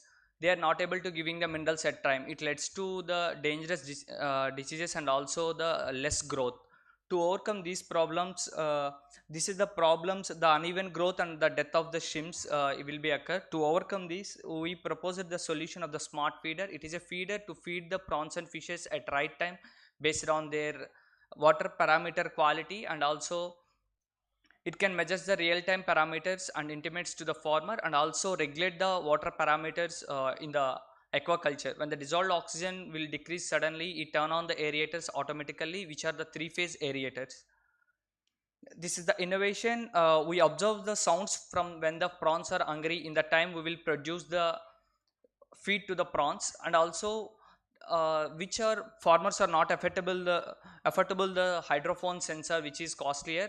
We are providing the temperature sensor. When the temperature will be less condition, it dispense the feed very less amount. When the temperature will be the sufficient good good temperature, it will dispense the normal amount of the feed. It is the purely hybrid model. It's works in the solar panel model. When the rural and the remote areas in the farms, there has no electricity in their farms, they can also easily utilize this feeder. These are the devices we are developed initially. After that, the Mila feeder we are developed. It is a moving intelligent auto feeder. We are supplied the 10 feeders to the pilot model on the rental basis to the farmers and also the commercialization. This is the working model. ఒకసారి button click చేయండి, అక్కడ click చేయండి.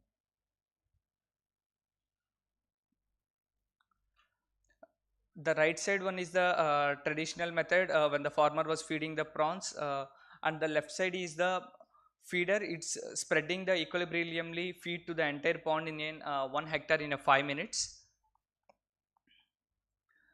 This is the traditional method and our model tested in the farm.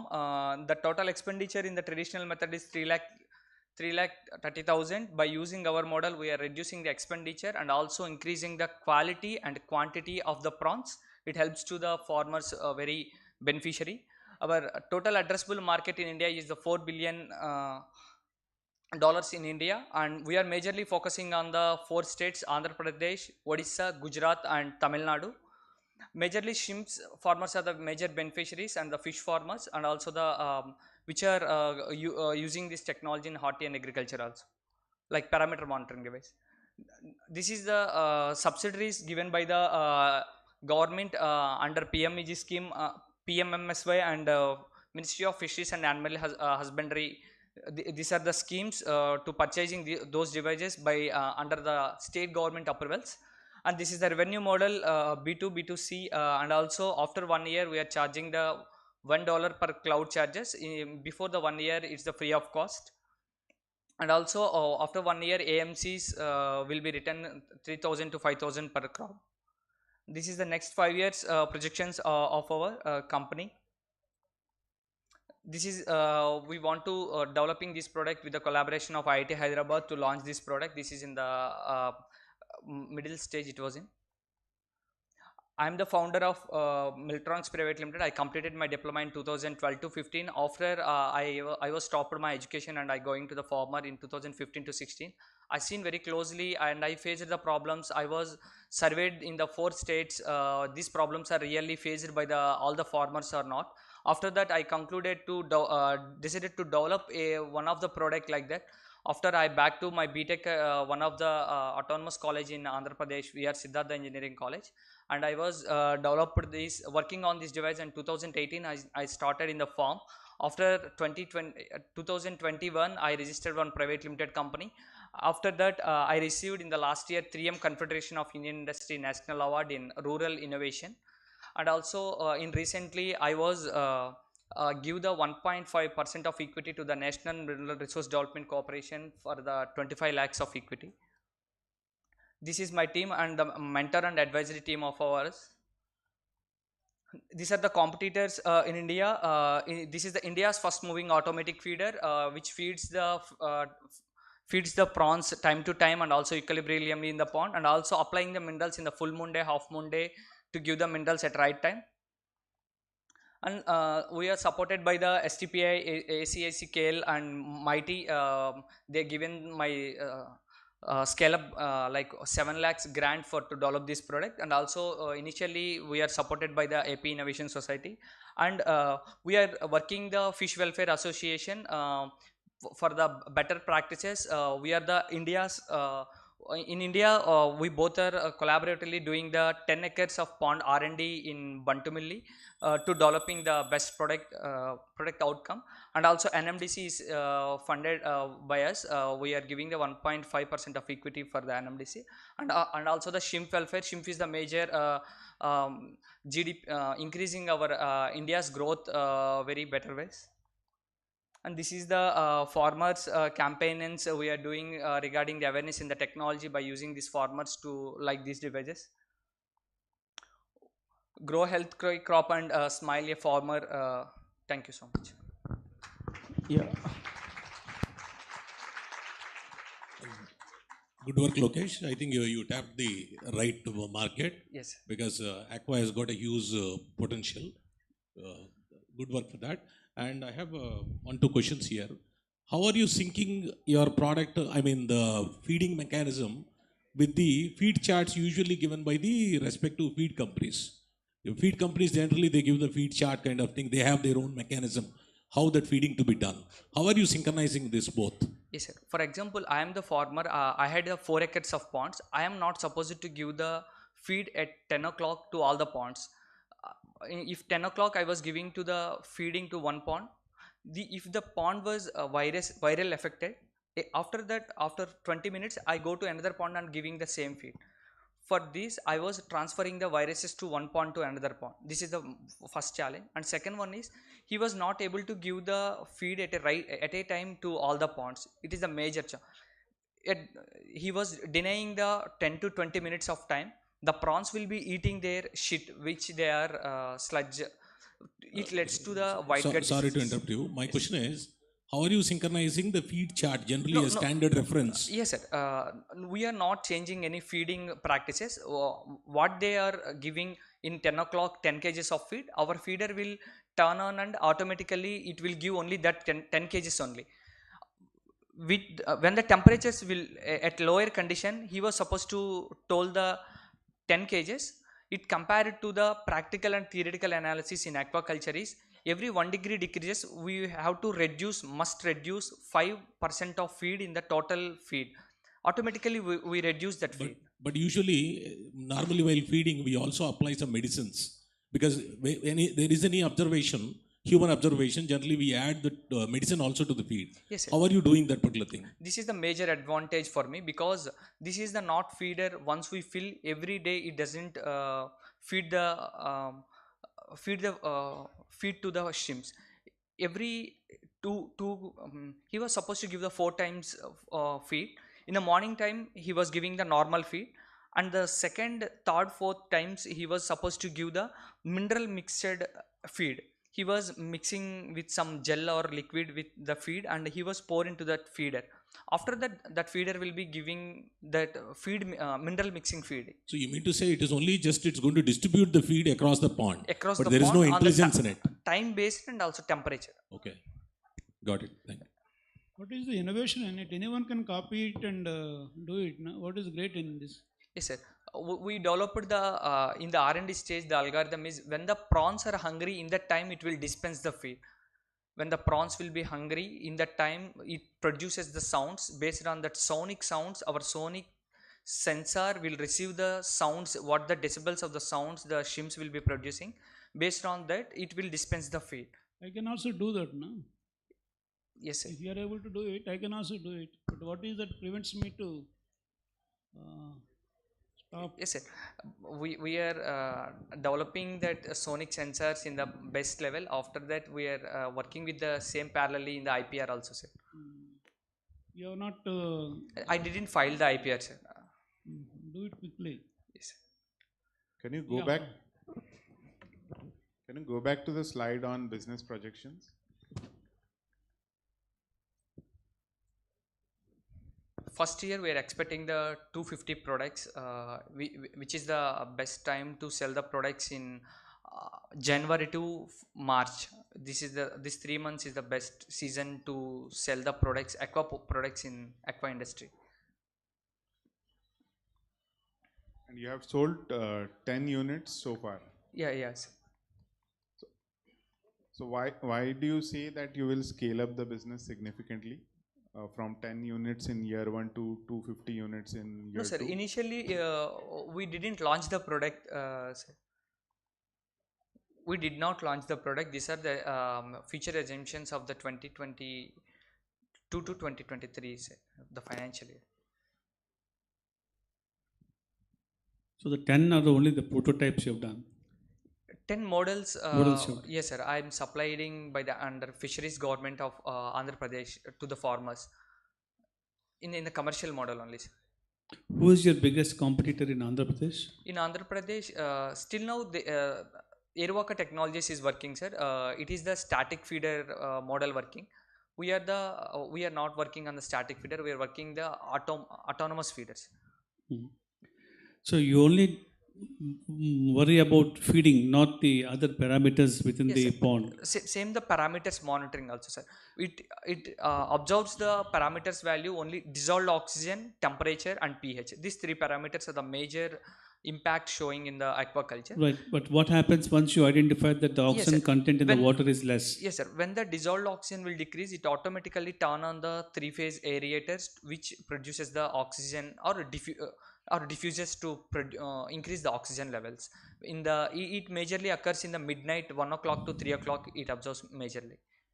What happens if pH goes down? So pH is majorly when the dissolved oxygen will be in the stable condition. The pH fluctuation will be 0.5 to 1. It will be not more affected to the shrimps. Only maintenance of the dissolved oxygen is the very important. When the dissolved oxygen fluctuation will occur, it automatically affects the pH, ammonia, and also it leads into the increase of the nitrate. After when the nitrate will be enters into the pond, automatically in 6 to 8 hours the prawns will be led into the death. Thank you. Thank you so much, and giving this opportunity to the entire dignitaries and all the audience, my fellow founders and the CEOs. Thank you so much.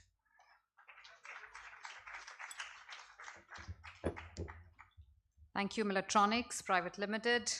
Observing 30 seconds of silence for the judges to mark the ballot.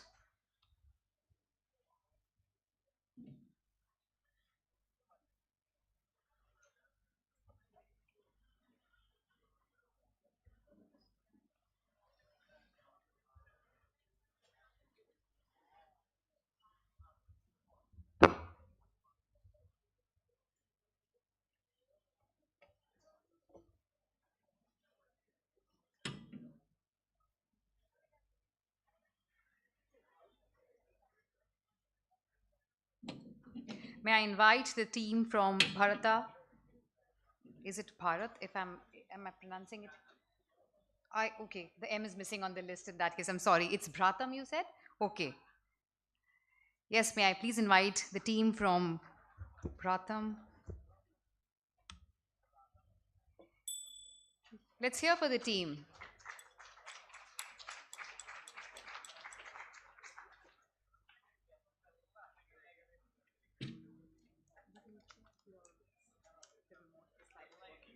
Okay, ma'am. Do we have the remote?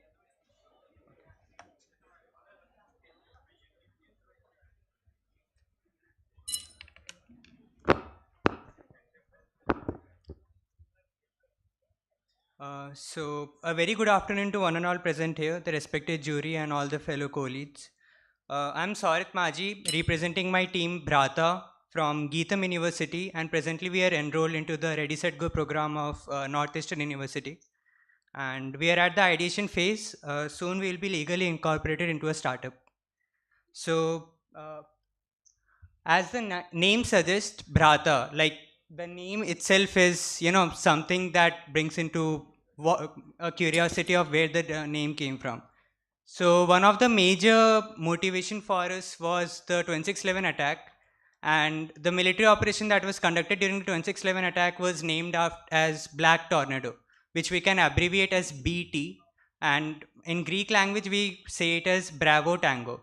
If we take the first three letters of Bravo and the first two letters of Tango, it comes out to be Brata or Bhrata. So Bhrata is a product that is, we can say spreading brotherhood, and it is an impact of brotherhood. So I'll go through the stats right now. In the last few decades, we have seen the trends that the number of hazards and the gas leakage in the chemistries, in chemical factories and everything has increased drastically. Recently, we observed a gas leakage in a industry in Vizag. It was during 7th of May 2020 in the LG Industries. So killing several and injuring many. So these kind of incidents have become quite regular nowadays, and the product is here to solve this cause. Now coming to this problem statement, there are certain regions which are beyond the reach of the human being, where human being cannot easily access and go. Those regions are accessed by this product, and it can do a proper surveillance of those areas. using various gases, sensors, as well as cameras integrated with them. Now, coming to the working of this product, basically this product is incorporated with a lot of sensors, including the gas sensor, the temperature sensor, as well as it is fireproof. Hence, we have incorporated thermal pads inside it, which will help it maintain the temperature inside the ball. So you can see 3 sections in this ball. The extreme sections, the left and right sections, help in the movement of this product, while the middle section you can see a whole kind of thing. That is a camera that can capture the images. It's a thermal camera basically. So it is also having gas sensors and temperature sensors which are made up to the industrial marks, and they can pretty much record the parameters. Now, coming to the application part, before I dive into this application, we have been a part of quite a many hackathons and ideathons that have been conducted by our college as well as SIH and Smart Ideathon. And we were pleased to get feedbacks from a lot of mentors and startup initiatives worldwide. One of the major areas that they were focusing on, they were giving us suggestions over a vast range of applications where we can apply it. So since we cannot focus on a multiple number of areas at once, hence we have narrowed down to these 4 major applications. Now the first application that we will be focusing on are the chemical industries. Why chemical industries? Because as per our data that we have researched upon, we have found that chemical industries are one of the most easiest market to get into. So for understanding how it is going to help the chemical industries, let us take a common example. For example, let's suppose a proctor is surveilling a set of students. In that case, we obviously know that it will be better if the proctor can physically go and look after each and every benches and all. Similarly, rather than being static sensors, this product is going to move over the entire hall, and it is going to look for the parameters like temperature and gas. And if there is any leakage or any threshold that is being crossed, it is straight away going to send a message to the concerned authorities. Now, let's suppose take this scenario where it is very difficult for human beings to physically go and surveil. In that case, this product can be used. Now, this is the first level prototype that we have developed and pitched, and it has been appreciated by a lot of people in the Innoverse 2022 that was conducted during the college carnival last month. Now, coming to the thing, the Bhrata was found this year in March 2022 by a set of 5 people, and we have come a long way since then. We have been shortlisted. We were among the top 2 teams from our college to represent in SIH 2022. Unfortunately, the problem statement was scrapped out. Followed by that, we developed our prototype phase 1, and we presented it in the Ideathon and as well as the Innoverse 2022 Carnival in the college. And finally, we are here presenting our idea. So there are certain constraints to this product. Definitely, nothing is a complete perfect product in this anyway. So the first constraint is the terrain.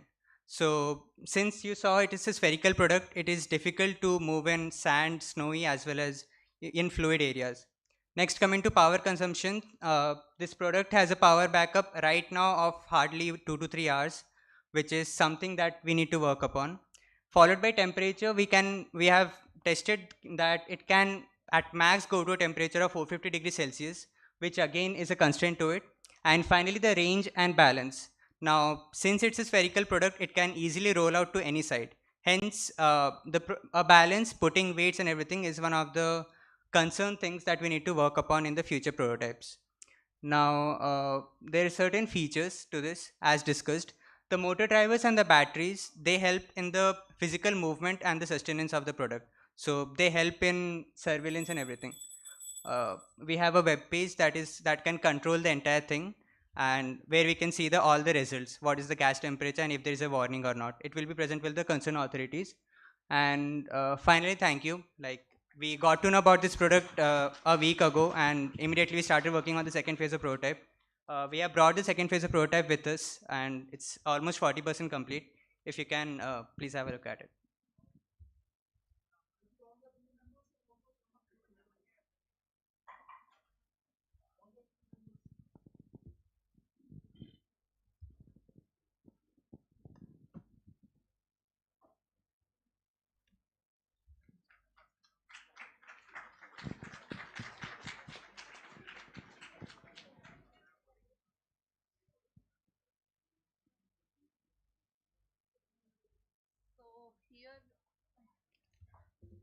Well, good afternoon, everyone. Here we have tried to cover after our Innoverse Carnival from the four-wheeler to two-wheeler. Here it contains of the wheel. Inside it consists of motor driver and it's controlled by node MCU, which is again fixed in a cylindrical to make it two-wheeler. In the further stages, we would try to compact it much small in size. And it is again be fixed with the sensor parts. Currently we have used here temperature and humidity sensor, gas sensor, which is operated by Arduino Uno.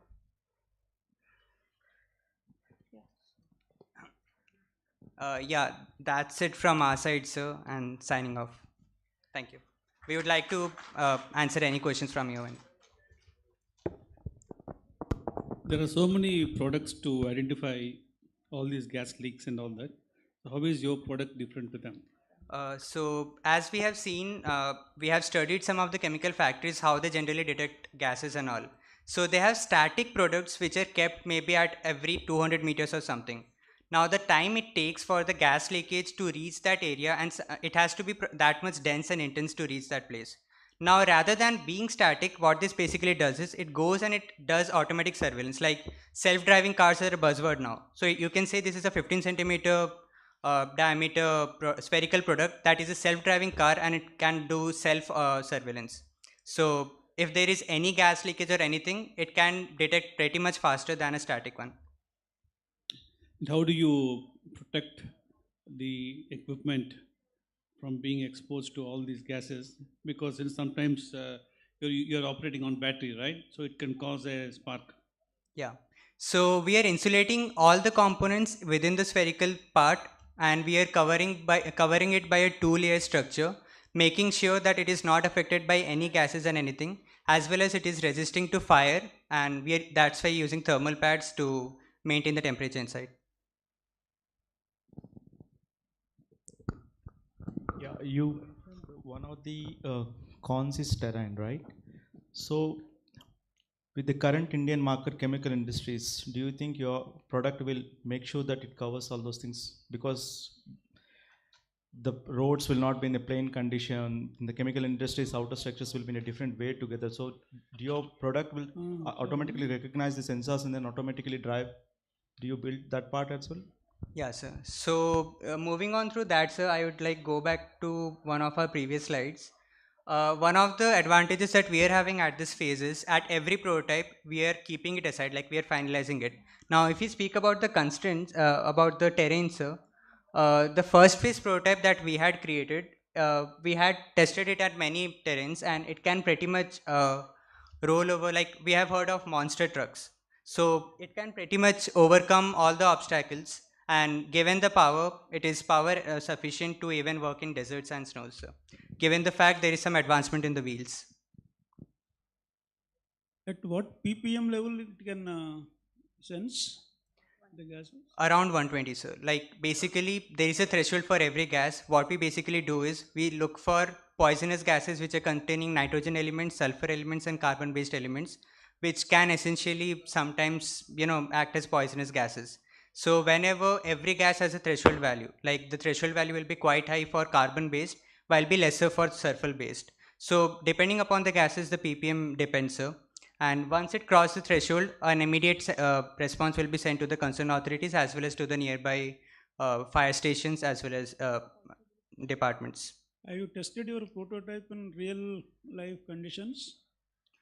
We have used a prototype in the Innoverse 2022, that is the Carnival. We have demoed it on the road, and there were many college students who had arrived, and we have demonstrated it to them as well. So yeah, we have used in quite a lot of terrains, but yeah, they were mostly flat and on the roads as well as grounds. Not in the chemical factories. Chemical factories we are yet to survey, sir. Actually, we need to visit the chemical factories, and that process is going on. We are currently in that phase at RSG. Your customers would be the chemical factories, right? Our customers would be divided into the 4 phases that we have shown, sir. We are targeting the chemical factories first of all, followed by rescue operations, spying, and major is going to be defense, sir. Defense is going to be our final customers. So, yeah. Thank you, everyone.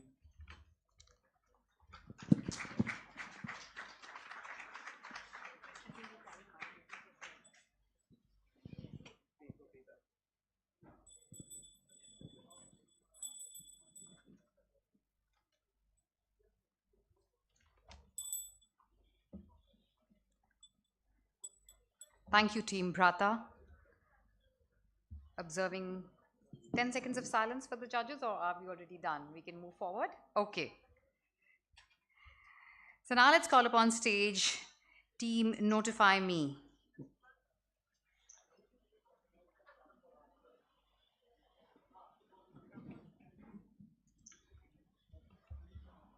Team Notify Me. Let's have a huge round of applause for them.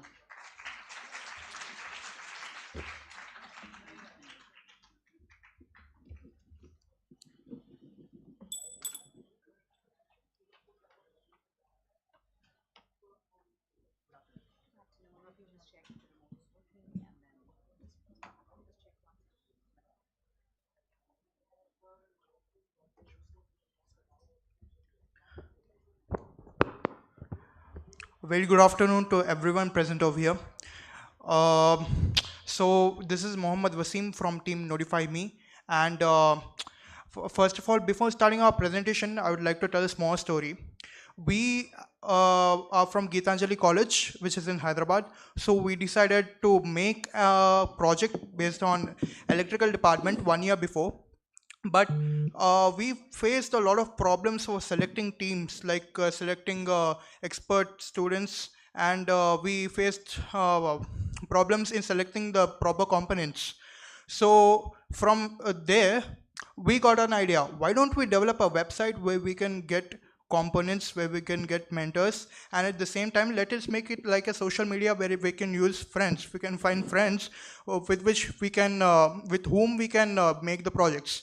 There was the birth of Notify Me. So Notify Me is basically a website where students can upload their projects and get resources for their projects, and also get mentoring for their projects from experts. And it is not like any normal website like GitHub. It is a social media type. We'll discuss the features of the website now.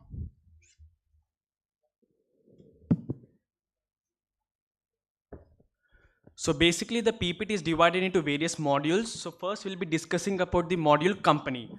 So as we know, education is immortal. It illuminates person's mind and thinking. So definitely when we are graduating from a particular university, or when we are studying a particular course, we require workspace environment. We need to have a knowledge about the domain, about the project, what we are exactly doing. For this we have internships and projects. So now we basically know the difference between internship and externship. Internship, we get a bit of stipend and we work for the company. Externship, we pay for the company and then we'll be working on the projects.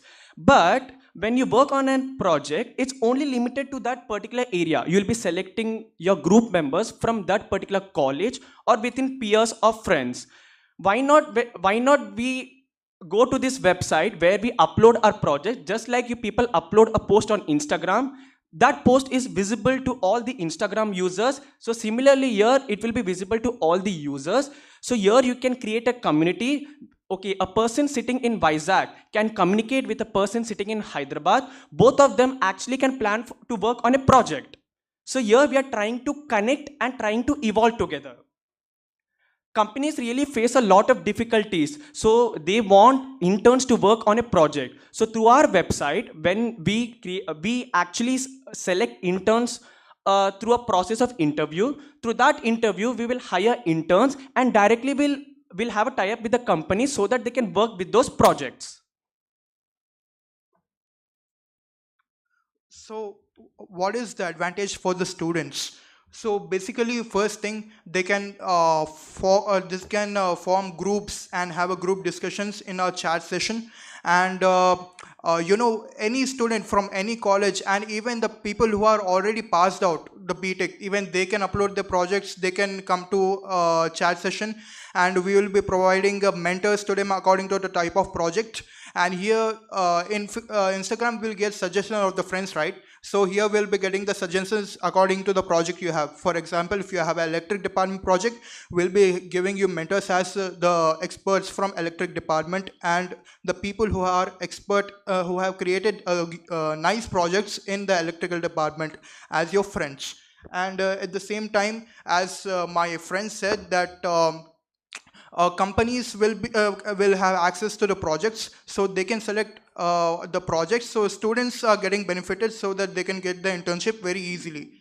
And at the same time, students will also get notifications of the events being conducted in other colleges, such as hackathons, ideathons, and a lot more events like that.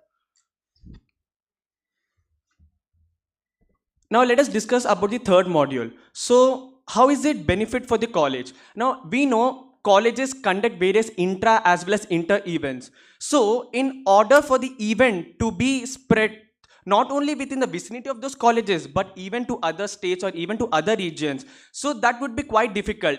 If a person of that college is sending that event through some social media to other person, then he'll come to know. But the management of the college can upload their event in our website, as our website is local and global to everyone. Everyone can actually access the website. So from there itself, they can come to know that this is the event which is going to take place in the college. They can register for it, and we can actually make the reach for the college high.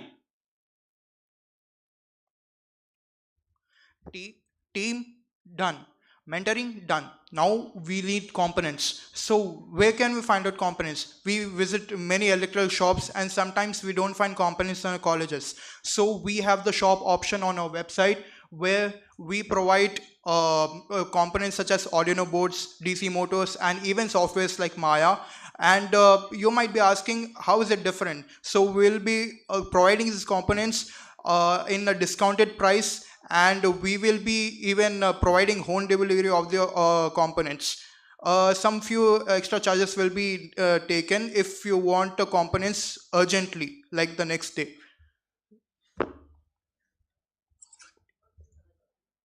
The last but not the least module is booking. So as my fellow mate has told regarding the shop, if in case a user wants the product soon, so the thing is that the college can buy the products pre-hand before itself from our website. So if in case a team wants to work on a project and they want the products there itself, the college people itself could give it right away. When coming to booking, okay, so through our website, we can even book an incubation center. We can have a tie-up. We have a tie-up. We can have a tie-up with the incubation center. So user can book the incubation center on our website according to the environment, according to the resources they need. If in case they want labs, then labs can be booked through our website. We can have a tie-up with the organization or the institution so that they can carry on the project. So if by the jury members' permission, we have a prototype website to be shown.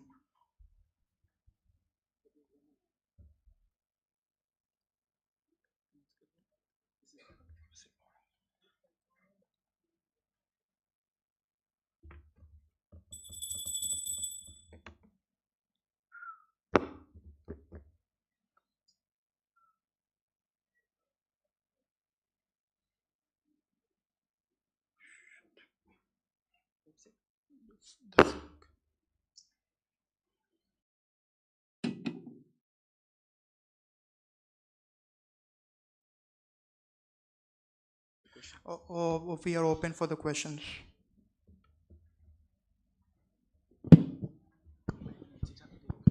Where is an revenue model in this? So we actually we did not start any company till now, but we have planned 3 phases of the revenue models. First one is the campaigning. We'll do the campaigning of different colleges, and when we will be providing a premium subscription to the students of the colleges who are ready to buy this website subscription from us. And the second thing is we will be providing advertisements in our website regarding some education, like an academy or any other educational institutions. And the same time, the third thing is the shop, the e-commerce shop we have on our website, where the people can buy the components, or they can sell the components, or they can even rent the components.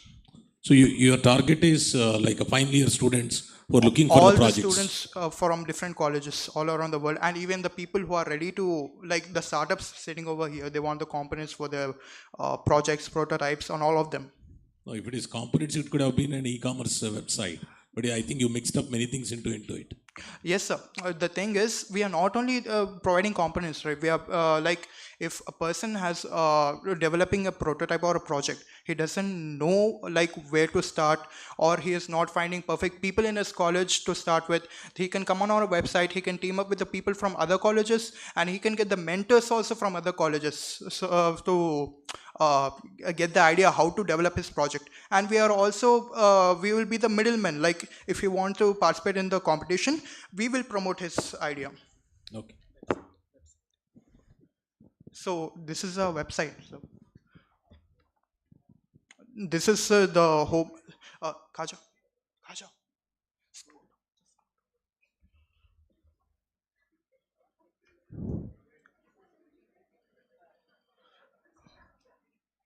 So this is the store, sir. This is just a prototype website, sir.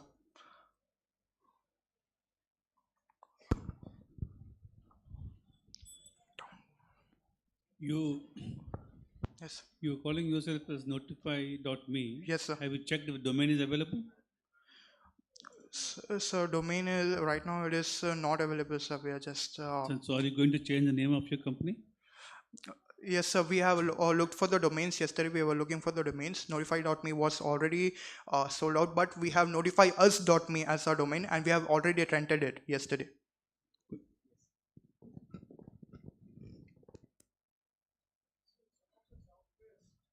The Maya.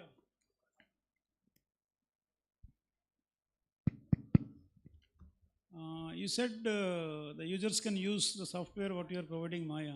I Yes. don't think you are allowed to sublease or sublet out your licensed software, you know. Yes, sir.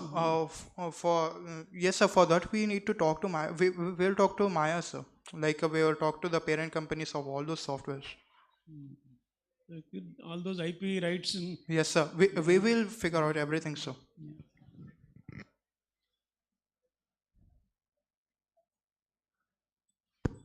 In your research, did you identify who are your competitors? Yes, sir. Actually, we don't have any direct competitor right now, but we have an indirect competitor called Beep.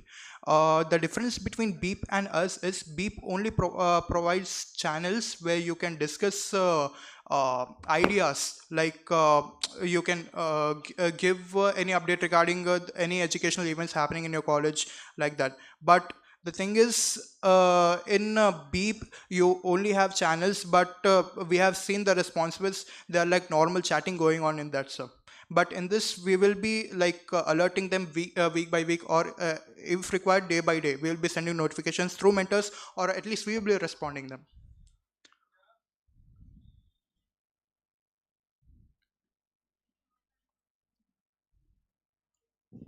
Who are the founders?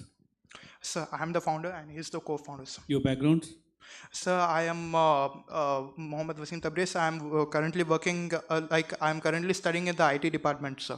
I am third year, engineering third year. So myself, Arya Korte, I'm currently in the CSE department, specialization in data science, third year. Thank you.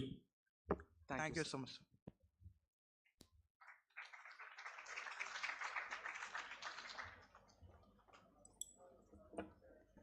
Thank you, team Notify Me, or should I say notify.us me.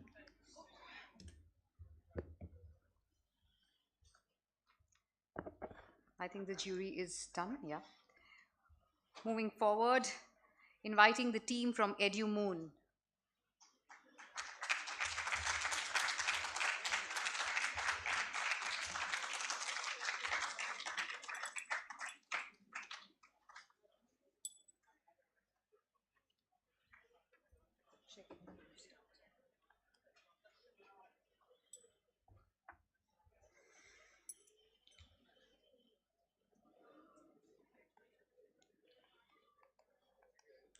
So, good evening, everyone. My name is Vikas Kapganti. I'm the CEO and co-founder of EduMoon. He's Maida Ponnada. He's my co-founder. He's the CMO of EduMoon.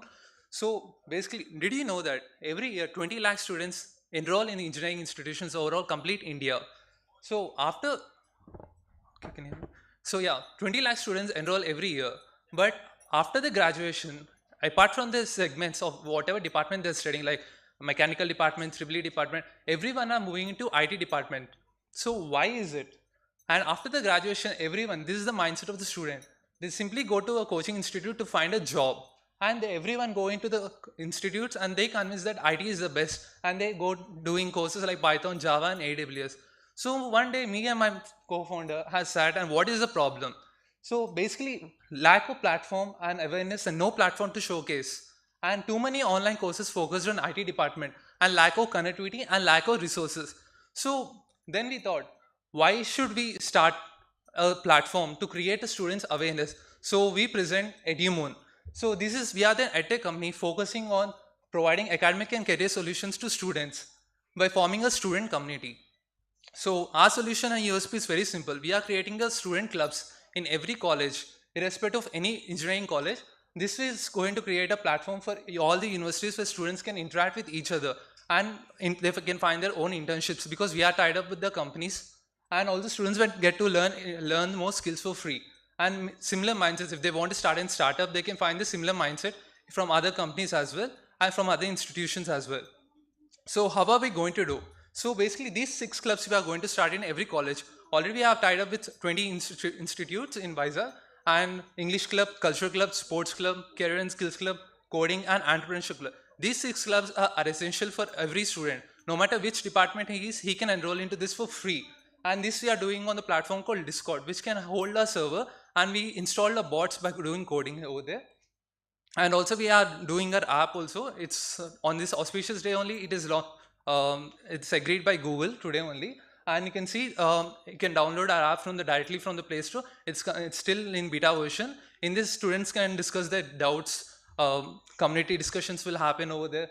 And they can find out their materials. Irrespective of any branch, we are going to do this. So how are we going to generate our revenue? So simple.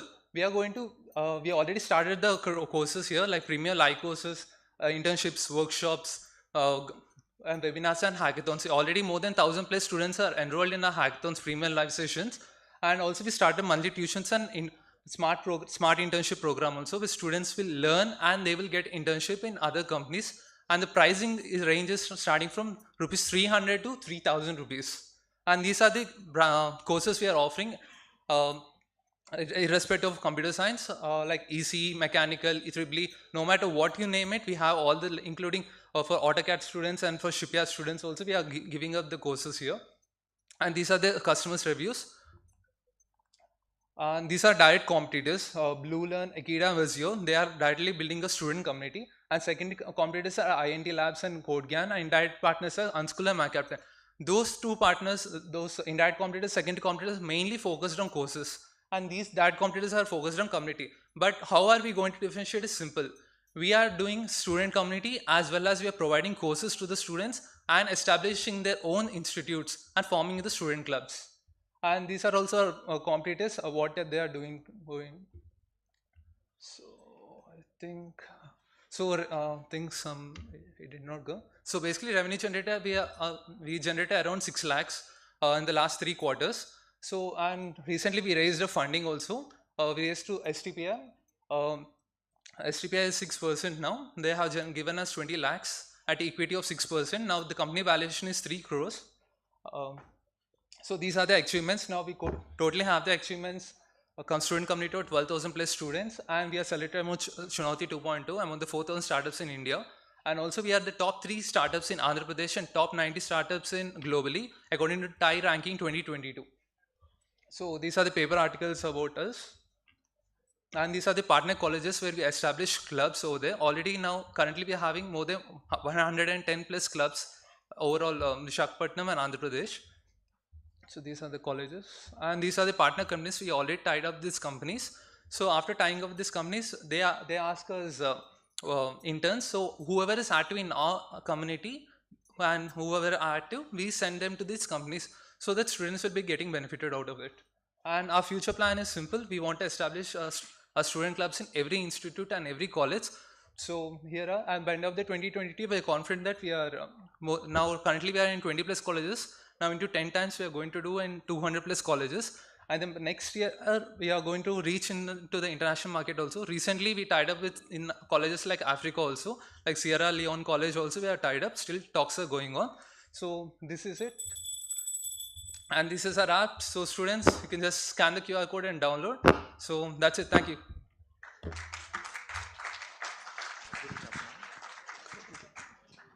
How many students subscribe to your premium channel?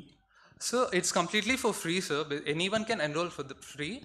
But premium courses, when it comes to premium courses, students like right now it's like 1,000 students only enroll to our premium live courses, because every month we keep new courses, workshops.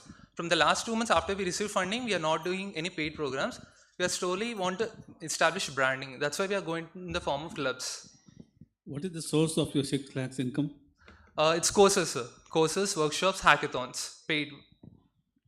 How are you getting your content? That is course content and that videos and all? We tied up with some professors, sir, and also we tied up with some experts so that they are giving us the content and we are just uploading them. Okay. And also we're giving them the certification, like example, engineering subjects are there. So some wants to learn like data structures. So now how this is related to, we are doing like gate also parallelly. So we are going to teach them for engineering as well as gate also. So these topics, whoever completes the course, they will be getting certification from us as well. And also we are ISO certified. So that certificate will be useful for the student as well. What are your margins on the courses? So it depends upon the course to course. Because we have to pay to the instructor also. Sometimes it's commission model and sometimes it's directly margins. At the least, we'll have minimum 30 to 40% profit. Gross. Yes. And how are you different from your competitors? So our competitors are mainly focused on community, one, and other competitors are focused completely on courses. But we are the only one focused on engineering student community and providing student clubs in every institute, so that there is no competitor directly, because we are covering all the 3 aspects, whereas our competitors are covering only one aspect here. And what's the revenue plan for the next 1 to 2 years? So from the next month onwards, we are going to launch premium live courses by doing the certification program. Because today only our beta app has been launched, and that already we have kept a few of the courses over there for free right now, because recently only we have raised the funding. So first now we are doing on branding only, but from October mid we are going to start the courses, like starting with the hackathons. Even now also a seminar is going on metaverse, how to do introduction to metaverse in another college. So that's how we are going to the students and we are getting the branding there. Who valued your company at 3 crores? STPI. Yeah. STPI. Yeah, STPI. The partner is Pontac. Through Pontac Ventures, they gave us 20 lakhs funding. So according to that, the company valued as 3 CR. Do you think there will be any IP in your entire business? As of now, no, sir. No IP. No. Without IP, how can you sustain? I mean, you should have some IP in your business, in your technology. Yes, sir. I mean, yeah, we are working on that. The communities itself is the biggest mark, because 12,000 community, if at all anyone start also, no 12,000 students will be going to others. We have the loyal audience to us. How do you maintain that 12,000 students? Say WhatsApp and all only 250. Yeah, WhatsApp group is only 256, but this app called Discord. In Discord, DISCORD, Discord, that can handle more than 70,000 plus members, and it's more convenient and it has channels. And also in our new app also today is launched, we are trying to make similar to that. But right now all our community is around in Instagram, social media. We are very active in Instagram, but we keep every day some posts, and every day there is going to be happen an event also. So Discord is the best, and that we keep bots to maintain all of them. So it won't be a problem, sir. So thank you everyone. Thank you. Thank you. Thank you, sir.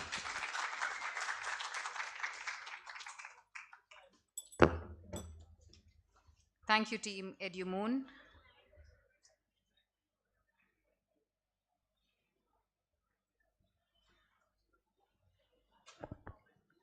I think we're good to go forward.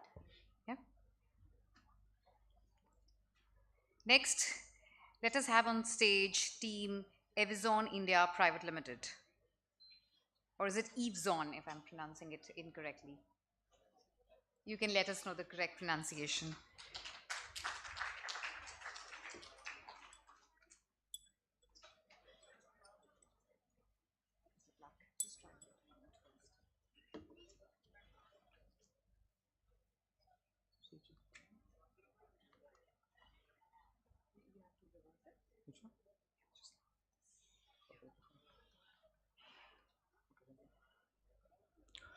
Hi, good afternoon everyone. Myself Ishwant. So I'm the co-founder and managing director of Avizon India Private Limited. So basically coming to the organization profile. So Avizon is a conglomerate having business interests in various sectors, in which supply chain management is the keen one. And we are operating under the name of Avizon Agri Services and starting in 2019. So now Avizon is a supply chain management company. On seeing the gap in the agri produce supply chain management, we initiated this startup with integrating the AI-based blockchain technology for establishing the marketing platform for the agri produce in order to minimize all the problems facing by farmers nowadays. Now our supply chain is equipped with moving of 100 tons of fresh produce from farm to businesses daily. So coming to the problem description, so this picture depicts the problems facing by the both farmers and consumers in present scenario for in the agri-produce supply chain. So basically, farmers are considered as the backbone of the country and contributing more 60% of Indian economy. But still now, till now, they are facing many problems. So even before independence and after independence. So before independence is due to colonial exploitation. Now due to middleman problems. In this picture, we have so clear problem which farmers are facing. The farmers have to harvest the crops and they have to transport their harvest to markets in order to sell their produce. So during the transport, during the shipping time, so transporters, regular transporters will charge 175% more amount to the farmers in by playing more taxes which farmers are not aware of that, which cuts the more farmers revenue. So and even after going to the market, 10% of commission was charged by the mediators. So in order to sell their produce, so which almost all cuts almost all 80% to 90% of the farmers revenue, which is the major problem facing by farmers nowadays. So also coming to the consumer side, so every individual sitting here had lunch, right? Yeah, I think so. You people had around so different kinds of vegetables in your tummies, like tomatoes, potatoes, everything, right? So do you have any idea about from which location that produce is coming from and what is the hygiene qualities? Anyone? Anyone? No. So look here. So you people think that the produce is very fresh, so for looking. So but there are many parameters used to differentiate the quality and hygiene levels of the produce. So whether the produce is coming from the fresh water or whether it's coming from sewage water. For entire Visakhapatnam, Vijayawada, so for entire regions, so these produce, the all vegetables, the major 90% of vegetables are coming from our location. So I am from the location, so it's a remote area, so named Kupam. So do you know Kupam? Anyone here know about Kupam? I'm asking about students and also, so you can. So basically, Kupam is a remote area, so which we have a huge production of vegetables and all. So if vegetables coming from Kupam, so they are very good because it all coming from freshwater produce. And if we go for Malur, Kolar and also it's coming from sewage water produce. But each and every produce is consuming by the consumers, but they don't know about the quality levels of that one. So this is a major problem. Also, so coming to the markets, so there is no proper grading and distribution done by the mediators there. So randomly they'll dump the produce into the crates of the buyer and they'll transfer the regular transport mode. So these there are many disadvantages for this regular transport mode. So because of some natural disturbances and all, the produce will get damaged. So coming to the wholesaler side, so almost 15 to 20% of produce gets wastage during the transportation, which adds the 15 to 20% more price on the produce. So and they'll send to the retailers. So retailers again add the some more prices to the produce and they'll send to the consumers. Finally, the consumers will consume the produce for very high prices with less hygiene and quality. So this is a major problem which we identified and we are going to offer the solution for that one. So this is the solution offered by our company. So basically, so we have a completely automated, we are going for a completely automated system for entire procurement, sorting, grading, distribution and all. So we have unique supply chain management platform on marketplace. So in that marketplace platform, so we'll access the farmer's data. So which consists of all farmer information so farmer location, crop, total acres of land he had, so how much produce he can generate, how much produce he can harvest, and how much we can get to our warehouse, everything we can access through the farmer's data portal of Avizon. And later we'll place orders to the farmers to harvest. So and we'll send the separate reefer vehicles to the farms in order to procure that and in order to get that to our warehouse. And so we also provide labor assistance to the farmers, which adds more revenue to them. So and will not charge any commission for them as regular marketing people do. So and pre-processing and grading is done to ensure the proper quality and all. So and distribution is done with the proper reefer vehicles, and so there will be no wastage of the produce takes place after reaching to the warehouse. So that is a wholesaler warehouse. So he can send to the retailers for the normal prices with good quality. So finally the consumers will consume the produce. So coming to technology, so Avizon Agri Services is a unique supply chain management technology. It's AI based on AI and blockchain based technology, which consists of different modules for procurement, grading, so distribution, everything. Also, our company offers traceability. Just now I posted a question, right? So do you know from which location the produce is coming from? So our services, our company offers the traceability to the consumer. So we have our unique corrugated packaging we do. So we'll not use the regular crates, plastic crates, and such kind of will not use. We'll use the customized corrugated packaging, and for each and every pack we'll have a separate QR code mentioned on it. So if consumer just scans that product, he can get each and every information regarding that project, whether it is coming from which location, whether it's harvested in which location, so how many days before it was harvested. So each and every details, whether it grown in fresh water produce or sewage water produce, each and every information the consumer get to know. So that's the thing we are offering through our platform. So this is the farmers database of Avizon. So for this we have a technology MOU with DFarm. DFarm is an American multinational company. So they are offering to technology. We have MOU with them for 3 years. So this is the farmers portal which we have. And this is the marketplace. The clients also can easily access the total stock present in our warehouse. They can order through online modes. So this is the problem statement I mentioned. Right? This is the manual kind of marketing takes place in present scenarios. The procurement is done from reusable crates. Manual sorting will be there. Worms existence is there. There's a traditional transportation, but the capacity of the truck is around 2.5 tons, which was permitted, but they loaded around 5 tons in that truck. So this and all results in the damage of produce as well as some disturbances to that one. So this one. And this is our solution. So initially first coming to the warehouse, we will wash the produce. So later, so it will be dried and sorting based on color, texture, sizes, each and sizes will sort out that one. So and we use the single use corrugated packaging. There is no reuse, will do that one. So these are revenue models. This is the business performance we generated revenue, and till now we have generated 2.27 crore business we had in last financial year. So these are key MOUs and certifications. So technology and trade MOU with the DFarm American multinational company for 3 years. So Unusual IDC Startup Award winner 2021 winner. So it's an ISO 9001 2015 certified company, and AppShe Startup Award runner up. DPIT recognized startup certified by the India Mart for our services. So these are the revenue model which we are going to launch for next 1 year. So that in average we are going to we should have 5.95 to 6 crores of turnover every month. We are planning for that one. Thank you. Any queries?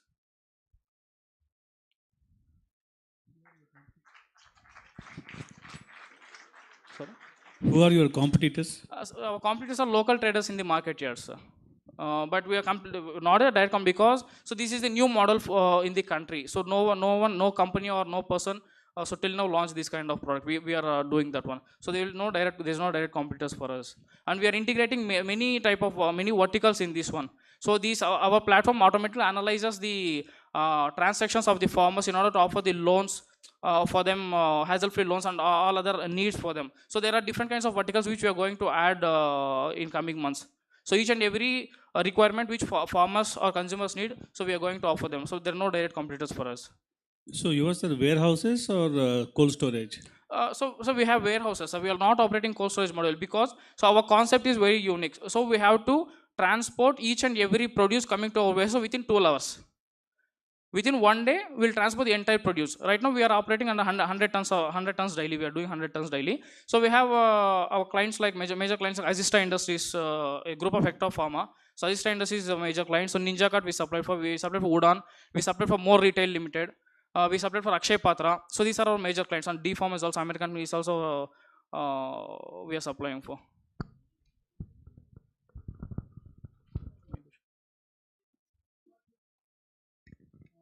Washing and sorting out. Yes, sir. What is the technology of the machines you are using? So basically, till now we operated in the manual mode, sir. So washing, grading, sorting, everything is done manually.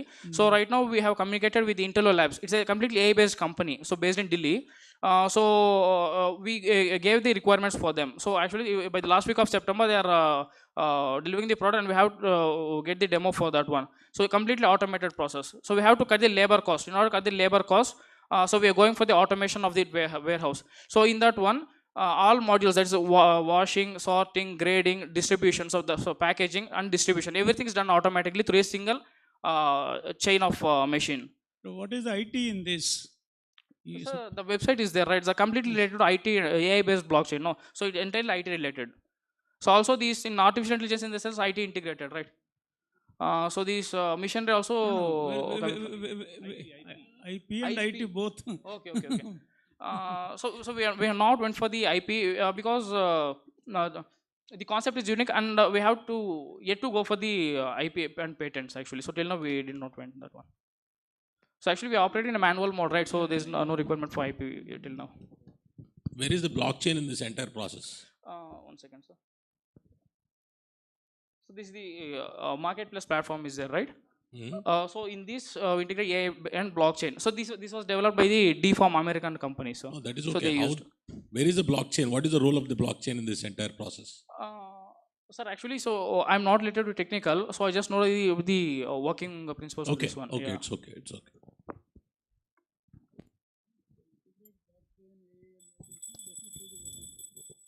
Yeah, thank you. Yeah, thank you so much.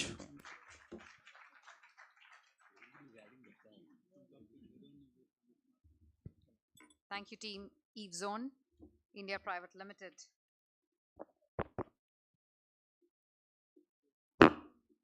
We just wait for a few seconds for the judges to mark their ballot. Done? Okay. Next, can we have on stage the team from Sarvajana IT Solutions Private Limited?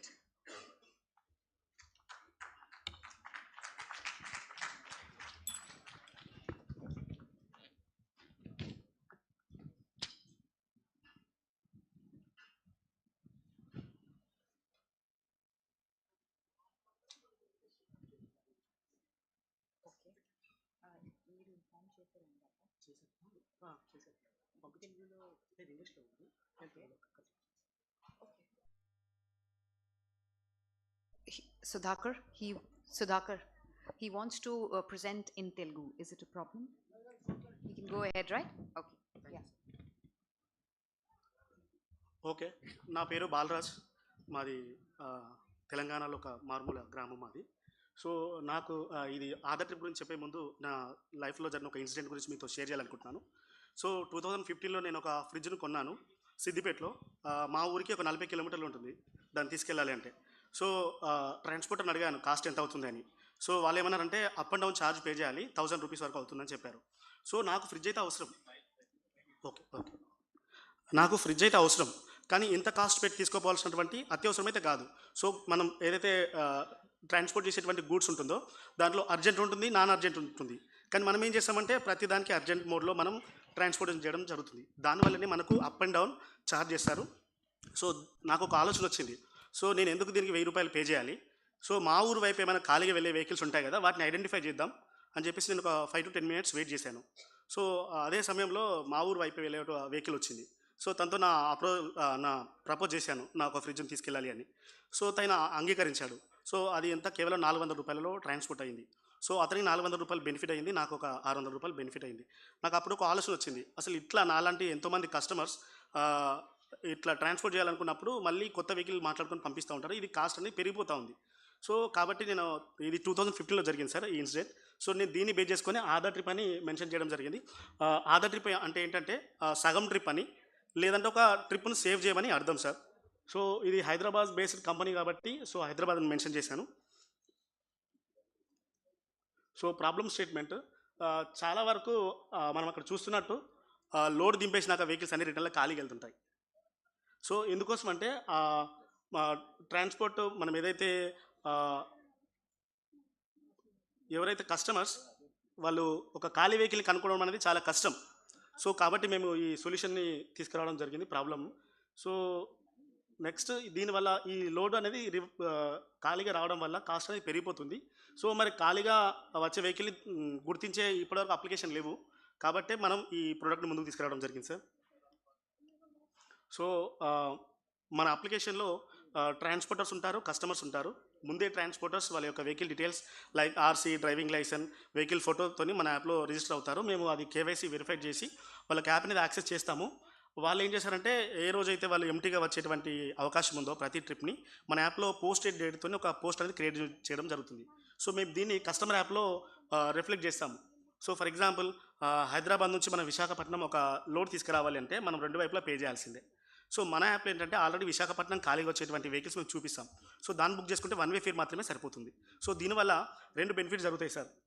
ఒకటి ఏంటంటే ట్రాన్స్పోర్టర్కి cost, ఆయనకు కూడా fuel cost అనేది తగ్గిపోతుంది, దానివల్ల ఆయనకు more revenue రావడానికి అవకాశం ఉంది. సో కస్టమర్ కాంటెక్స్ట్లో చూసినట్టుంటే 10,000 అటువంటి ట్రాన్స్పోర్ట్ ఫర్ ఎగ్జాంపుల్ నియర్లీ 5,000 అలా అవ్వడానికి అవకాశం ఉంది. సో ఇది మేము తెచ్చినటువంటి సొల్యూషన్. సో మన యాప్లో ఇందాక చెప్పినట్టు కస్టమర్స్ అండ్ ట్రాన్స్పోర్టర్స్ ఉంటారు.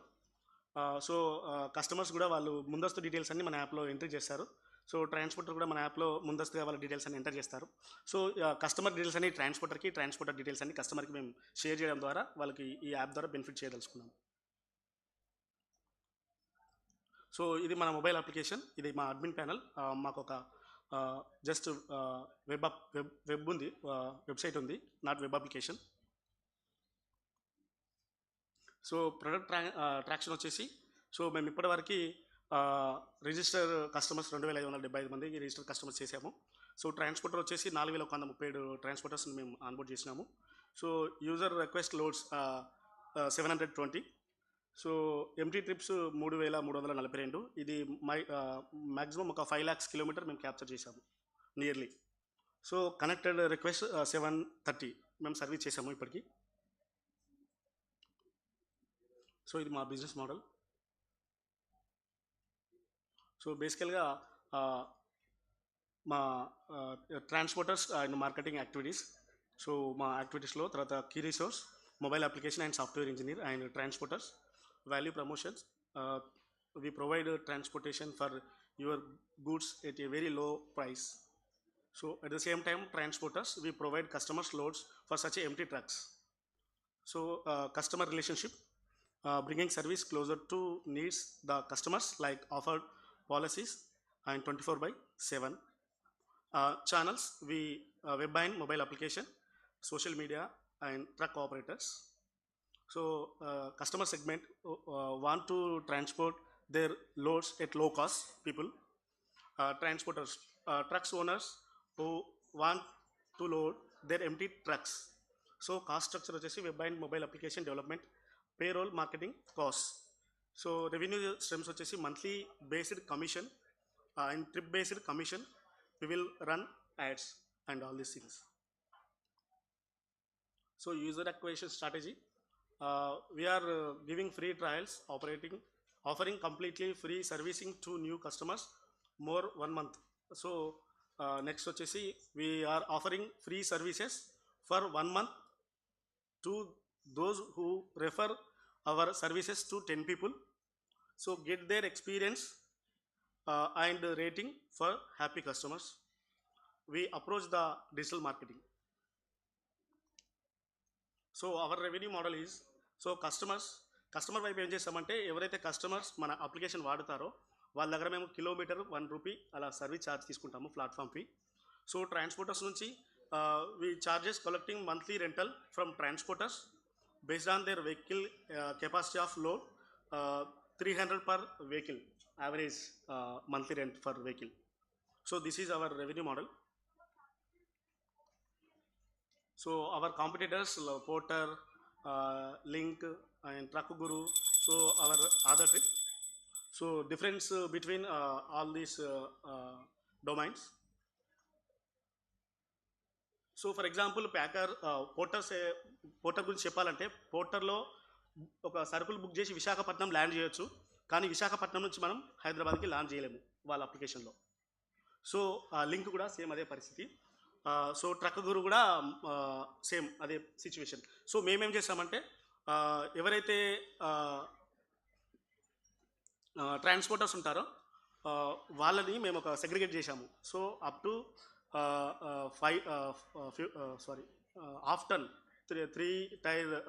3 వీల్ ఆటో నుంచి DCM 6 వీల్ DCM వరకు మినిమం ఒక 10 టన్స్ వరకు మేము ఈ క్యాప్చర్ చేస్తున్నాము. ఎందుకంటే మోర్ దాన్ ఎక్కువ ఇంకా వెయిట్ మోసేటువంటి వెహికల్స్ వాళ్ళు 10 రోజులైనా అక్కడే వెయిట్ చేస్తారు. సో ఇందాక నేను చెప్పినటువంటి ఆ category people next one day అన్నా వాళ్ళు ఇంటికి రావాలని కోరుకుంటారు. కాబట్టి ఈ సెక్టార్లో ఎక్కువ వెహికల్స్ రిటర్న్ రావడం జరుగుతుంది. Okay, thank you. So this is our road map.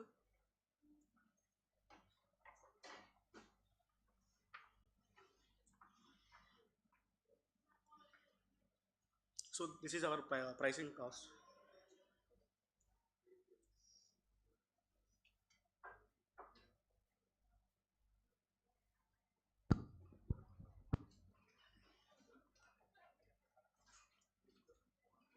So myself, నా పేరు బాలరాజు, మాది రాజన్న సిరిసిల్ల జిల్లా. నేను నా స్టడీ అంతా రూరల్లో జరిగింది. నేను 16 సంవత్సరాలుగా మహిళా SHGల దాంట్లో నేను పనిచేశాను. సో ఎప్పుడైతే నాకు ఈ థాట్ వచ్చిందో దీన్ని డెవలప్ చేయడం కోసం నేను 2020లో నా జాబ్ లాంగ్ లీవ్ పెట్టేశాను. సో ఇప్పుడు ప్రోడక్ట్ ఆల్రెడీ లాంచ్ అయింది, ఏపీ తెలంగాణలో రన్ అవుతుంది. సో దీన్ని ఇంకా ఎక్స్పాండ్ చేయాలనుకుంటున్నాము సౌత్ స్టేట్స్కి. So thank you sir. ఏదైనా క్వశ్చన్స్ ఉంటే చెప్పండి. మీ దానికి ప్యాకేజింగ్ అండ్ ఇన్సూరెన్స్ సంగతి. సో మేము ఏం చేస్తామంటే ఓన్లీ ట్రాన్స్పోర్ట్ సర్వీస్ మాత్రం అవైలబుల్ చేస్తాము. సో ఎందుకోసం అంటే అవి ఆల్రెడీ ఎంగేజ్డ్ వెహికల్స్ ఉంటాయి. సో మళ్ళీ టైంలో రిటర్న్ అవ్వాల్సి ఉంటుంది. కాబట్టి ప్యాకింగ్ అండ్ లోడింగ్ అన్లోడింగ్ కస్టమరే చూసుకోవాలి. ఎందుకంటే మనం 10,000 అయ్యేటువంటి కాస్ట్ని 5,000కి తగ్గిస్తున్నాం కాబట్టి ఆ మిగతా విషయాలు కస్టమర్ చూసుకోవాలి. సో కస్టమర్ ఎలా చూసుకుంటారు? సెక్యూరిటీ ఎలా ఇస్తారు కస్టమర్కి? మీ వెహికల్లో లోడ్ వేస్తారు, ఓకే, అది డ్యామేజ్ అయితే? డ్యామేజ్ అయితే ఇప్పుడు మనకు ఆల్రెడీ మనం బయట థర్డ్ పార్టీస్ ఎలా తీసుకెళ్తున్నాయో ఆ టర్మ్స్ అండ్ కండిషన్స్ మనంతా వర్తిస్తాయి. That's what I was asking. అదే అడుగుతున్నాను మిమ్మల్ని. సో వాళ్ళు ఒకవేళ వాళ్ళు ఇంట్రెస్టెడ్ ఉంటే వాళ్ళకి ట్రాన్సిట్ ఇన్సూరెన్స్ చేయిస్తాము.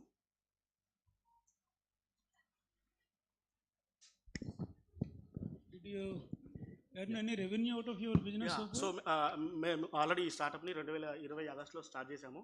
సో మా టైం అంతా ఎక్కువ కరోనా గడిచిపోయింది. మేము లాస్ట్ 6-7 మంత్స్ నుంచి మేము ఆపరేషన్ స్టార్ట్ చేశాము. సో ఏప్రిల్ నుంచి మేము రెవెన్యూ స్టార్ట్ చేశాము. సో బయింగ్ బిహేవియర్ ఎలా ఉంటుంది, ట్రాన్స్పోర్టర్ది అని చెప్పేసి మేము మంత్లీ రెంట్ కోసం ముందే ఒక రిజిస్ట్రేషన్ ఫీజు లాగా డబ్బులు తీసుకుంటూ వాళ్ళకు ఆన్బోర్డింగ్ చేసుకుంటున్నాము. సో ఇన్ ఫ్యూచర్లో మంత్లీ రెంట్ అనేది తీసుకుంటాము ఫ్యూచర్లో. How do you build the customer trust being a small and startup company? There are established players and big brands are there. So how do you build your brand and how do you withstand the competition? Sorry, అంటే ఇందులో చాలా పెద్ద players ఉన్నారు. So మీరు customer దగ్గర కాన్ఫిడెన్స్ని ఎలా build చేస్తారు? మీకు ఇస్తే మా ఐటమ్స్ సేఫ్గా వెళ్తాయి, యూఆర్ జెన్యూన్ ట్రాన్స్పోర్ట్ అని. ఎందుకోసం అంటే మోస్ట్లీ వెహికల్స్ ఎలా ఉంటాయంటే, ఫర్ ఎగ్జాంపుల్ మన విశాఖపట్నంకు షిఫ్ట్ చేయాల్సిన వెహికల్ ఉన్నాయనుకోండి. సో మోస్ట్లీ రిటర్న్ వెహికల్స్ అన్నీ మన విశాఖపట్నమే ఎక్కువ రావడానికి అవకాశం ఉంటుంది. రెండవది Hyderabad, for example Hyderabad people కూడా విశాఖపట్నం రావడానికి అవకాశం ఉంటుంది. సో మేము ఆల్రెడీ వాళ్ళ టర్మ్స్ అండ్ కండిషన్స్తోనే మనం అప్లికేషన్లోకి తీసుకుంటాము. So any damages, any accidental. అంటే మీరు ఓన్లీ విశాఖపట్నం, హైదరాబాద్ రెండు సెగ్మెంట్స్ ఏపీ తెలంగాణ మొత్తంలో చేస్తున్నాము ప్రజెంట్. అవునండి. ఇప్పుడు మీరు పైగా 10 టన్స్ వరకు మీరు కెపాసిటీ వరకు మేనేజ్ చేస్తారు. సో అన్ని టన్స్ ఆఫ్ ప్రోడక్ట్ మీకు ఇచ్చి డ్యామేజ్ లేకుండా తీసుకెళ్తారని సెక్యూరిటీ మీరు ఎలా ఇస్తారు? కాన్ఫిడెన్స్ కస్టమర్కి ఎలా ఇస్తారు? ట్రస్ట్. సో మేము ఇందాక మీకు చెప్పినట్టు మేము ట్రాన్సిట్ ఇన్సూరెన్స్ అనేది తీసుకొస్తున్నాం ఇప్పుడు. దాని ద్వారా వాళ్ళకి ప్రొడక్ట్ అనేది చేరుతుంది. ఇప్పుడు రైల్వేస్లోని తర్వాత మీ స్టేట్ ట్రాన్స్పోర్ట్ బస్సెస్ ఉన్నాయి. సో మీరు చెప్పినట్టు వన్ వే, సో వాళ్ళు కూడా అలాగే ఛార్జ్ చేస్తారు. So how is your model different ఇక్కడ? సో ఏంటంటే నేను చెప్పేది ఏంటంటే, ఆల్రెడీ నేను ఇందాక చెప్పినట్టు హాఫ్ టన్ వెహికల్స్ 3 పైల ఆటో నుంచి 6 పైల DCM వరకు 10 టన్స్. సో వీళ్ళు చాలా సందర్భాలలో మోస్ట్లీ ఒక నెలలో ఒక 20 ట్రిప్పులు తోలితే 18 ట్రిప్పుల వరకు ఖాళీ వస్తారు. సో మేము వాళ్ళని క్యాప్చర్ చేసాం ఆల్రెడీ. సో ఇది మేము ఇంకా సాధిస్తామని అనుకుంటున్నాను. ఎప్పుడు లాంచ్ చేశారండి ఈ ప్రోడక్ట్? ఇది 2020 ఆగస్టులో చేశాము. KTR గారి చేత లాంచ్ చేశాం సార్ హైదరాబాద్లో. మీ ప్రాఫిట్ ఎలా ఉంది? రెవెన్యూ మోడల్ ఎలా? రెవెన్యూ మోడల్ వచ్చేసి ప్రజెంట్ మేము బయింగ్ బిహేవియర్ అది టెస్ట్ చేస్తున్నాము ఏప్రిల్ నుంచి. సో మేము రిజిస్ట్రేషన్ ఫీజుతో వాళ్ళని ఆన్బోర్డ్ చేసుకుంటున్నాము. ఇప్పటికీ ఒక 500 మెంబర్స్ రిజిస్టర్ అయ్యారు. ఫ్యూచర్లో ఏంటంటే వాళ్ళకి మన సర్వీస్ వాడిన కొద్దీ వాళ్ళకి నెక్స్ట్ వాళ్ళకి అలవాటు చేస్తామన్నట్టు. ఆధార్ ట్రిప్లో ఒక వెహికల్ ఒక ట్రిప్ మనకు వచ్చిన సుమారు 5,000 నుంచి 10,000 వస్తాయి. సో అది వాళ్ళ ఒక EMI పే చేసుకోవడానికి ఒక అవకాశం ఉంటుంది. సో కాబట్టి అదే నమ్మకంతో మేము ఇది నడిపిస్తున్నాం. మేబీ ఇది రిపీట్ క్వశ్చన్ అయి ఉండొచ్చు. తను అడిగినట్టు ఈ రివర్స్ ట్రక్స్కి అసలు ఇన్సూరెన్స్ చేస్తారా? ట్రాన్సిట్ ఇన్సూరెన్స్ అని మీరు అంటున్నారు కదా. అవును సార్, చేస్తారు. చేస్తారా? చేస్తారు. Okay, you done for your customers. ఇంకా అది ఇంప్లిమెంట్ చేయలేదు, నెక్స్ట్ ప్రాసెస్. ఓకే, అది చాలా ఇంపార్టెంట్ కదండి. ఇప్పుడు నేను ఏదో ట్రక్ తీసుకొస్తాను, మీ కేవైసీ డాక్యుమెంట్ వెరిఫికేషన్ చేస్తారు, నేను ఏదో లైసెన్స్ ఇస్తాను, అన్ని ఇస్తాను, మీరు వేసిన ప్రోడక్ట్ నేను పట్టుకుని వెళ్ళిపోతాను. సో అంటే ఇప్పుడు అట్లాంటి ఏదైనా జరిగితే లీగల్గా మూవ్ అవ్వాల్సి ఉంటుంది. అదే లీగల్గా అవ్వడానికి అగైన్ కస్టమర్ ఎందుకు సఫర్ అవ్వాలి? End of the day customer మళ్ళీ లీగల్గా వెళ్ళడానికి అవన్నీ ఎప్పుడు ఎందుకు సఫర్ అవ్వాలి? అంటే ఇప్పుడు ఇట్లాంటి యాప్లోనే కాకుండా మనం బయట మాట్లాడుతున్న వెహికల్లో కూడా వెళ్తుంటే డిజాస్టర్ వల్ల కానీ కరెక్ట్, అవన్నీ ఇన్సూరెన్స్ ఉంటాయి కదా అండి. అదే మన దాంట్లో కూడా ఇన్సూరెన్స్ ఉంటుంది. అది మీరు ఇంకా స్టార్ట్ చేయలేదు, చేయాలి. అంటే ఇన్సూరెన్స్ అనేది వెహికల్ ఇన్సూరెన్స్ కూడా ఉంటుంది. ఓకే, వెహికల్ ఇన్సూరెన్స్ కాదండి. సో ట్రాన్స్పోర్టేషన్లో ఇన్సూరెన్స్ ఉంటుంది కదా, ప్రొడక్ట్ వాల్యూ మీద ఇన్సూరెన్స్ ఉంటుంది మళ్ళీ. Okay, any I will tell you a small story. 1996, I was moving from Bangalore to Vizag, while I was moving to Australia actually. So by mistake, one of the dining table chairs was left out in my house, which is made of rosewood. Unfortunately, that didn't get into the truck. So my brother-in-law tried to courier that chair. I'm still waiting for the chair. Let me share my then. Recently, I moved from Pune to Visakhapatnam. Okay, I used the famous Agarwal Travels, right? They damaged my, I think, 7 products. Do you know, it took me 43 days to recover only 20% from them. A company like Agarwal, right? So, transportation wise, chala challenges untayandi.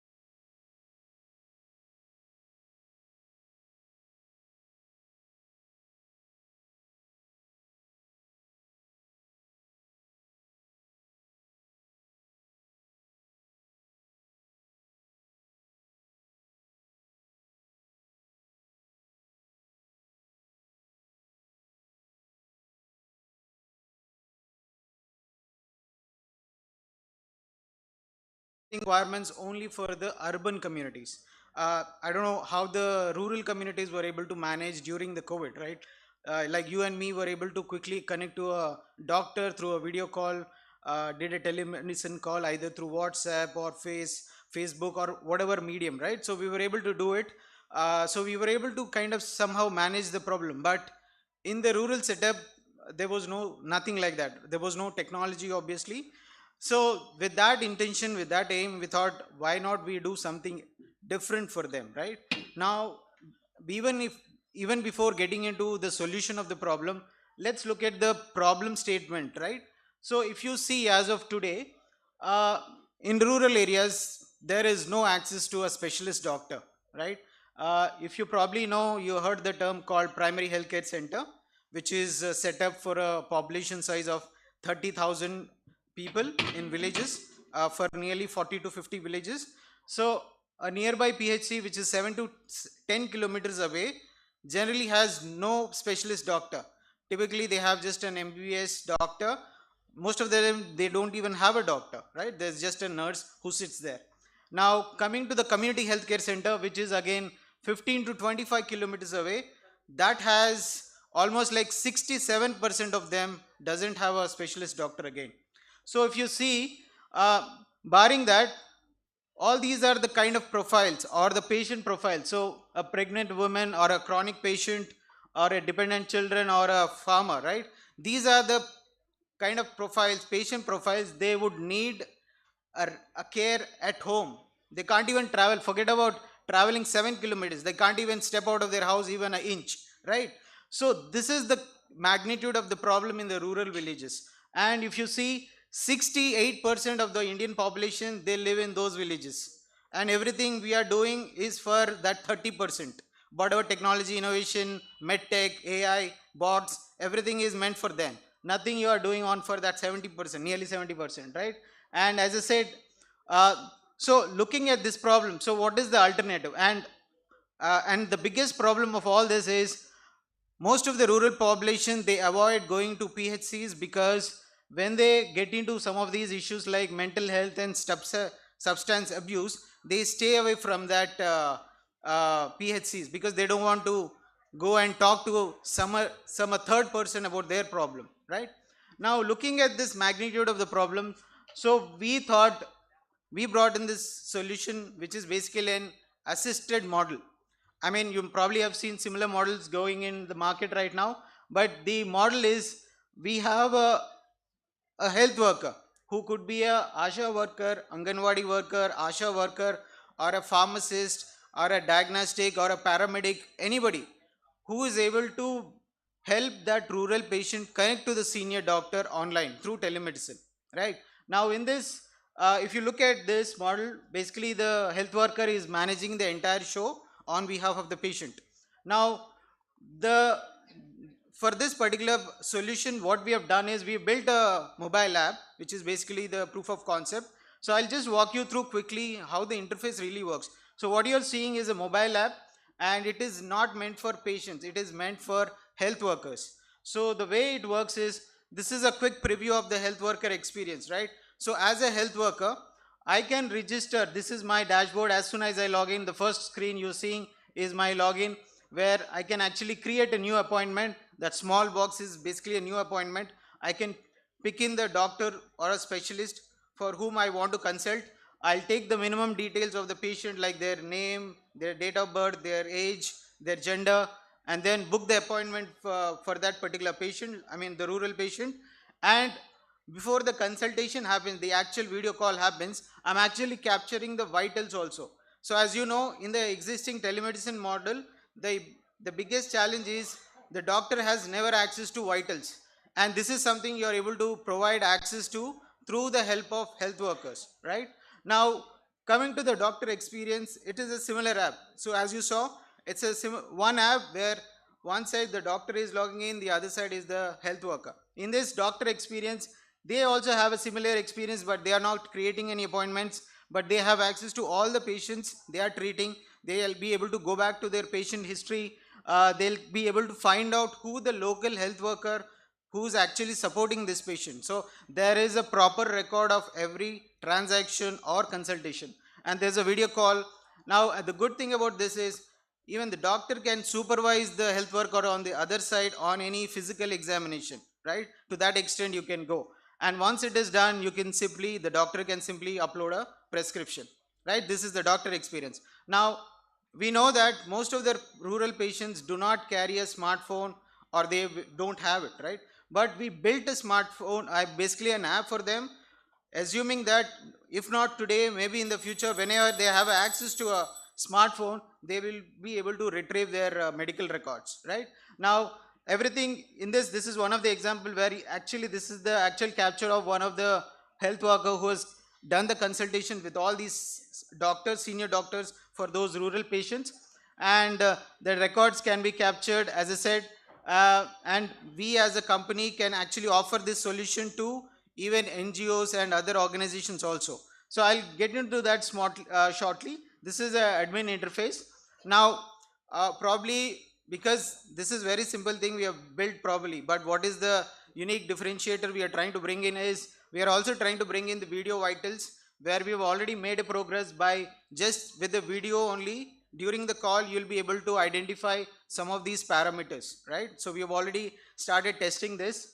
Now, if you look at the competition, there are many players in the market, as you probably know, but everybody is building around creating a primary healthcare center, right? Just one more minute. So this is a strong team of more than 6 people. We have a strong network of advisors as well. We have started in 2021 last year in Q3, and we started generating revenue since June this year. We've already built in 25 clinics with this model, but we are also giving our solution as a SaaS platform to many NGOs so that they can run their own programs. So basically this is our revenue model. Provide a platform to NGOs or any foundations if they want to run health programs through our platform. Also provide platform plus doctors if there are any industries or any other groups who want to use it, or even extend health workers access. This is our GTM model, where currently, as we said, we are focusing on building individual clinics. Then we'll go to NGOs. We are already talking to them, several of them. They are already been onboarded. We are also talking about providing this to cement factories, wherever there is a need, like cotton factories where there is a huge health risk. So we will be able to set up these models there as well. These are some of the clinics which we have built. These are some of our strong partners where we are, as I said, we are also offering a solution as a SaaS platform to some of these existing platforms, right? And these are some awards and collaborations. So yeah, I can take any questions if you have. What are your top 3 challenges? Top 3 challenges is educating the villagers that this is the right model. I mean, through this you can get quality treatment. That is one of the biggest challenge. The other is the price or the cost per consultation. So we are trying to work out different models. We are trying to bring in retired doctors also on board, where they can reduce the cost per consultations, right? Like maybe just 50 rupees or 100 rupees. So we are working out different models, but those are the primary challenges: educating villagers and the pricing model. How do you collect the money from the rural people? Because they normally pay in cash. Yeah. So the health worker is the medium. So basically when the booking is done, it is done through health worker app. So he's doing the entire basically booking process, right? So he's paying. So he'll collect the money cash from the patient and he'll make the payment. And in this model, basically the consultation, when they pay, the entire money comes to us. Like if it is, for example, if the consultation cost is 350, so the entire 350 comes to us, out of which 200 goes to the doctor, 100 is made by the health worker on the ground, and 50 is for the platform fee. So we will return that once we receive all the payments. What is the price at which you are licensing or franchising, or how you are going to? So right now the health, the model which I was setting up clinics, where we are just giving them software and we are giving them access to doctors, where we have doctors in a category of general physicians coming at 100 rupees, then 200 rupees, and then specialist doctors coming at 350, 400 and so on. And I felt that probably this is a very high price, but there are many patients who are actually coming forward to even pay that price, because we are giving them access to oncologists, neurologists, so cardiologists and so on. So they are paying, but we do have I would say a price range where a general practice doctors 100 to 200, then specialist is like 350 to 400 and so on. What is the price of licensing of your software? We are not charging anything right now. So as long as he is willing to support their community, so we are happy to provide them. But we will do our own KYC and checkups whether they are capable to manage the resources or the population in that society. Apart from that, we are also part of BIRAC Gen Care initiative, which is basically targeting this rural care, rural healthcare in tier 3 and 4. We are already final, I would shortlisted, but results are yet to come, where we are looking at partnerships with the government of India, where we try and onboard all the ASHA workers, right? So that is our one of the major vision to make healthcare accessible to everyone in the country. What is the investment required for a person to establish this clinic, for example, in a village? So right now, like for example, most of the guys who have come on boarded, they are running their own practices. Like one of them is Ghanshyam Mishra, who you saw. He's a lab. He's running his own diagnostic center. So all that he's doing is he's actually generating more customers for his lab activities, right? And similarly, any pharmacist, or we did try with RMPs, but that doesn't seem to work. Mainly in AP we tried, but it doesn't work because they are always trying to find a way, loophole to take the benefit of the situation. So we are trying to avoid all the RMPs who are not registered. We are focusing mainly on those guys who have registered practices like pharmacies, labs, or even nurses if they are willing to serve their communities. What is your revenue scale-up plan for the next 1 year?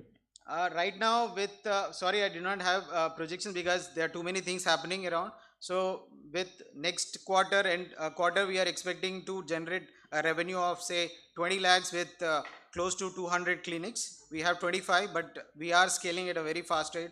By next, by mid of this coming month, I think we'll have another 25 clinics, because onboarding is, to bring in onboard a health worker, it's hardly 10 minutes or 15 minutes. So that's how fast it is. What would be your commissions on this revenue? Approximately 15%. What is the background of the founders? So I come from a tech background. So I worked in the tech background for many years. I did run few startups, like some of the multi-billionaire startups. When they started in India, I was one of the initial founder. Then in 2019, I decided to move out. I went to Ireland. I studied there for a few years, but COVID hit. So I decided to come back. I thought coming back to India is the best thing to do. So that's when I realized this gap, huge gap, because my father-in-law comes from a village called Jaipur. It's very near to Vizag in Odisha, in Koraput district called Jaipur. And he's been practicing there for almost 40 years. And one of the biggest challenges he had is, after retiring, his patients were not willing to leave him, even after he moved to Vizag. So then after insisting, one of the patient insisted him heavily. So he decided to look at him through one of the local nurse, and that really worked out pretty well. So I said, why not bring in this technology through a model wherein this can be simplified, where doctors are not willing to go to villages anyway, right? Not in his condition, but doctors are not willing to go. Why? So why not keep them in the city? Why not empower the local health workers with this platform and make them provide that service? Thank you. Thank you.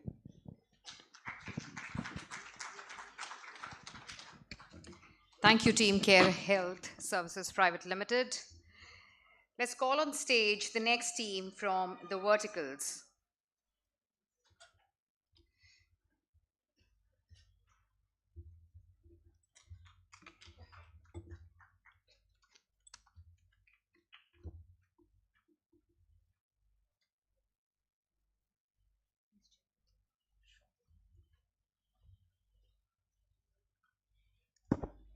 Very good afternoon to all the dignitaries over here and fellow entrepreneurs, and I can see a lot of new faces over here as well.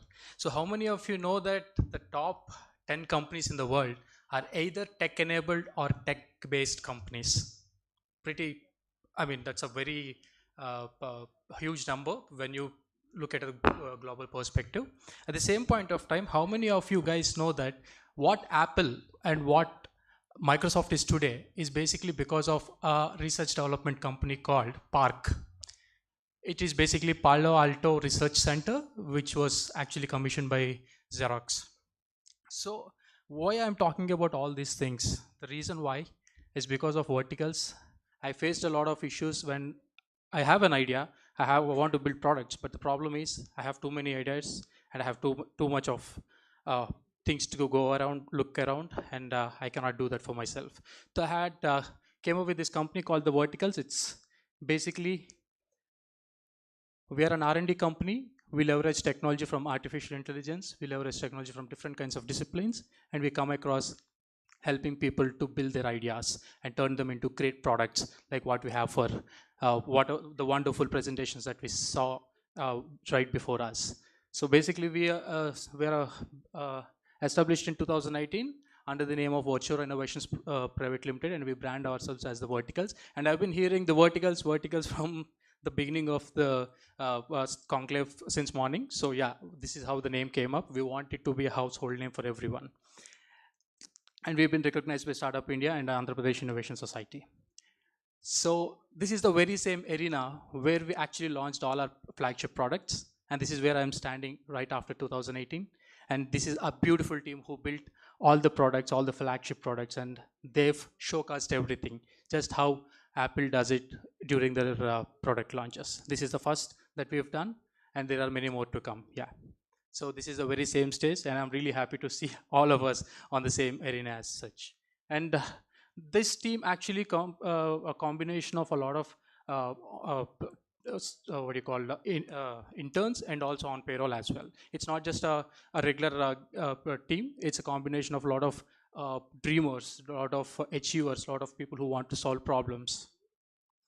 And these are our flagship products. So as of now, I've been seeing a lot of people pitching about their products, but now I'm pitching about the company itself. The reason why, because we have lots of products that we've built, and they come with different disciplines. They're not just limited to one particular segment or one particular industry.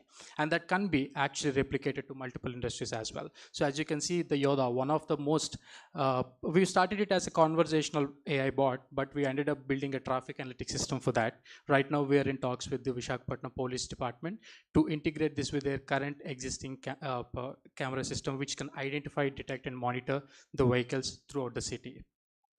In the same way, we have the Resto. Resto is one of our flagship products for catering, especially for the unorganized sector of F&B. We want to make sure that we provide an end-to-end product that has right from what you call procuring your raw materials to your accounts, and then you have a KOT system, and then you have order delivery management system as well. But we don't call ourselves as a logistic partner, but we are more like a tech-enabled partners for the F&B industry. In the same way, we have Chief. Chief is something like for us, like people who are one-man armies, one-man companies. They don't have the understanding of how HR payroll management systems work, how accounts work. So all they know is how to build a product or how to ideate a product. So we make sure that this product enables such, that eases the hard, issues that most of the one-man companies, one-man armies has been doing. And then we have the major part of our journey was always been taking care of security as most important point. Whenever we build applications and we pitch applications, security and analytics, the end results, how you take decisions based on those reports and analytics, that's what matters to us. So we make sure that we provide end-to-end solution to each and every one of you with ideas that you have. And the major differentiation I can see of when it comes to technology is not just about the technology, because it's always about the process. So our process is very simple. We learn from your ideas, we evaluate, and then we execute them. Again, we learn from them as well. It is not just like we are a random company who is going to build products for you. No, there are a lot of companies who is doing that. But what we do is we make sure that we learn and we come up with new features, new models for your ideas as well. And yeah, the major competition that I can see is it's human resource. Seriously, as Mr. Sandeep was telling in the morning session, time is a major commodity that we need to look into. Timing is most important. We've been trying to fill in that gap, finding the right talent, finding the right people at the right time. That is a major competition that we have with the other companies, because they are taking a lot of human resources, especially by compensating them. And there are other ways of doing things as well. So that is our biggest competition right now.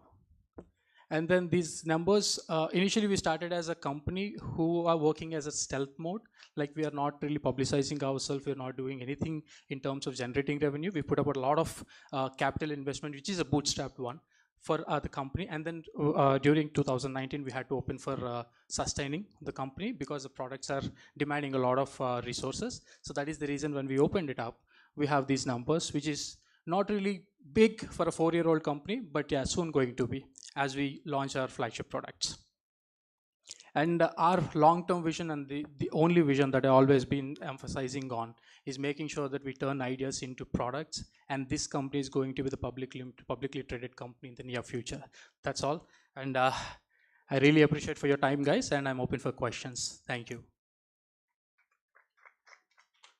I'm sorry, before taking the questions, I have to emphasize on two things. One, the founders of the company. I started the company in 2018, and Ms. Divya Sena, she's a co-founder of the company. We always been working closely with hiring women entrepreneurs and hiring people from who females, most of our strength has been. So she worked for top 500, Fortune 500 companies within the span of 10 years. She is from Virginia International University. She was not able to attend this event, but yeah, she's the co-founder of this company, and I'm the one who is trying to generate some good amount of new perspectives within this company. Thank you. Can you go to the number slide? Sure. So two things. One is how is the EBITDA higher than the revenue number, and second, why is it declining? So basically, these numbers was given by our chartered accountant. I'm really bad with the economics of the EBITDA and the terminologies and all. So right now they're still filing for the remaining 2022 and 2023. So I have no idea about these numbers. These are basically what we picked up straight away, what they submitted to the ITRs. That's it. We need to, yes. No, you mentioned R&D. Yes. What kind of R&D you do? So as you can see from the beginning itself, these products are started as for us. Basically, we started for our company, but later we realized that the scope of these products, and we leverage this technology to the companies. Like our recent client is Visakhapatnam Port Trust. So we leveraged, we completely migrated their web portal, and we are in talks with their upcoming applications as well. New perspectives and new ways of transmitting their data or migrating their data. So this is one segment, that's it. And apart from that, as I can say, the Yoda is one of our conversational bot, which started as a conversational bot. So later we took care of how we can implement new kinds of, how we can integrate it as an ecosystem.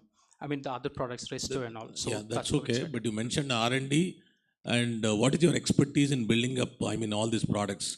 Our expertise comes from different backgrounds of the staff that we hire. So we've basically, differentiated our teams into two different segments. One is people who build ideas, people who actually come up with ideas. So we try to collaborate with especially open source communities, and we come up with different kinds of ideas and how we can implement them. It takes a process that we usually do. So I am not really able to explain it to you in words. I can only be showing it to you in real time. So is Yoda using a open source technology in the background? Yes, it started as an open source technology, but as we have mathematicians on board with us, so we're building our own algorithm for that. But is it using any open source in the background? As you can see, YOLO is one of the open source technology to identify object models. So we are using those kind of open source methodologies. How big is your team? We've started, right now we are 12 members of team. Yeah. And the background of the founders? The background of founders, I am an alumni of Andhra University. I have a bachelor's in computer science and electronics. And the other co-founder, just now I mentioned, she has an MS in Virginia University in artificial intelligence. Yeah.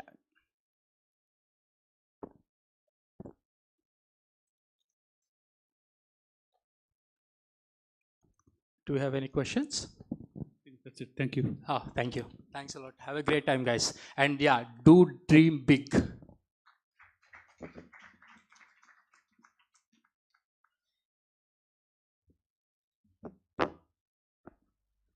Thank you to the verticals. Next, can we have on stage Spawned Byte Technologies?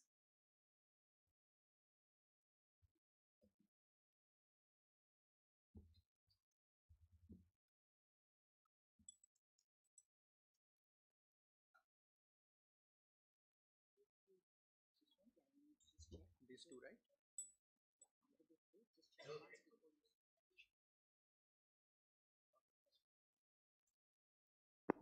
Hi everyone. A very good evening to all of you. And my name is Ramesh, and I am the founder of Spawned Byte Technologies. So here we make products like Spawned. So Spawned is basically an on-demand assistance platform where we connect users, businesses, organizations to infrastructure actually. So as you can see, we have a lot of problem statements defined here. The main issue here is that there is no proper platform where users can connect to the businesses or organizations where they can leverage their services in an efficient manner. For example, if I ask you how many of you are frustrated, waiting at red signal lights. So everyone is frustrated. No one wants to wait at red signal lights. So what we do is we connect infrastructure to each and every businesses in their custom scenarios where we manage their mission critical scenarios. So for example, as of now, there is no technology to monitor the real-time data and track city assets. So as of now, we are into many verticals. For example, we provide services to hospitals, police departments, and various other verticals where we are implementing our devices in the infrastructure to upgrade them, the existing infrastructure, to make it a smart. So here, as you can see, we are working on a technology called V2I, that's vehicle to infrastructure technology, where we are collecting all the data from infrastructure and vehicles and connecting them in the real time, where users can be connected to the infrastructure. For example, if you're traveling from one destination to the other, you don't need to wait at any red signal lights, because it's going to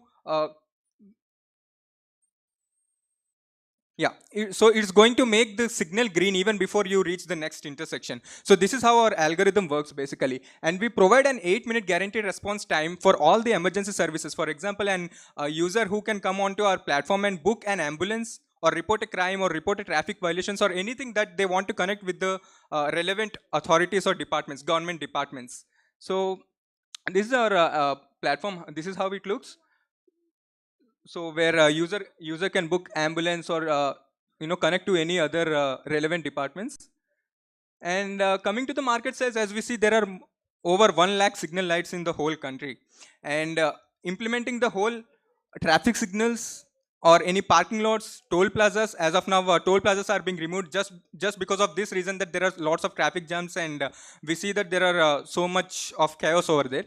So, so implementing this all the infrastructure into the one application where users can find the real-time data, as well as businesses can analyze this data, and they can also get this real-time data, and based on that they can take informed decisions on how to improve their services. So according to the statistics, where we can see the nature of emergencies and types of emergencies, so this is where we can see over 64% of deaths happen just because ambulances cannot reach their take the victim to the hospital on time. So as you can see, there are lots of channels mentioned over here, and our revenue streams come because we are just an aggregator of various departments and various service providers. So our revenue streams are mainly based on monthly subscriptions, where they can use our where they can use our V2I technology, and for that they have to pay for pay per trip, or case handling charges, or victim hospital referral charges, where we are providing a platform for hospitals and for the users on where we onboard them and they can connect with each other. So our early adopters are hospitals, patients, navigation companies like Google Maps, or any other navigation company like Open Maps or Apple, and many other services are there. And our customer segments belongs to police departments, municipal corporations, insurance policyholders, as we also provide a last-minute insurance policy. For example, if a person who is traveling in an ambulance, we might not know if he may survive or not, but still we are providing insurance policy to them. In case we are not able to provide it within services within 8 minutes, then we are liable to hold this insurance. And so our key differentiators, so we don't need to build any new infrastructure, because this is something where we are using the existing infrastructure and making it smart. So no need to build some real-time, new infrastructure from the scratch. And also we are collecting real-time infrastructure data, and based on that we are giving analytics to the businesses and organizations. So this is our roadmap. Actually, we are in talks with Visakhapatnam Police, and we are going to do a pilot run in next 1 month. That's the actual roadmap for this year. But yeah, so this is how it works. So I'm open to your questions. If you have any questions, I will be able to solve. Yeah. So you are saying market size here. You said 12,000 plus. Sorry, go back. 12,000 plus crores revenue earned from traffic fines. Yes. So in other words, you are saying if you use your app, you are going to reduce traffic problems. Yes. Right? We are going to enhance the traffic. Whatever the problems So are there, we are going to. Yeah. That will reduce the traffic fines. That will reduce the traffic fines. At the same time, that's going to generate more revenue for traffic, because we are also acting as an traffic whatever the crime report platform. So users can come and they can also report traffic violations in the application itself, where they will also get rewards for that. So, but the police is your first customer. Yeah, So if their police traffic departments- fines are reduced, they will not be happy. No, we are going to increase the traffic fines for them. We are going to increase How? just How? because a normal user can file a traffic violation in the application, where in return they will get an reward for filing those traffic violations. How can you segregate that? See, I can report on one candidate, and another candidate can report on the same vehicle. Yeah. Right. So how do your application So- segregate that? So it comes under the rules. Within 24 hours, only one time a person can be fined. Even if he is not wearing helmet, he can be fined only once. And at the next intersection, if there is another police who is asking for fine, he can show the same receipt and he can go. So we are following the same principle that a user can be fined once per day. So if you are reporting me before anyone else, so you will be the one who is going to get rewarded for that. Yeah. Okay, how many tickets your server can accept in a day? How many tickets? How many tickets your server can accept? So suppose, can I log hundreds of people or Yes. thousands of people will be there on the streets? Yes, as of now, we already have imported lots of garbage data, and we are taking that into consideration, and it's working. As of now, we have implemented almost 10 million plus reports, like generated 10 million plus reports in our web. Okay, let me put the question in a Yeah. different way. How many concurrent users you can accept? Concurrent users, in the sense for reporting this or for onboarding onto the application actually? No, for reporting. For reporting, it's unlimited actually. It's just we need to work on our databases, and we can scale. It's fully scalable. So you're asking about scalability, or? Yeah, I got the answer. Yeah. So the main USP itself is V2I technology, where we don't have this system auto synchronization feature anywhere in the world. And this is also an IPR filed, and these patents are also published. So what this V2I technology itself means that there are no more red lights in whatever the intersections that we see. So by the time you reach the next intersection, it becomes green. So obviously, so that's going to increase the traffic flow, and that's all based on algorithm, and we have already implemented that in a simulated environment, and that's where we're also going to do pilot runs in the city. So the pilot is not yet done. Yeah, You not have yet to- done. We have already implemented the simulated environment. So yeah. You have confidence that that works in India. Yes, it works. So it is actually it's built for India basically, because we know how Indian commuters are there. So even in cities like Mumbai, Bangalore, or any other congested city, it's gonna work. How do you validate the complaint filed by any citizen? How do you validate it? Validate it? Validating any complaint filed, like violation, traffic violation. Traffic violations, whereas traffic police themselves are trying to increase the fines. So there are high chances that they are trying to build a new application where users can also come, because Nitin Gadkari just 2 months ago they have also passed a law saying that they are opening an public portal so that normal users can also file traffic violations. But this was built almost 1 year ago. So, But still, you did not answer my question. How are you going to validate it? So, is it genuine or not? Like, how are you going to validate you're it? validating the requests Yeah, of yes. So we have algorithms for that, AI algorithms that we are running on our machines, that actually going to point out if there are any duplications or any other he already asked. So any to render out any duplications or any false reports. Yeah. So we are also implementing AI and ML in this. Yeah. Thank you. That's Yeah, it. thank you.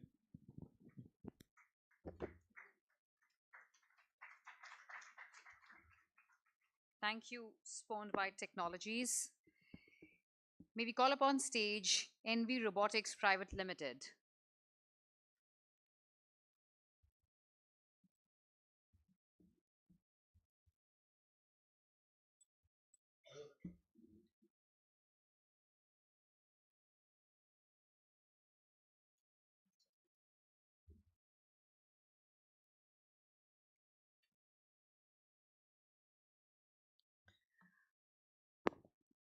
Good afternoon, everyone.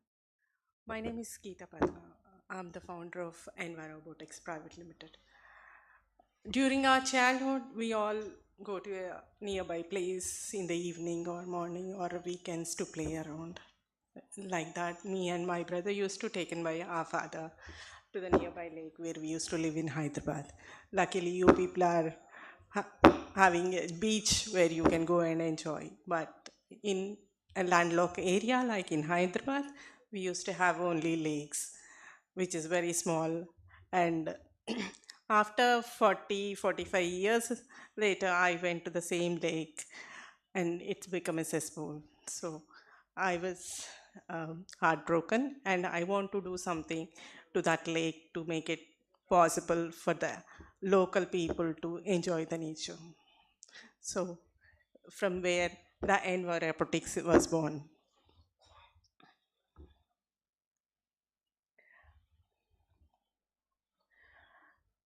Envirobotics is a manufacturer of robotic devices with artificial intelligence. We use robotics into waste management in aquatic environment. I'm the promoter, Geeta Padma, and my co-founder and the promoter is Anil Kumar. We incorporate our company in November 2020.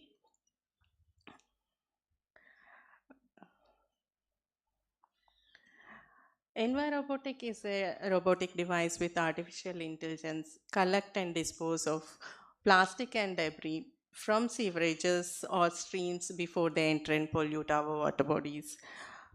Robotic device with artificial intelligence, it has got cognitive ability, no human interaction with waste, can fit into any environment, clean and green, we use solar energy to run. Our USB is the customer can save up to 80% of annual spending on cleaning water bodies and vector-borne disease control. This data is based on the schedule of rates according to Telangana government. Envirobo collects and disposes of solid waste from sewers before they enter and pollute water bodies. Our robotic device collects subsurface flows as well as surface floating debris. Works in low stream flow as well as heavy stream flow. With cognitive ability, Envirobo will do periodic cleaning hourly or at particular intervals. When the receptacle is 60% fill, and also when the weight of the collected material reaches around 1 ton. Robotic device with artificial intelligence can work on low stream flows as well as very less water flow. Use sensors and artificial intelligence to work continuously in all weather. Works continuously, can be installed in situ inside drainages or streams. A robotic device collects the plastic debris before they enter and pollute water bodies, whereas other devices will clean the water bodies after it's got polluted. Our competitors are floating broom barriers, which collects the debris after they enter and pollute water bodies. Only works when the water is abundant, only works inside the water bodies. Several equipment are there to collect the plastic once it's entered into water bodies and pollute them. All competitors' equipment and devices float on water to work. These are our business performance. It's all projected performances because we did only paid pilot projects so far. We haven't marketed our products yet because when we approach the municipalities and the municipal corporations, they want some more products along with this product, which is Envirobotics. And this is our way forward. In October 2022, product launch of manhole cover lifter, which is tedious job for any person to lift a manhole cover, which is around 200 kilos. And in November 2022, our product launch of manhole desealing, which is an Enviroboti, which will deseal the manhole with artificial intelligence. And in December 22, we are doing a product pitch of to Namaste, Ministry of Social Justice and Electronics, Government of India. And we start marketing in January 23 in our beachhead market, which is Telangana. In February 23, our product pitched to River Cities Alliance. in March 23, we have a meeting with TBDC for North American market. And we are a DPIIT recognized company, and we have been partnered with SME Climate Hub and Global Marine Litter Pollution. Thank you. And our patent is published and it's been done.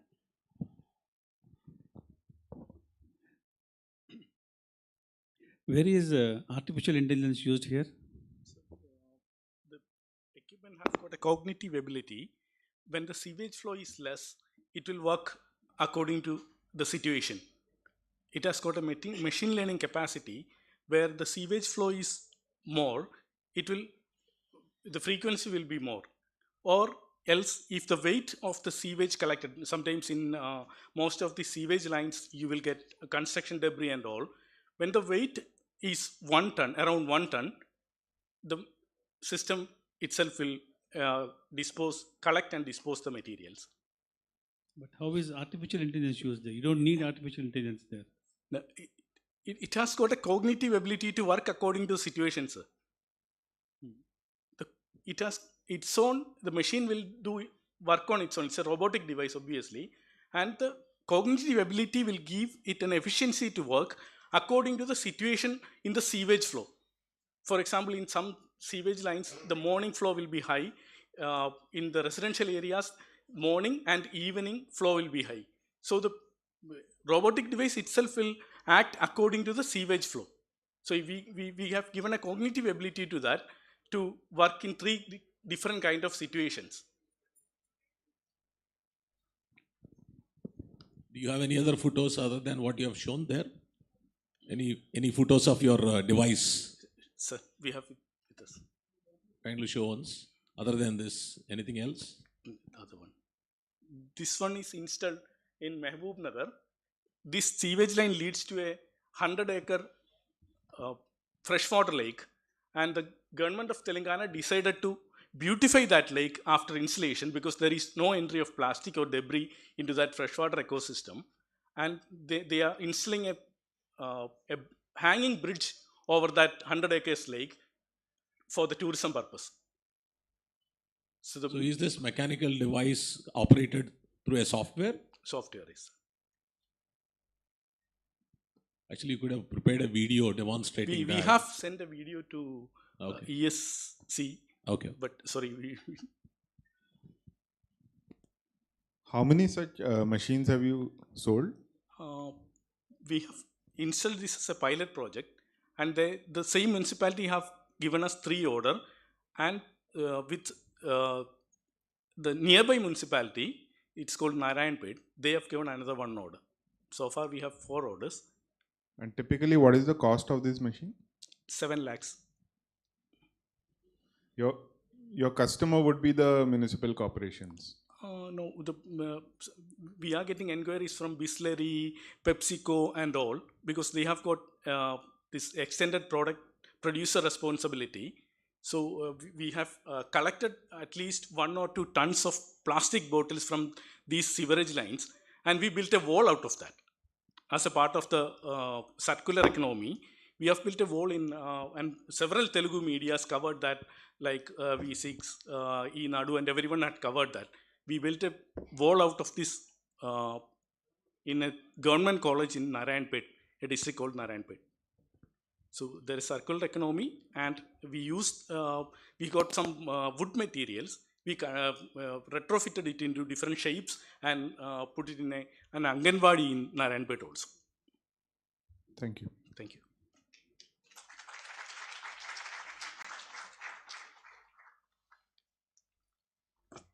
Thank you, team NV Robotics Private Limited. Next, can we call upon Bot Club Private Limited? Calling on Bot Club Private Limited. Okay, not present currently. Checking if we have team from Starry Stories present today. Starry Stories, no? Can we have the team from Interview Buddy? Yes, please.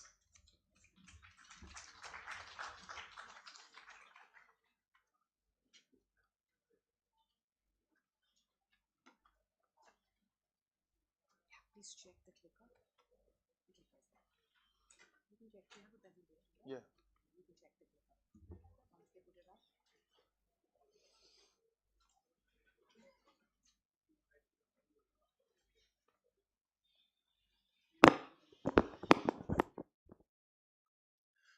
So good evening, everyone. I'm Ujjwal, founder of Interview Buddy. So before we start, so put yourselves, I mean, the judges, put yourselves in the shoes of a candidate who is applying for a job, or probably a job changer who has got an upcoming job interview, and other students, you can put yourselves in the jobs of a fresh job seeker. So when it comes to interviewing, there's a lot of stress and anxiety surrounding an interview, given the high stakes. So for us to able to crack an interview, we need some practice, right? So the practice is what we provide. So Interview Buddy is an online video interviewing platform where we offer mock interviews. So we have started our operations in 2017, and we have conducted 65,000 plus interviews so far, and we cater to candidates across India and outside of India as well. Below is a quick overview of the advisory board and founding team. So cumulative, we have 100 plus years of experience.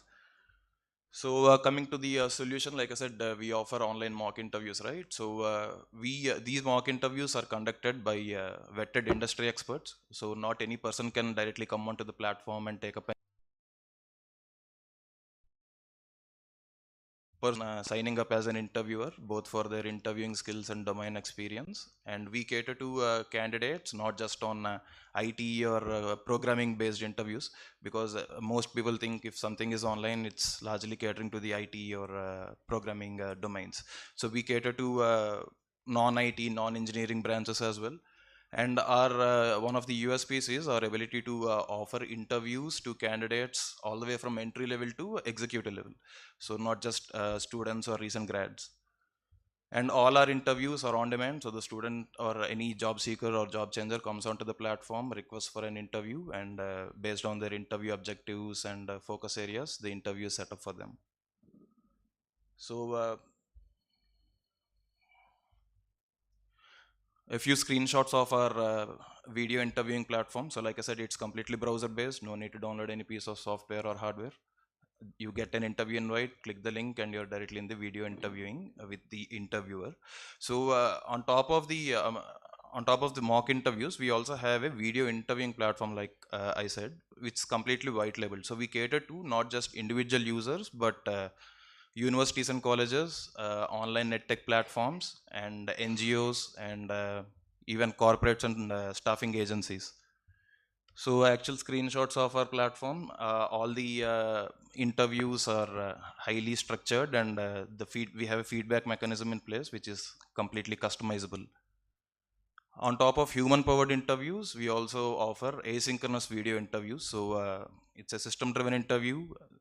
The candidate responds to the question in the given time frame, and they can do this unlimited times, and it is followed by feedback again from the expert. So competition mapping, majority of our competitors are just video interviewing platforms. Some of them currently are offering screening interviews as a service. We are at a stage where we offer both mock interviews and screening interviews on top of our video interviewing platform that is used by some corporates and staffing agencies. And our USP, like I said, ability to conduct multi-domain interviews at a very low cost. So some of our numbers so far. Since inception, our entire user acquisition has been through SEO. So we haven't spent any money on marketing or advertising. We are SEO first website. So that's how we get all our individual users as well as corporate users onto the platform.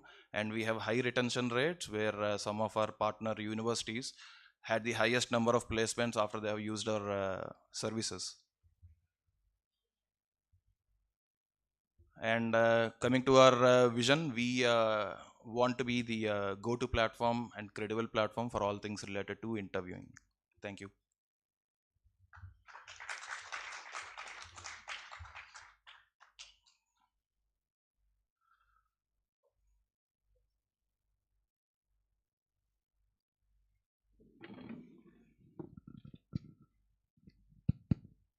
Have you registered with DPIIT? Yeah, we are a DPI registered startup, sir.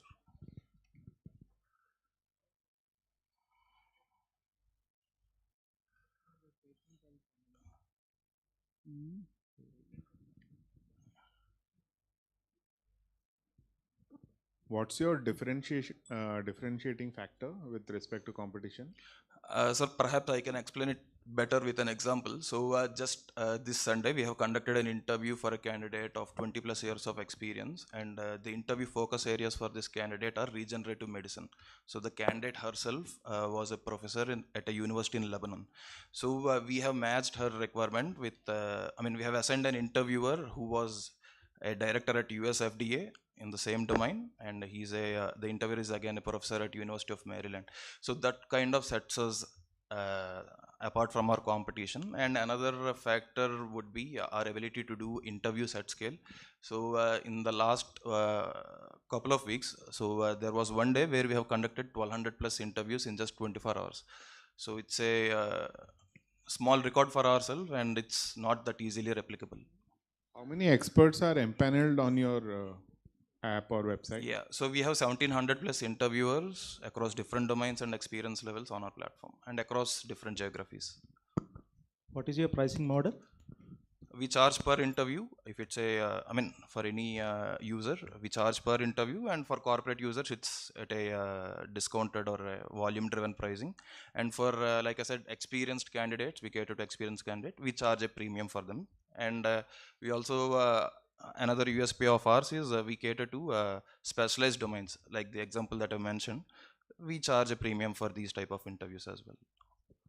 How do you map this user requirement to the interviewer? Is it automatic or? So we have a web application where the user puts in their interview requests and all. Accordingly, we do the No, matching. my question is it manual or an automatic mapping the requirement yeah, to the the interviewer? mapping is done manually.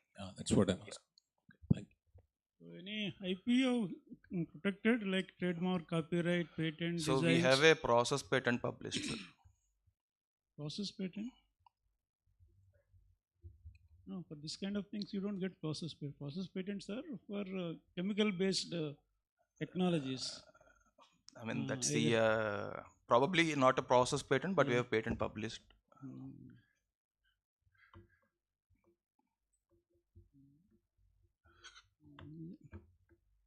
Do you go for a kind of a trademark, Interview Buddy is a trademark name. protected, Yes, sir. Do you pay the interviewer? Yeah, we pay the interviewer, sir. And what is your retention of all that?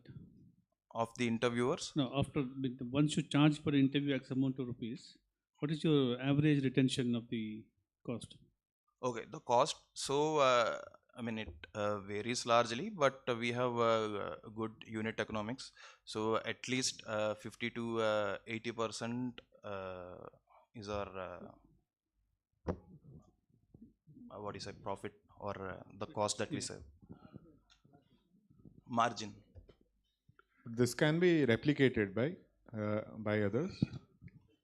Like I said, it's our ability to do these interviews across specialized nature of interviews and volume-driven interviews that we do.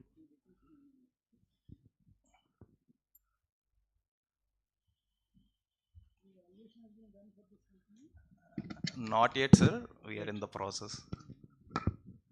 No investors as of now. Sorry, sir. Anyone has invested in this? We have Alco partners who has invested in our startup. We do get active inquiries from other venture capitalists and all, but currently we are focusing on, we are a profitable startup, so we have focused on profitability, and this end of this financial year or next financial year, we plan on raising external funding. So we are currently revamping our entire website or the process flow and all. So we have few, new interviewer management portals and all being built.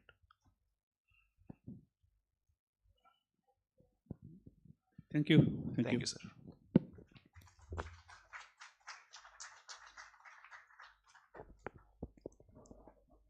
Thank you, Interview Buddy. Checking if we have the team from OCN SIS India Private Limited present in the auditorium.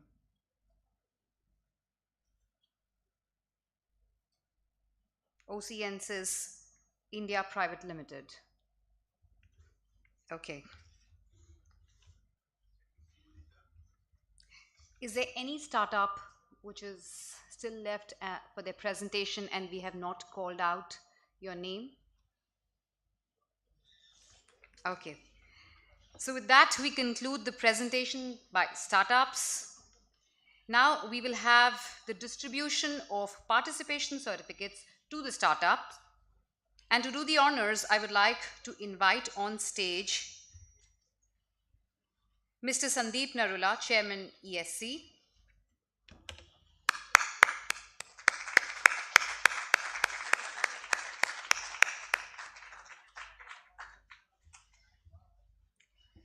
Mr. Ravi Ishwarapu, CEO, AU Incubation Center.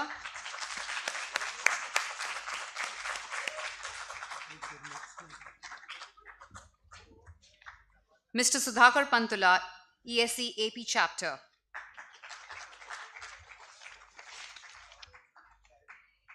May I also request Mr. Gurmeet Singh, Executive Director, ESC.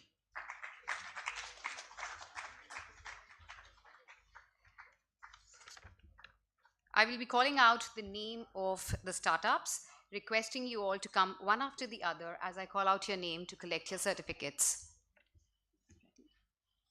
Can we have the team from Interview Buddy? Requesting the audience to please continue applauding.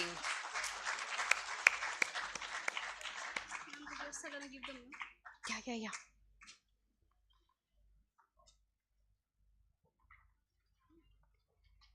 Let's hear it for Interview Buddy.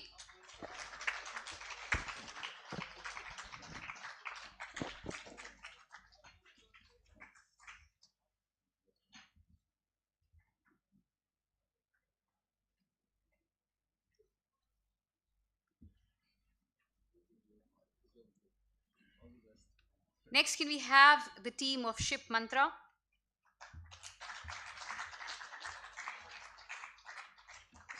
I don't think they're present. Okay. The team from Green Jams.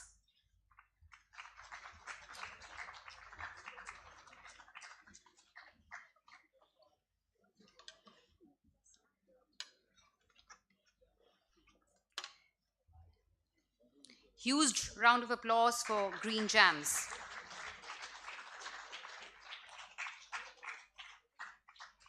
Next, may we invite on stage the team from Farmex Innovations Private Limited.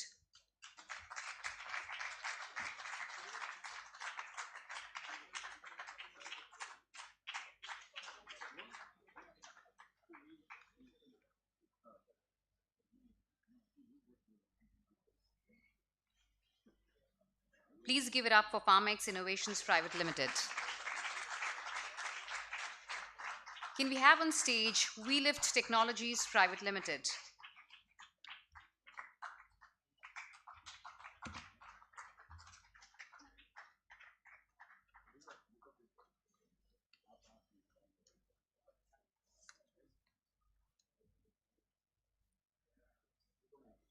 Next, can we have on stage Talent Spotify Private Limited?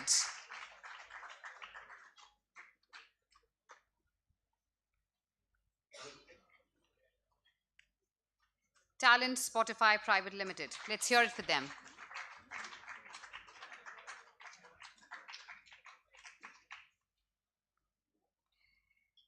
Inviting the team from Milletronix Private Limited.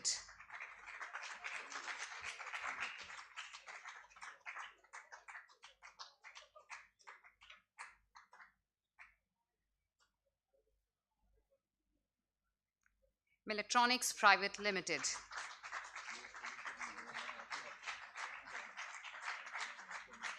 Can we have the team from Bratham?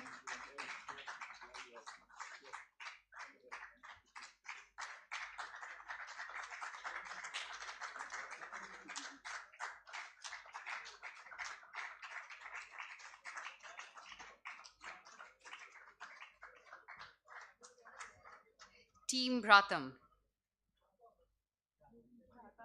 Bratha, I'm so sorry. Yeah. Next, can we have on stage Team Notify Me?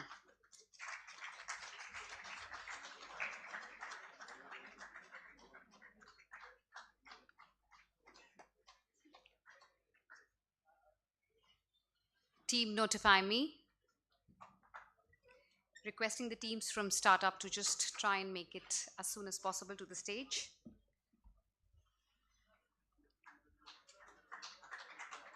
Following them, can we have the team from EduMoon?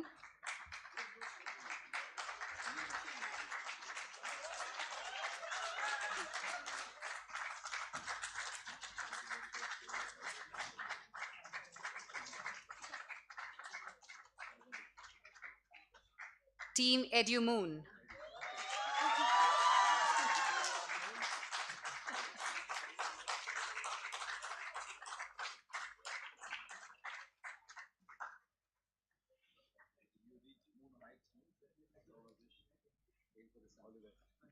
Next, can we have on stage Team EveZone India Private Limited? EveZone India Private Limited.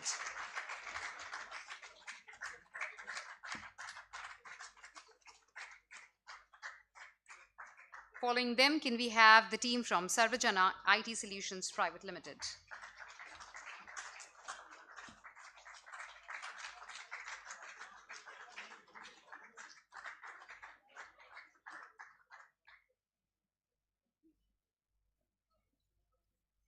Next, calling upon the team from Care Health Services Private Limited. Care Health Services Private Limited.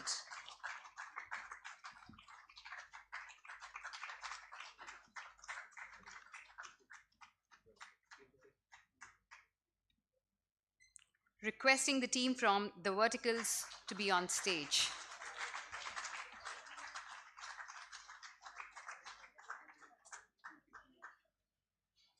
The verticals. Following them, can we have the team from SpawnBite Technologies? SpawnBite Technologies.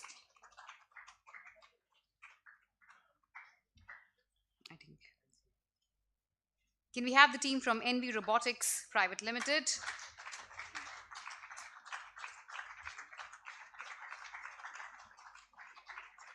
That's it, right? That's okay. It'll take time. I'll just go and ask. Let me know.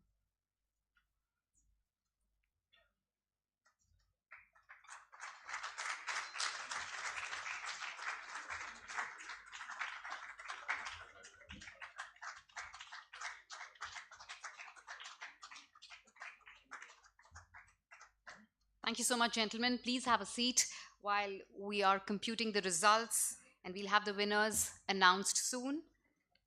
And we will request you once again to give up the certificates. Meanwhile, we can open the forum for any questions that any one of you from the audience have for all or any of the dignitaries present here. It can be an excellent opportunity for you to work on your idea, or probably just to network, to work on any doubts that you have regarding startups or anything that comes to your mind related to the session today. Yes, please go ahead. Can we have someone passing a mic there?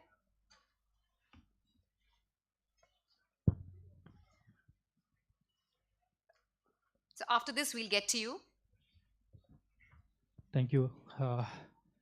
Good evening. My name is Manikanta from the Verticals once again. So my question is to all the dignitaries over here. Basically, we talk about Web 3.0, we talk about AI, ML, and a lot of new generation technologies like the future that we are talking about. But basically, they are the present, they're not the futures anymore. So how well prepared is our ecosystem that can be a state, that can be a central level ecosystem for accommodating such kind of new, the present technologies? That how prepared are we in terms of IoTs or hardware to make sure that we integrate all this system together, so that we're talking about a lot of education institutions or grooming of sensitizing teachers for these current technologies.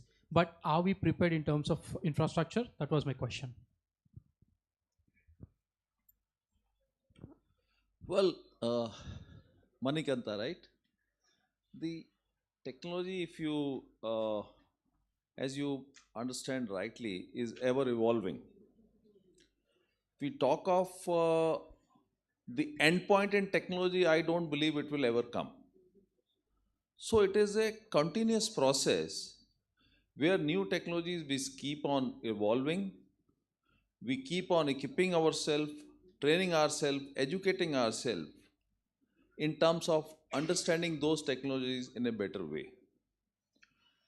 Same way, as you say, if you talk of new technologies emerging, those are available right now. Yes, you are right. But they are still, a lot of them are still not mature. When I say evolving, they are still not mature. We are having continuous process of development. Like if you talk of maybe 20 years back,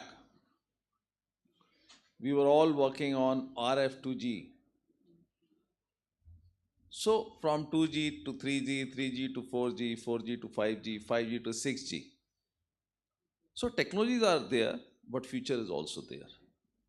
In terms of our preparedness to adopt those technologies, the way technologies are developing, we are also adopting. This is what the startup ecosystem is. Find the problem, look for the right technology, right solution, fix it there. That is how the things are evolving. Now, I saw one of, in fact, all of you have got great solutions. Some of the solutions I could see in between when I was here, and I was also watching on YouTube. So I saw how to clean the sewage system, I think, environment something yeah.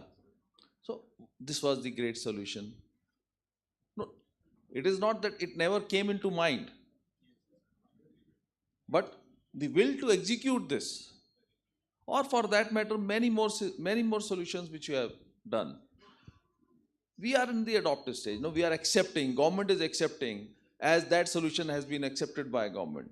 So as the technologies are evolving, our acceptance, our government, buyers are also evolving to accept those solutions, take use of those solutions.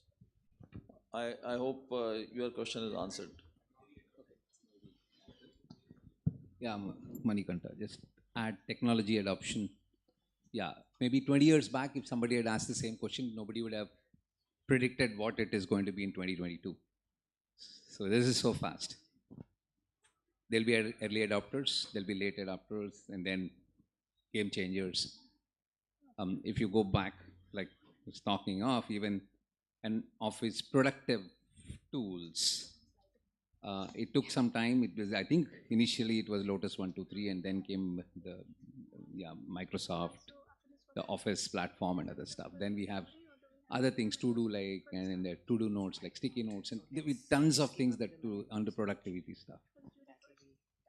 If I talk of, if I ask you to predict what next 10 years, maybe now we are talking AI, machine learning, deep learning, maybe low code, the new thing, the new mantra, low code, and all that stuff. This is what we are talking for the next 3, 4, 5 years. I don't know what, something that could be earth-shattering, totally revolutionary, like again in the 3G, 4G, it could enable that you could have, when you're talking to a person, the person's hologram being right in front of you, and it's like a personal experience of talking to a person. So unimaginable stuff could happen.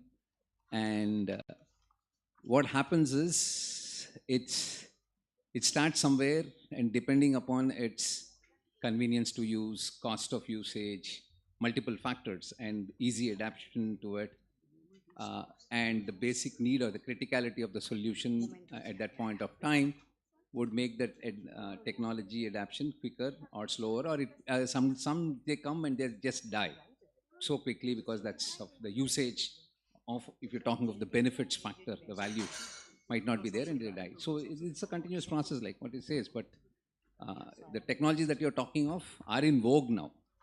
They're big things. They're big game changers for certain things. Like if you're talking about a pharma company, drug discovery, using AI, you probably what you take 6 years, 5 years to come with a new drug might now come down to 3 years. So all these are in vogue. They're being used, but the application, like having a very highly complex AI-based system, is not so easy. Like we went to Dr. Reddy's we had IoT, we had edge computing, we had all the data that we are capturing from, but when we went into trying to implement an AI sort of a solution for certain things, like I'll tell you one quick example. So they were not ready with the cost of implementation. Like we went to Brandex and we said, we will implement predictive maintenance for your assembly lines where you'll be able to predict when there is likely to be a needle failure and you can replace that before there is a failure, and then there's this, what do you call it? The stoppages or the idle times will come down. What they simply said is the cost of a sewing machine is about 10,000 rupees, and I don't want to have a 2 crore solution to do all this time-to-time predictions, because I'll just keep some 20, 30 on this thing. As soon as something happens, I just take it off and put a new one on the process. So again, the cost-benefit factors, all these would come in for a technology adoption and the likeliness. So Freenomics is, as you know, today WhatsApps and other stuff. So it depends. It's all multiple factors that are taken into consideration for adoption and this thing. But things will evolve. You're not still ready with the low-code stuff. Outreach system licensing is 2-3 crores, just like an ERP license. But people are slowly adopting that, because if you want 1 year to your development cycle to bring it down to 2 months, you might probably first few adapters will go there, and then slowly people will follow. It same happened with ERP systems. Thank you. Thank you so much. Now I would like to request the dignitaries on the dais to please honor all our jury members. Calling upon Mr. A.V. Maleshwar Rao, Additional Director, STPI, to please come up on stage. Can we have the mementos, please?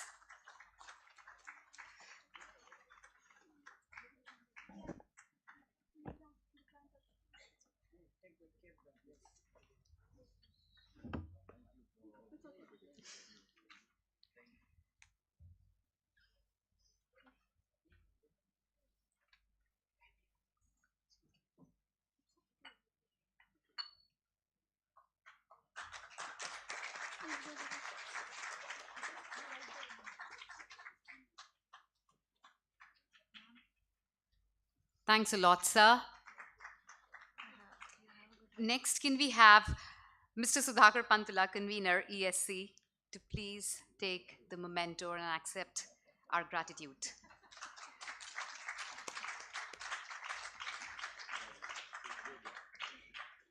Requesting Mr. Purushottam, IPR Chair, to please come up on stage.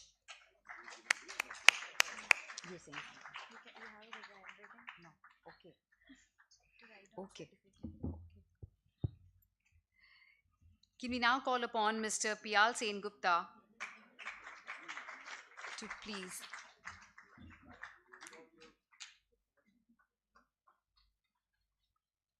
Mr. Piyal Sen Gupta is representing our knowledge partner, GT.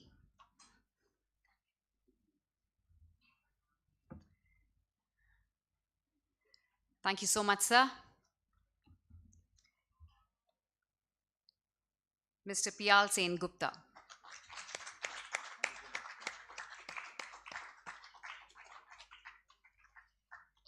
Requesting Mr. Sridhar Kosaraju from ITAP.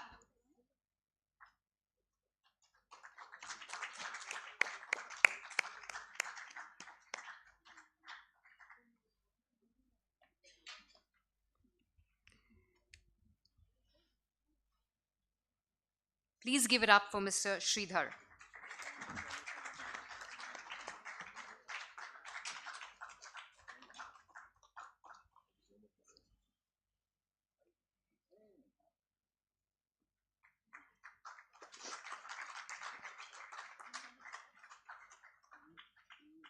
May I now call upon Mr. Venkata Shastri from Fluent Grid.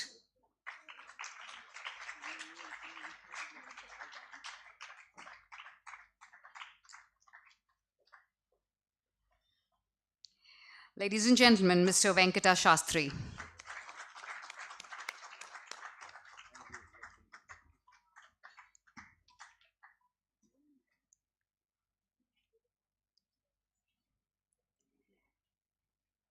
Inviting on stage Mr. Venkat Boman from Amzur to come up on stage to accept the memento.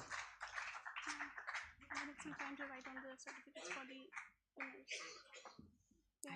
what I'm supposed to do. We'll try to make it as fast as possible now. Nobody else can write it down? Sorry? Nobody else can write it down? to be here. Are you ready? We are ready. No, ma'am. I'm going to write the names of the winners.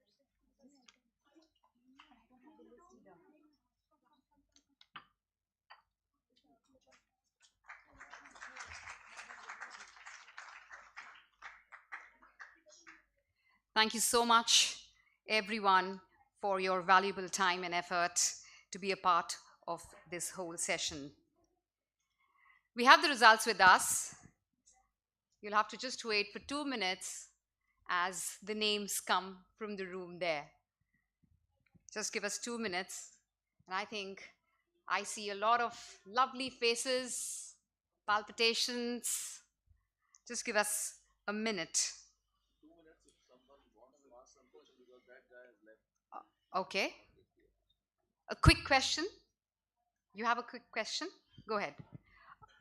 Would you like to just step forward and do that?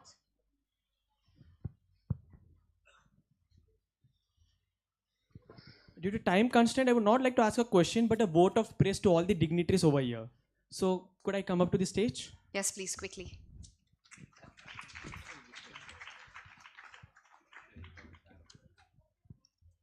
Honorable dignitaries, so seeing you, everyone was seeing you, so I was startled by a quote, keeping you people as an inspiration.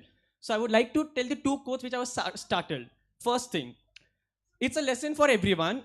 We have to know the importance of chair. Chair is an object, but that chair is it's in fact the world changing.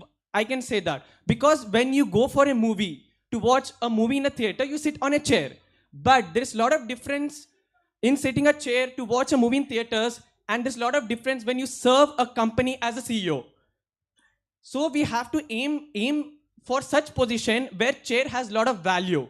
And second thing I was startled was it's easy to block, it's easy to mock, but it's never easy to talk. So these 2 quotes, seeing them as inspiration, I just wanted to give a praise to all of them because I was so startled by your position, by your achievements, so that we all can learn something from you people. Thank you. Absolutely. Thank you so much for that. I think today's been a day where all of us are going back with our share of learnings. I think we have to wait for another minute with Duk Duk, Duk Duk. Yes? Jay Balaya, okay. So, sir, that's the Andhra style of cheering up. I said it right? No? Okay.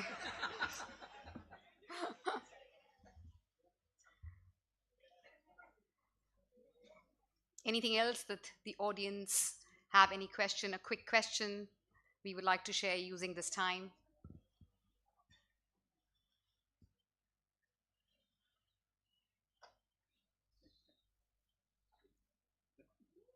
Silence really kills. Yes? Can you sing?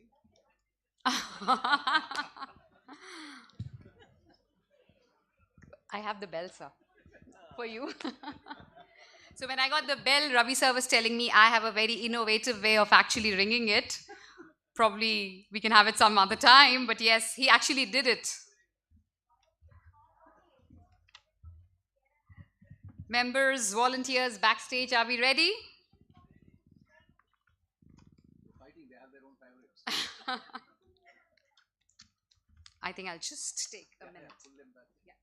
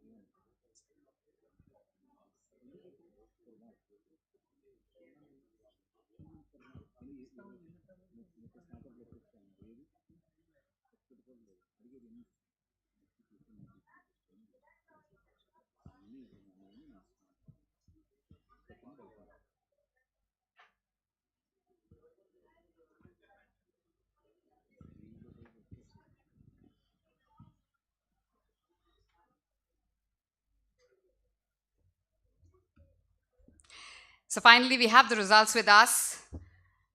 Just a humble reminder that each one of us was great.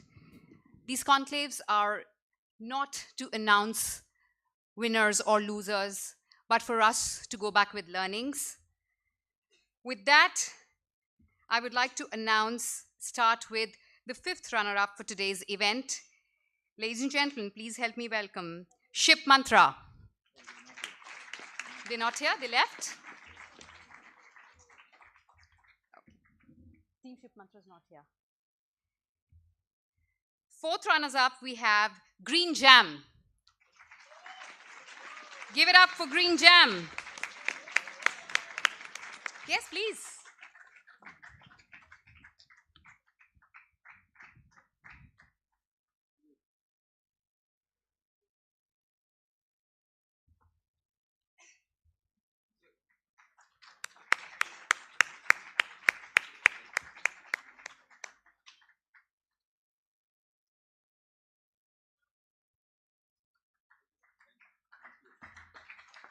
Congratulations, Green Jam.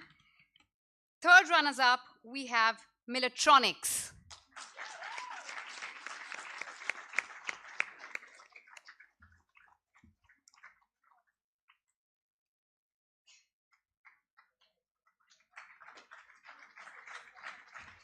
Let's hear it for Millertronics Private Limited.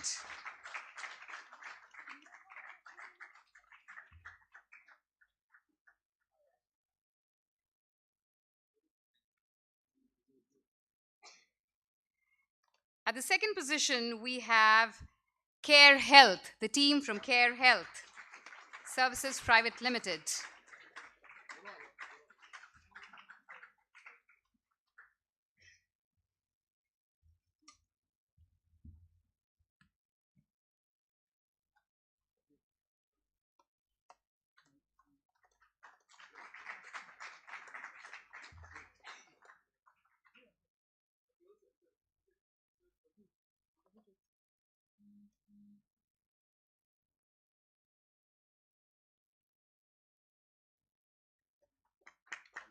And finally, the winner of today's session, we have Interview Buddy.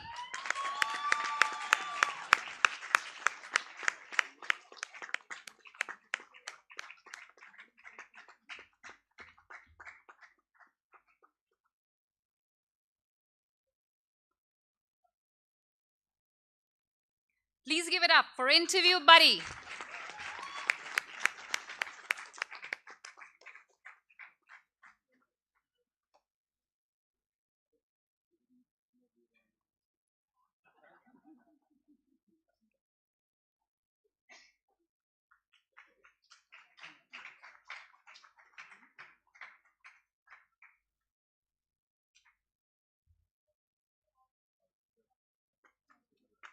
Congratulations to all the participants and the winners. Thank you, everyone. Thank you, everyone. Yes, we can have a group picture. And John, just one statement. We say them winner, but all of you are winners. Absolutely. Even those who are not in this list of 5 are the winners in their respective sense. And this, all the participants in this program have achieved something, have done something. And it's not that only these five would go to the round next, or no, we are still working on them. And I mean, somewhere, sometime, you all would have opportunity to go to the next level. So don't go back as loser. You all are winners. So this is just one clarification I want to say. Yes, and we will also be announcing the list of startups who would be representing to at the national level through an email, which will come in a few days. So maybe you're there. This list will not be the same. Thank you so much, everyone. And finally, before we close for the day, I would like to thank Harshita for being the MC throughout the day. And a big round of applause for Harshita. Thank you so much. And one pot plant for her, please. Oh, thank you so much.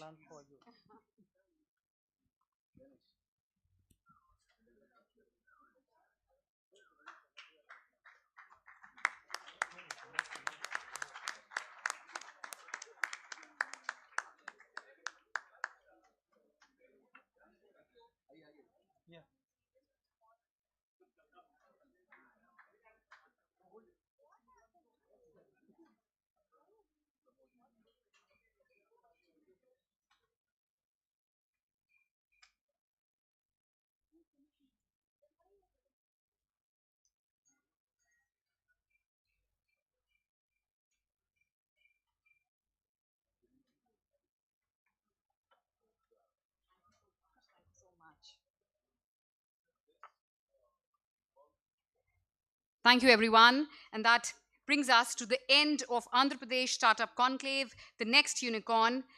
It was a great day full of learnings. I am Harshita Lalchand, your MC, signing off. Thank you so much.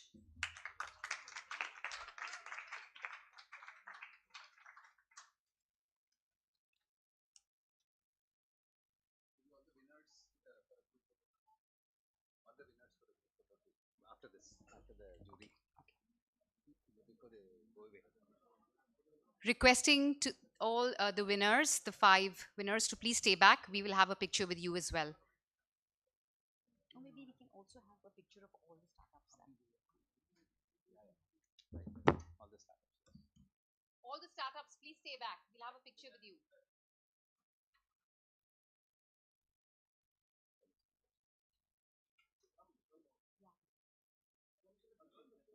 Closer.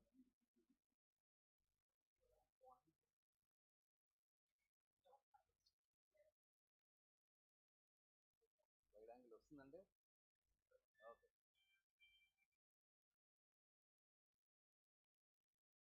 Oh, wonderful. It is started. Winning started? Yeah. Can we have the winning startups followed by all the startup members present here for a group photograph?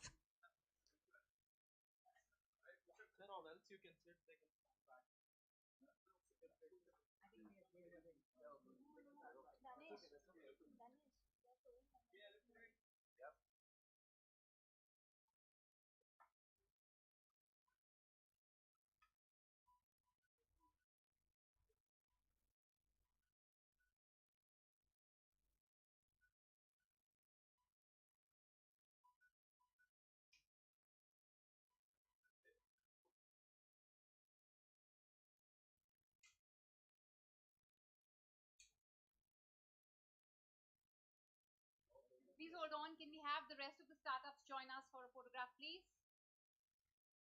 Quickly, please. Yes, sir.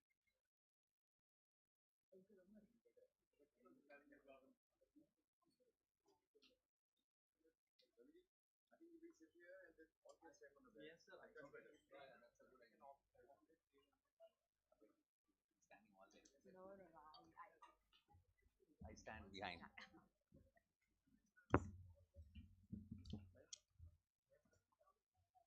Yes. Stage but good. Yep. Ready. Come. Sir, left.